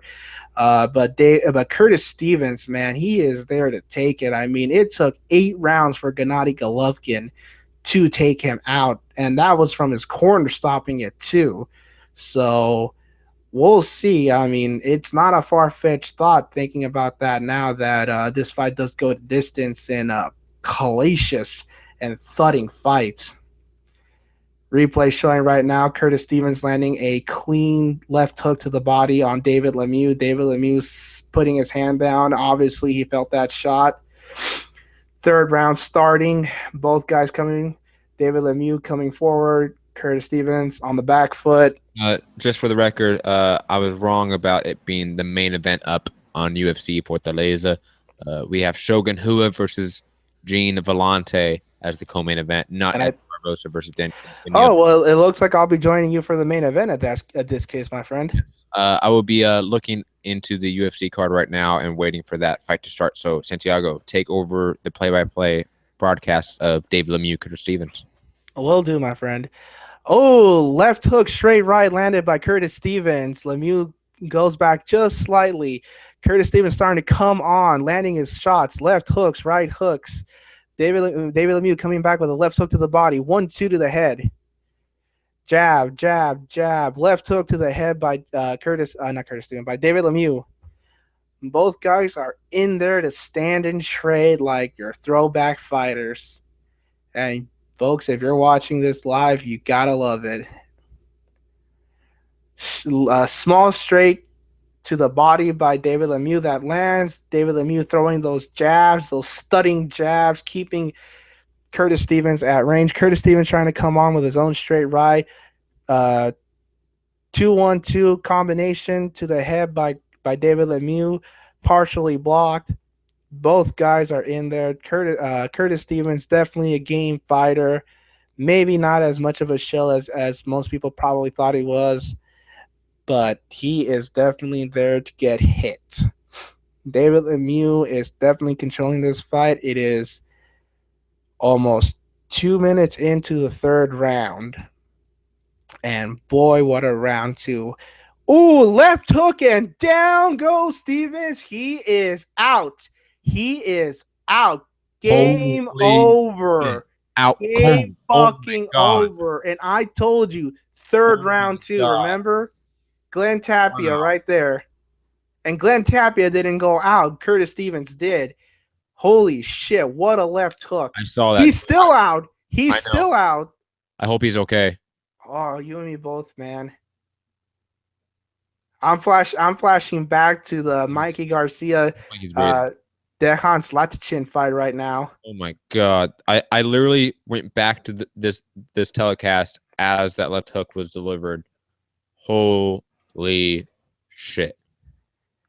Man, oh fucking statement in the middleweight division. He is back, ladies and gentlemen. He is back. David Lemieux is back, and probably in contention to fight for another title that's still out there. I mean, you know what this means? what? We get, you're going to hate me saying this, we get Canelo Alvarez versus Dave Lemieux in September. You know what? Nah, I would love to see that fight personally. I would still like to see it, but people are going to hate on it. Oh, of course we're going to hate on it, but at this point, it's kind of like, David Lemieux earned that shot, and I think David Lemieux has a good chance against Canelo Alvarez. Look, instant replay right here. Straight right, left hook, trading with the hook. Lemieux's got there first, got there stronger, and out goes Curtis Stevens. Beautiful. And he fainted with a jab too. Did you see that? Yep. Throwaway jab. Came back. Boom. And he threw his whole body into that shot. All of it. That's your quintessential left hook, straight right combo right there. Straight right, left hook combo right there. 1, 2, step inside, step to the side, and then throw the left hook as you step to the side. So you use your body weight into it. Beautiful, beautiful work by Dave Lemieux. Santiago, mute yourself, turn on the volume. I want you to hear the post-fight interview for Dave Lemieux and get back to me. I'm going to head back to the UFC fight and take over from there. And once you're ready, with whatever information that is said in the post-fight interview for Dave Lemieux, come back to us, okay? Sounds good. Okay. And the veteran Shogun Rua, 35 years old in the division, is taking on Gian Villante. Not the youngest guy himself at 31, but definitely younger in MMA years. Shogun Rua famously used to fight in Pride back in the early 2000s, going on over 15 years ago. Can Shogun Rua walk away into the sunset off a gigantic win in his home country, Brazil?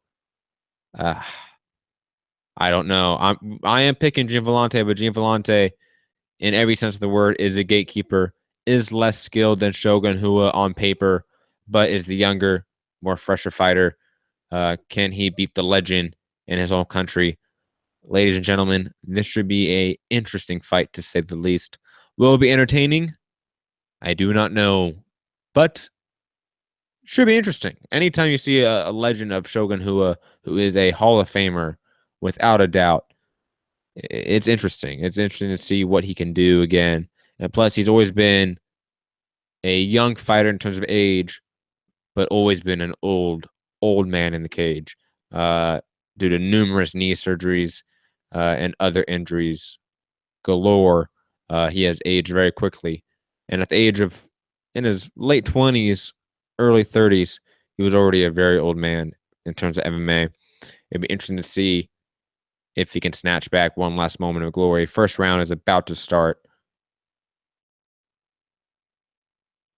The tension in the air in Fortaleza, Brazil is tangible as the legend's about to make his potential final fight. And they meet in the cage and touch gloves. Gian Villante working that jab. Shogun Rua misses with the leg kick. Oh, man, Shogun Rua lands with a beautiful right as they both went for hard shots. Shogun Rua got the better of it slightly. Another right hand by Shogun as he catches a leg kick by Villante and counters off of it.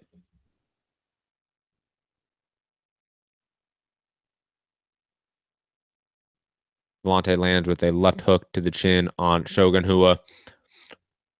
Oh, right hand by Shogun Rua on Villante. Seems to have hurt him a bit. 2-punch combination to the body by Shogun Rua. Range finding leg kick by Shogun Rua. Jab by Gian Villante. Both men are tense, trying to find the range. Hard leg kick on the outside by Gian Villante. Somewhat gets checked by Shogun Rua. Right straight to the body by Shogun Rua.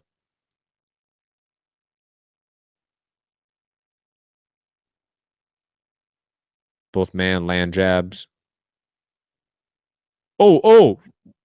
Punch combination by Gene Vellante hurts Shogun. Shogun's backing up. Shogun lands a knee to the face. Gene Vellante is unfazed, though. He's pushing him against the fence.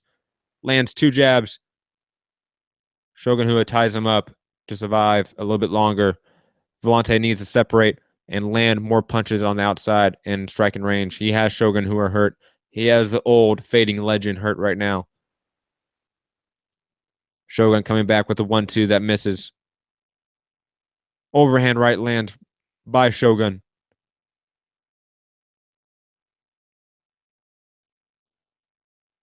Both men miss and slip off the clinch. Right hand by Shogun lands off of a lazy jab by Vellante.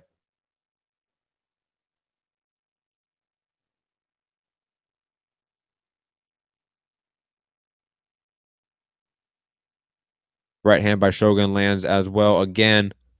Another right hand by Shogun. He seems to be landing with that shot at will. Vellante's head movement is non-existent.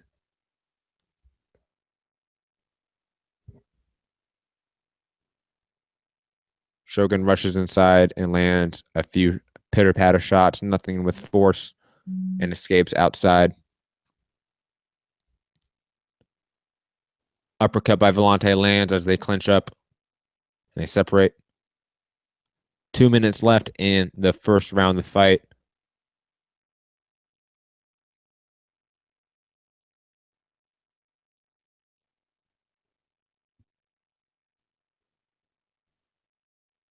One, 2 by Vellante misses as Shogun escapes to the outside in the back door. Right hand by Shogun lands with another left hook. Oh, right hand drops Vellante. Vellante's hurt. He gets back up. Shogun lands another right to the head and to the body. Vellante seems to recover, but he eats another looping right overhand shot. Vellante, like I said earlier, has been eating those shots all round. That could be the changing factor of this fight. He needs to correct that. He needs to slip that shot.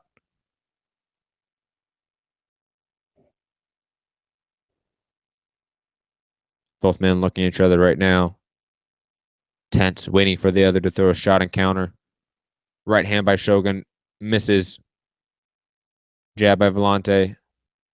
1-2 by Shogun misses. A minute into the round.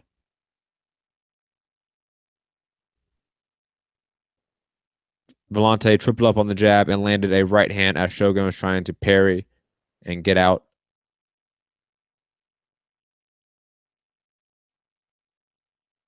Jab uppercut by Vellante missed.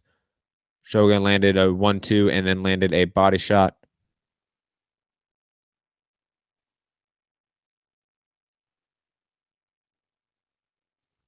Even though Shogun is obviously looking like an older version of himself, you can tell that the technique does carry him over against fighters of the level of Vellante. And if his cardio holds up, another right hand, overhand right hand lands by Shogun. Man, if Shogun can put him out with that right, that'd be a thing of beauty. Check left hook by Shogun.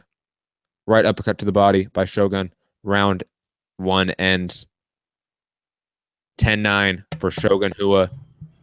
Very, very entertaining, scrappy first round for 205-pounders, and one of them being way over the hill. Santiago, any news, headliners, anything interesting from the post-fight interview of David Lemieux, Curtis Stevens? Well, obviously, Curtis Stevens set the question back at Max Kellerman. Do you think I belong in the middleweight picture again? I mean, the fans think I do. I want to give them great fights. I've got a lot of great fights to give them. Obviously, they asked, if you can't get the fight with Gennady Golovkin, who are some people you would like to fight?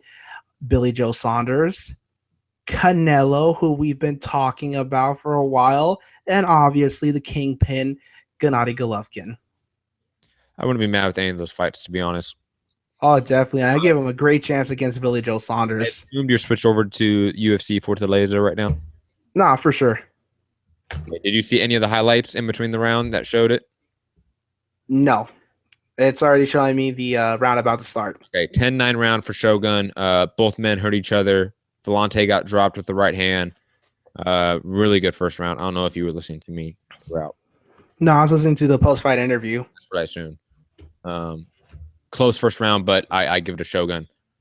Oh, and Shogun's doing pretty good considering you thought he might have been over the hill in a bad showcase. Yeah, he still is over the hill, but Vellante isn't anything special. So No, of course, but I'm saying that it could have turned out worse considering. true. Oh, but like I said, Shogun got hurt in the first round as well. Just did not. Yeah, it looked like he might have lived out exactly what you were afraid of. Inside leg kick by Shogun. Really just a placing shot. Nothing with force behind it. Both men land a jab. Right hand by Shogun lands again. Head kick attempt by Gene Vellante misses wildly. Both men land a jab again. Nice left hook by Rua.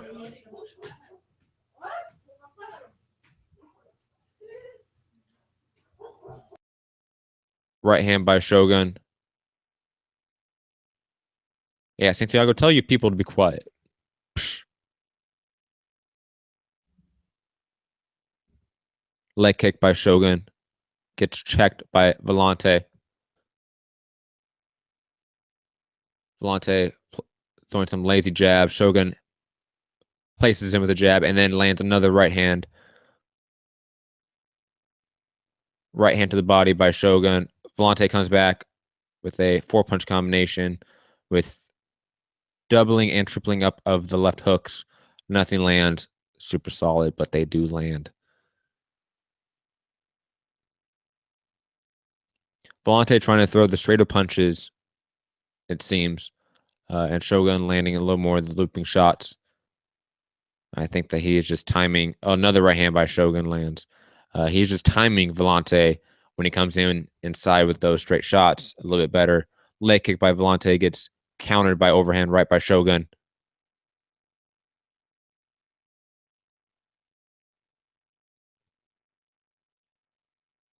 Jabs missing by Vellante. Right hand over top by Vellante.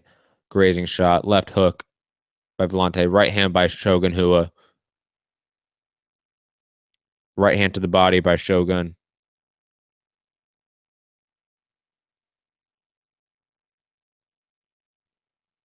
Shogun making a good account of himself, but still not. Oh, 1-2 by Shogun.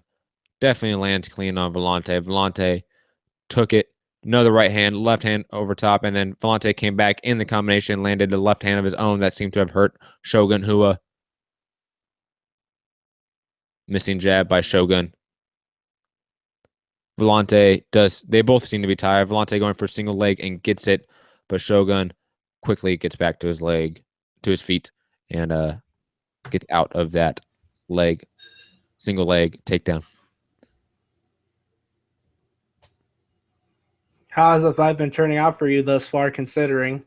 Better than I foresaw, to be honest. Right hand by Shogun lands. They collide in the clinch, and Vellante slips and falls down. Vellante is back to his feet.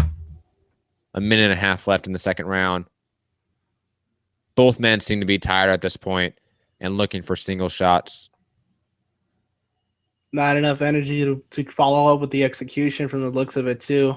Yes, exactly.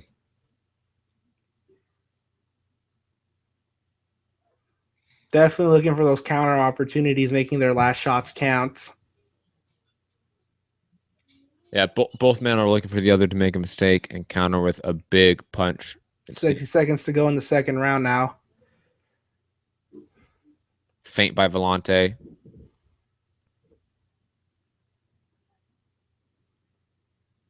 Right hand by Shogun gets countered by a uppercut of Vellante. Shogun showing the wear and tear of his career on his face in this fight. Looks to be bruised up and swollen up already. Man who's covered wars, you know. Right hand to the body by Shogun. Right hand up top misses by Shogun.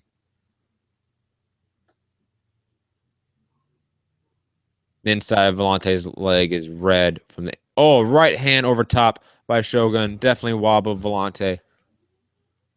It wobbled him so much he doesn't even know that he's wobbled.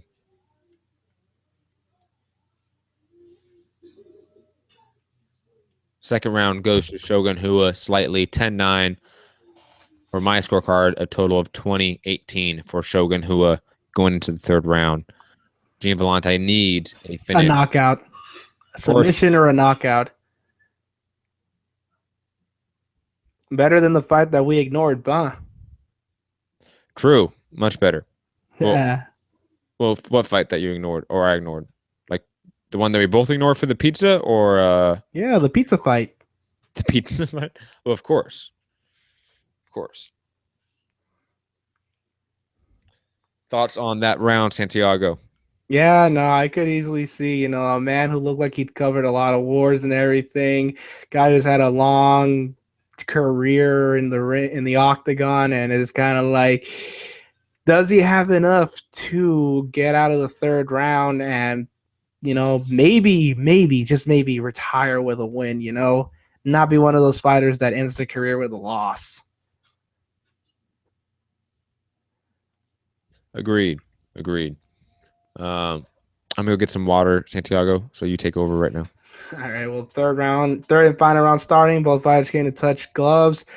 Villante came up with a left kick to the head, kick to the leg. Both don't land as clean. Coming in with a straight right that just misses. A nice left jab that lands. Villante coming forward, trying to put pressure. Rua trying to counter with an overhand that misses. Left kick to the body that lands by Rua. Another overhand attempt that just barely lands.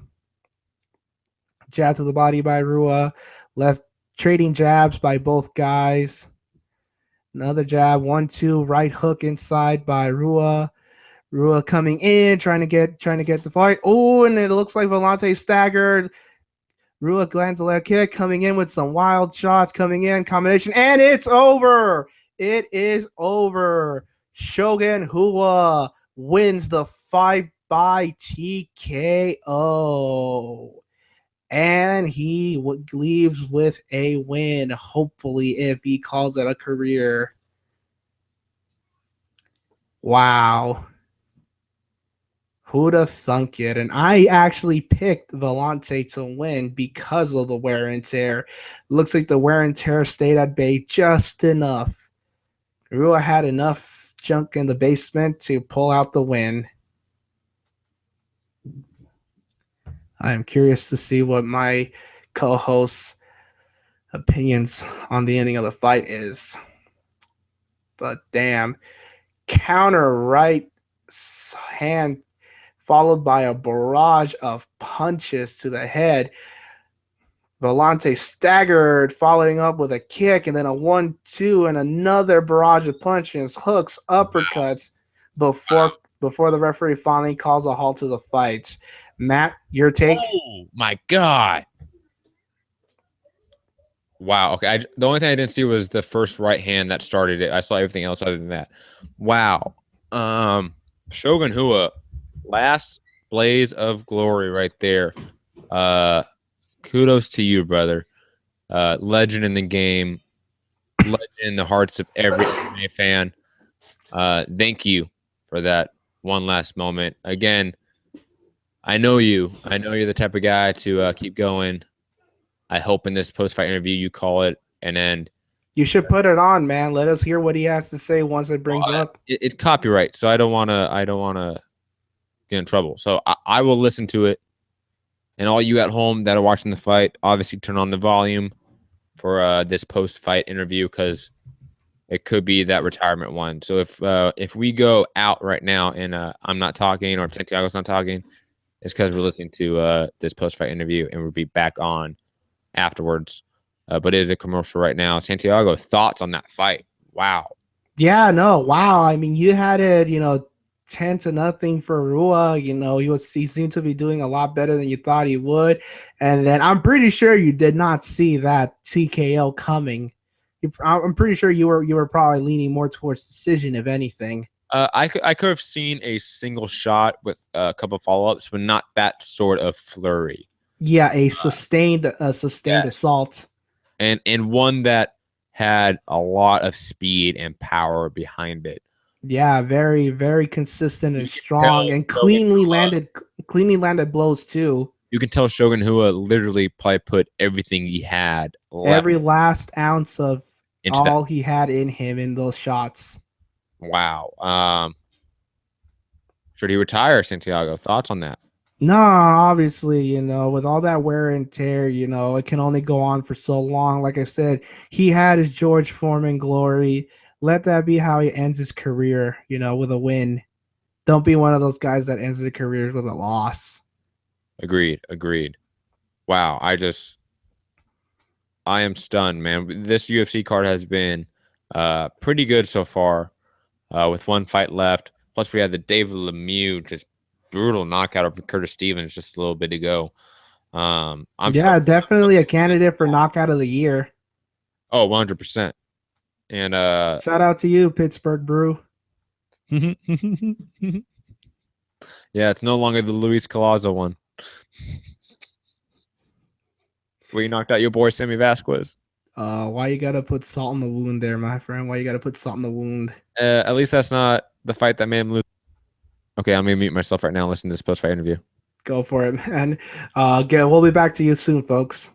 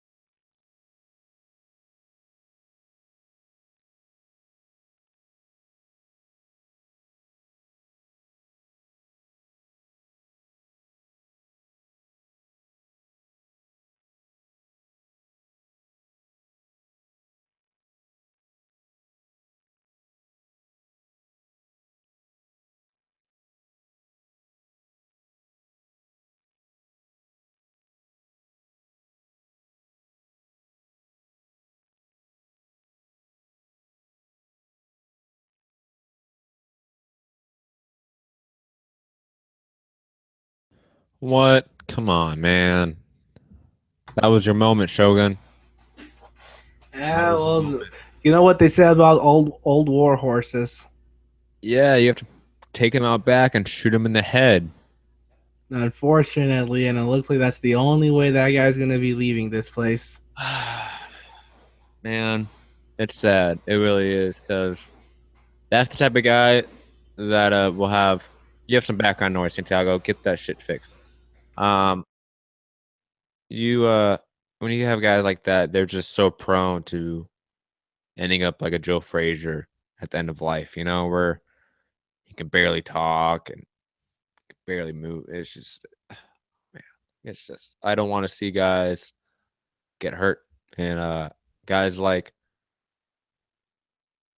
Shogun Hua are the type of guys that they've been hurt so much already that all this damage is just extra damage. It's already broken that threshold of affecting them in later on in life, most likely.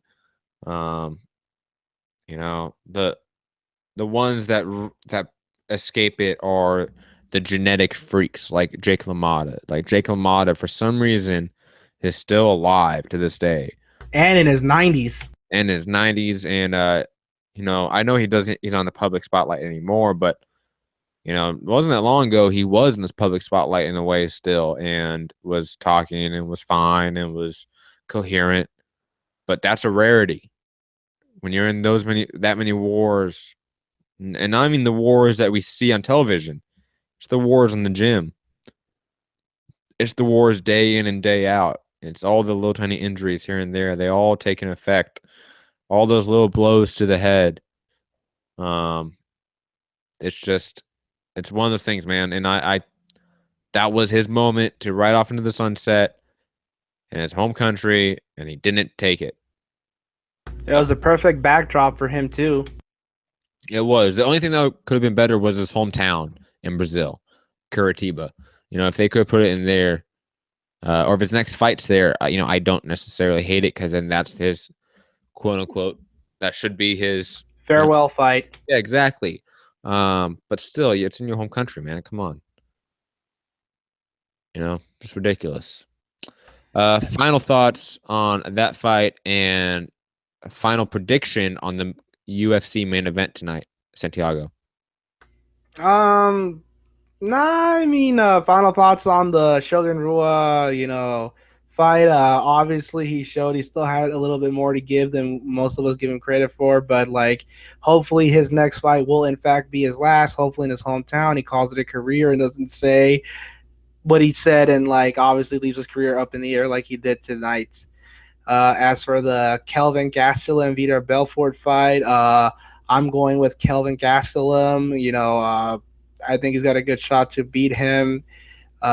Your thoughts on all this? Shogun, still a legend, obviously Hall of Famer. Regardless of my opinion about him, should have retiring tonight or whatever. Obviously he won. Obviously that doesn't affect his legacy if he wins. But anyways, I digress. Final prediction and thoughts on this main event. Kelvin Gastelum looks jacked up and ready to go. Still a very young kid. He's 24 years old.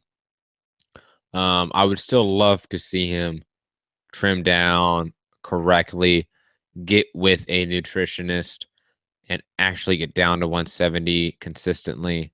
I know he is forced to fight at this weight class because he kept missing weight at 170, and now he's fighting at 185. But that should not impede him in this fight. Again, in our previous show about this card, I mentioned that Vitor Belfort in his most recent fights in the past few years, if he's taken down and somebody gets full mount on him, the fight's over. Not later on the fight. No, the fight's over within 30 seconds to a minute after that point. If we see Kelvin Gastelum attain full mount in this first round, I'm telling you, 30 seconds to a minute later, I will not be surprised if Vitor Belfort is getting saved by the ref.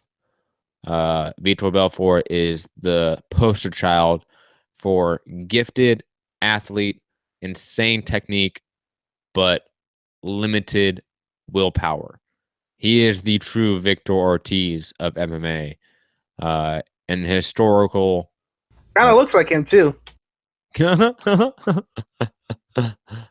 casual in me coming out.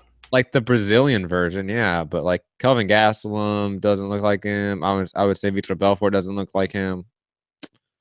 I don't know. But Kelvin Gastelum should have the volume. Even though he probably doesn't have the quicker hands, him being a naturally smaller man makes him just naturally a little more quicker in terms of footwork and such. Vitor Belfort's also an aged fighter who's been in the sport for a very long time. Again, I am picking a first round stoppage for Mr. Kelvin Gastelum. And Vitor Belfort coming out now with the shaved head, reminiscent of old, going back to the old school look of Vitor Belfort back in his early 20s when he was the youngest man to win a UFC tournament at the ripe age of, I believe it was 19 years old. And coming out with the classic shorts as well. It's going to be interesting to see if he is channeling this inner Vitor, this inner younger lion, young dinosaur Vitor, as he likes to say. The man that got him to where he is today. He is the type of guy to say, I am a young lion and a old dinosaur wrapped in one. You know what I mean? And then refer to himself in the third person. That is Vitor Belfort. I guess we'll see if that comes into play for his fight tonight. It probably won't. And obviously, Vitor Belfort has the long storied history of PED use. And well, that's never a good thing now, is it? No, it's not. And not the sort of PED use that I've criticized or censored. That's not a bad word. But, so these are the genuine ones, the genuine cases. Yeah, this is like he's a real case of a guy that's used steroids and stuff like that. Like not a bullshit case. Watch him win and then get popped for steroid use again. No, they're fighting in Brazil. They don't test for that shit down there. Oh, I guess it's an easy win for him at this point. There's a reason the fight's in Brazil. That's all I'm saying. In the words of Nate Diaz, everyone's on steroids.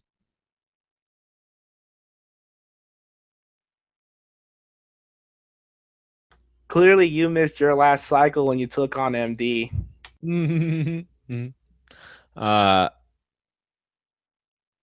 Yeah, you know what? I'm not even going to address that point, obviously. But I'm liking this shaved head Vitor. Usually lately he's been rocking like the mohawk with like the rat tail with like the shaved cross on the side, and it just looks like god awful shit. So I'll take shaved head Vitor. So are we on a second dissenting view now? About his looks? I'm not saying he's going to win. I'm just saying. No. You muted yourself really fast. Yeah, I know I did. I was hoping I caught you at the okay at least. No, I'm very confused now. You're fucking with my mind. Have we only had one dissenting opinion on a fight this entire card? That's because you're a casual. Read the tail of the tape. Tail of the tape, 39 to 25 in age. Kelvin Gastelum is the younger man. 6 feet to 5'9" for Vitor Belfort. Obviously, he's got the height advantage. 186, 185 in weight. And Vitor Belfort has a 74-inch reach to give Kelvin Gastelum 71.5-inch reach.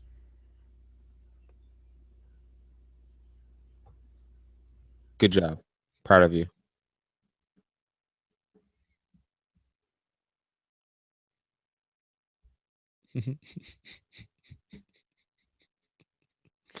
I love pissing you off, Santiago. It's so much fun.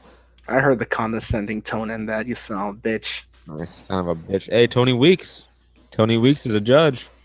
Tony Weeks is a judge? Really? Oh, yeah. You get a lot of boxing refs judging MMA fights, actually. Oh, how good is Tony Weeks as a judge? Awful. Awful, man. You have no idea. Like, I'll put it this way. The fact that let's be honest, you can only pick out the bad ones.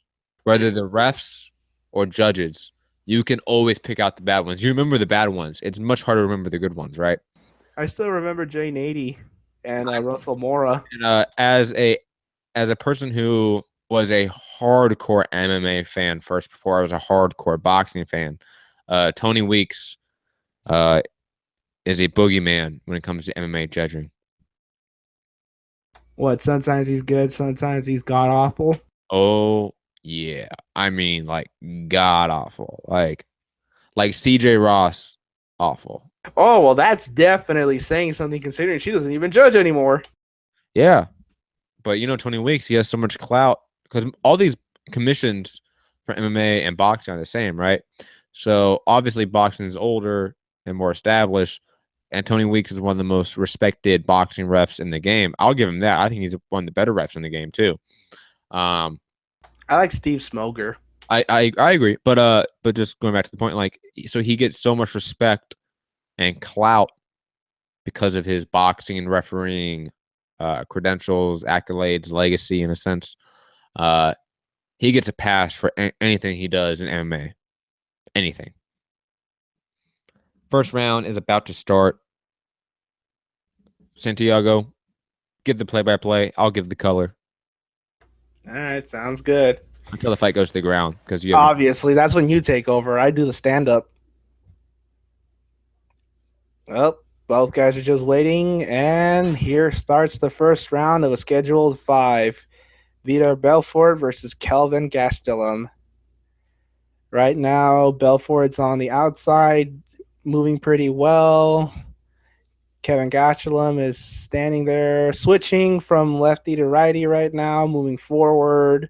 Both guys seem to be just feeling each other out at this point. Kelvin is, nice lead kick to the head by Belfort. But Gastelum is currently just pawing, sticking that lead hand forward, trying to move in. Nice spinning kick to the body by Belfort. A 1-2 to the head that doesn't really land by Belfort. Good jab by Gastelum. A nice combination by Belfort. Both guys are still there in the middle of the octagon. Gastelum is still trying to move forward. Belfort's trying to keep him on the outside from the looks of it. Nice feint. Keeps Gastelum on his toes. Keeps him from moving forward. Now he's moving forward. Nice 1-2, but misses. Another 1-2. Counter straight left by Belfort. Feint knee. Kick to the body. Couple minutes is so dangerous with that lightning hand speed that he has. Who does? Gastelum? No, Belfort. Or Belfort? Belfort knows for his fast hands and power. Nice. He's a dangerous opponent then. Almost reminds me of Juan Manuel Marquez. Victor Ortiz, I'm telling you, man. That too. Very nice flying kick to the body. Flying knee to the body. And I don't think it really landed. 1-2 by No, it didn't land. Looked to have landed a bit. Yeah, a bit. Not so much. Another jab by Gastelum. Slipped by Belfort. Pawing with that jab right now. And not really doing much at this point. It looks like he's just trying to encroach his way in, just inch in. Not really trying to burst his way in like some of the other fighters early in the card. Definitely trying to jab his way in, too. And not being reckless. He doesn't want to be reckless and hit with a 3 or 4 punch combination out of nowhere. Dodges that right to the head, but gets caught with a kick. Spinning heel kick by Belfort, semi-landed. Another nice. Nice. Down he goes. By Kelvin Gastelum. Smashing. Belfort's about to go out right now. He is surviving somehow, but he's been hit with hellacious shots by Kelvin Gastelum. Can he recover? He is on the ground. Like I said, if Kelvin Gastelum can get in an advantageous position on the ground, it is game over for Vitor Belfort. It could have been game over at that point. That was a beautiful left straight down the pipe that sent Belfort to the canvas.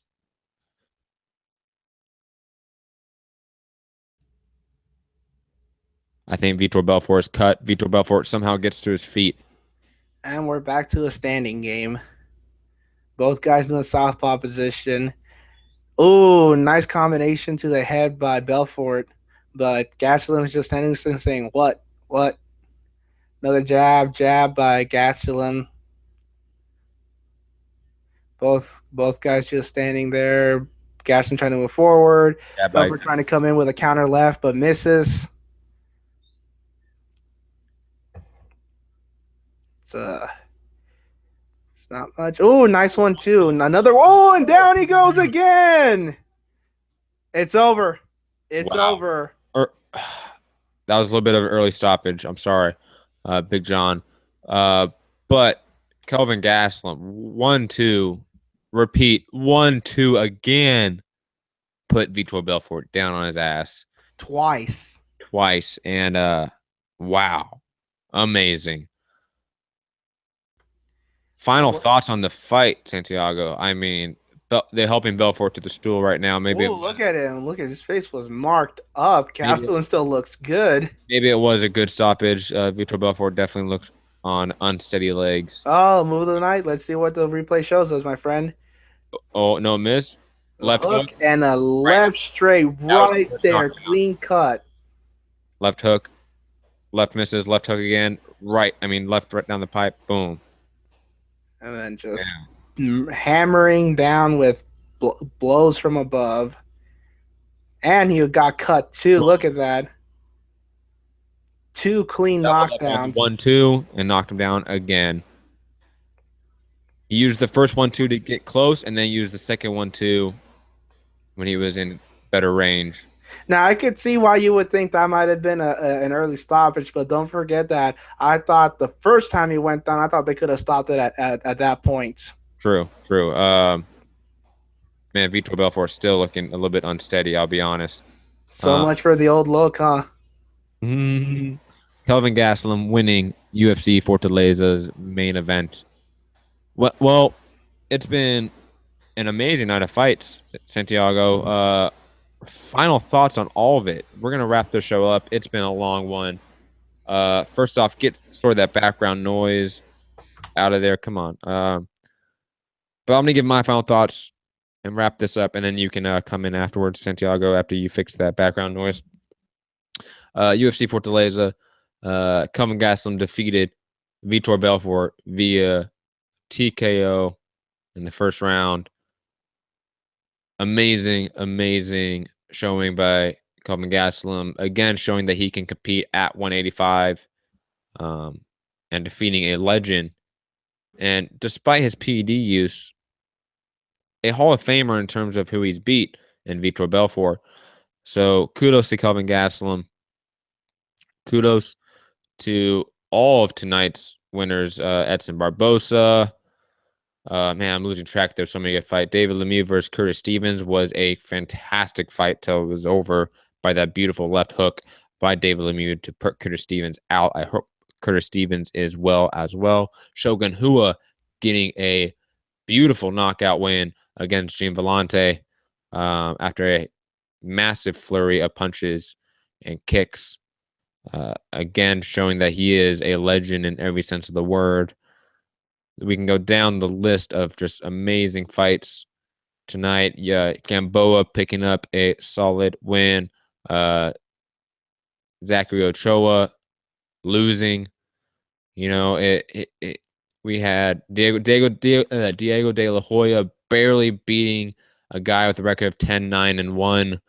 We had just a ton of fights tonight. We had Clarissa Shields last night. We had LFA last night as well. Legacy Fighting Alliance, if you did not know that. Mackenzie Dern, one of the hottest rising prospects in women's MMA, fought on that card. Check her out. One of the best female grapplers of all time. So Friday was a feature of women in combat sports, especially the prospects in women's combat sports. And today was a showcase for just brutality in both boxing and MMA. Santiago, you ready for your final thoughts on tonight's action? No, of course. I mean, it was an amazing card to watch. UFC Fortaleza, you know, seeing Kelvin Gastelum get the win over Vitor Belfort. Shogun Rua showed that he still had something left in the tank against Vellante. Couple of these fights I didn't get to see. Betch Correa and Marion Reneau, good fight. I think who got the win on that one? That was the draw, remember? That was the draw. That's right. Oh, and remember, Ray Borg got robbed. No, Ray Borg got the gift decision against Formiga. Right. The other guy got robbed. So, great fights. Santiago, you want to give out any social media information? You can follow me on Facebook at facebook.com/SANT731. I'm always posting anything related to boxing, especially the live events. Follow me there if you're interested. And obviously, if you listen to the show, Mixed Combat Radio, you can subscribe to us on YouTube, SoundCloud, iTunes. Go to patreon.com/Mixed Combat Radio to help support. Obviously, venture over to the Boxing Voice as well, my other outlet, which is boxing exclusive. been a great night of fights. Please hit that like and that share button. Tell your friends about the show. Support. It's been a fantastic night. Thank you, Santiago, for sticking around for the 4+ hour show that we did on this, and plus the live play-by-play we did for Demetrius Andrade. It's been an awesome day of fights, awesome weekend of fights. I will see you again soon, brother. Peace. Peace.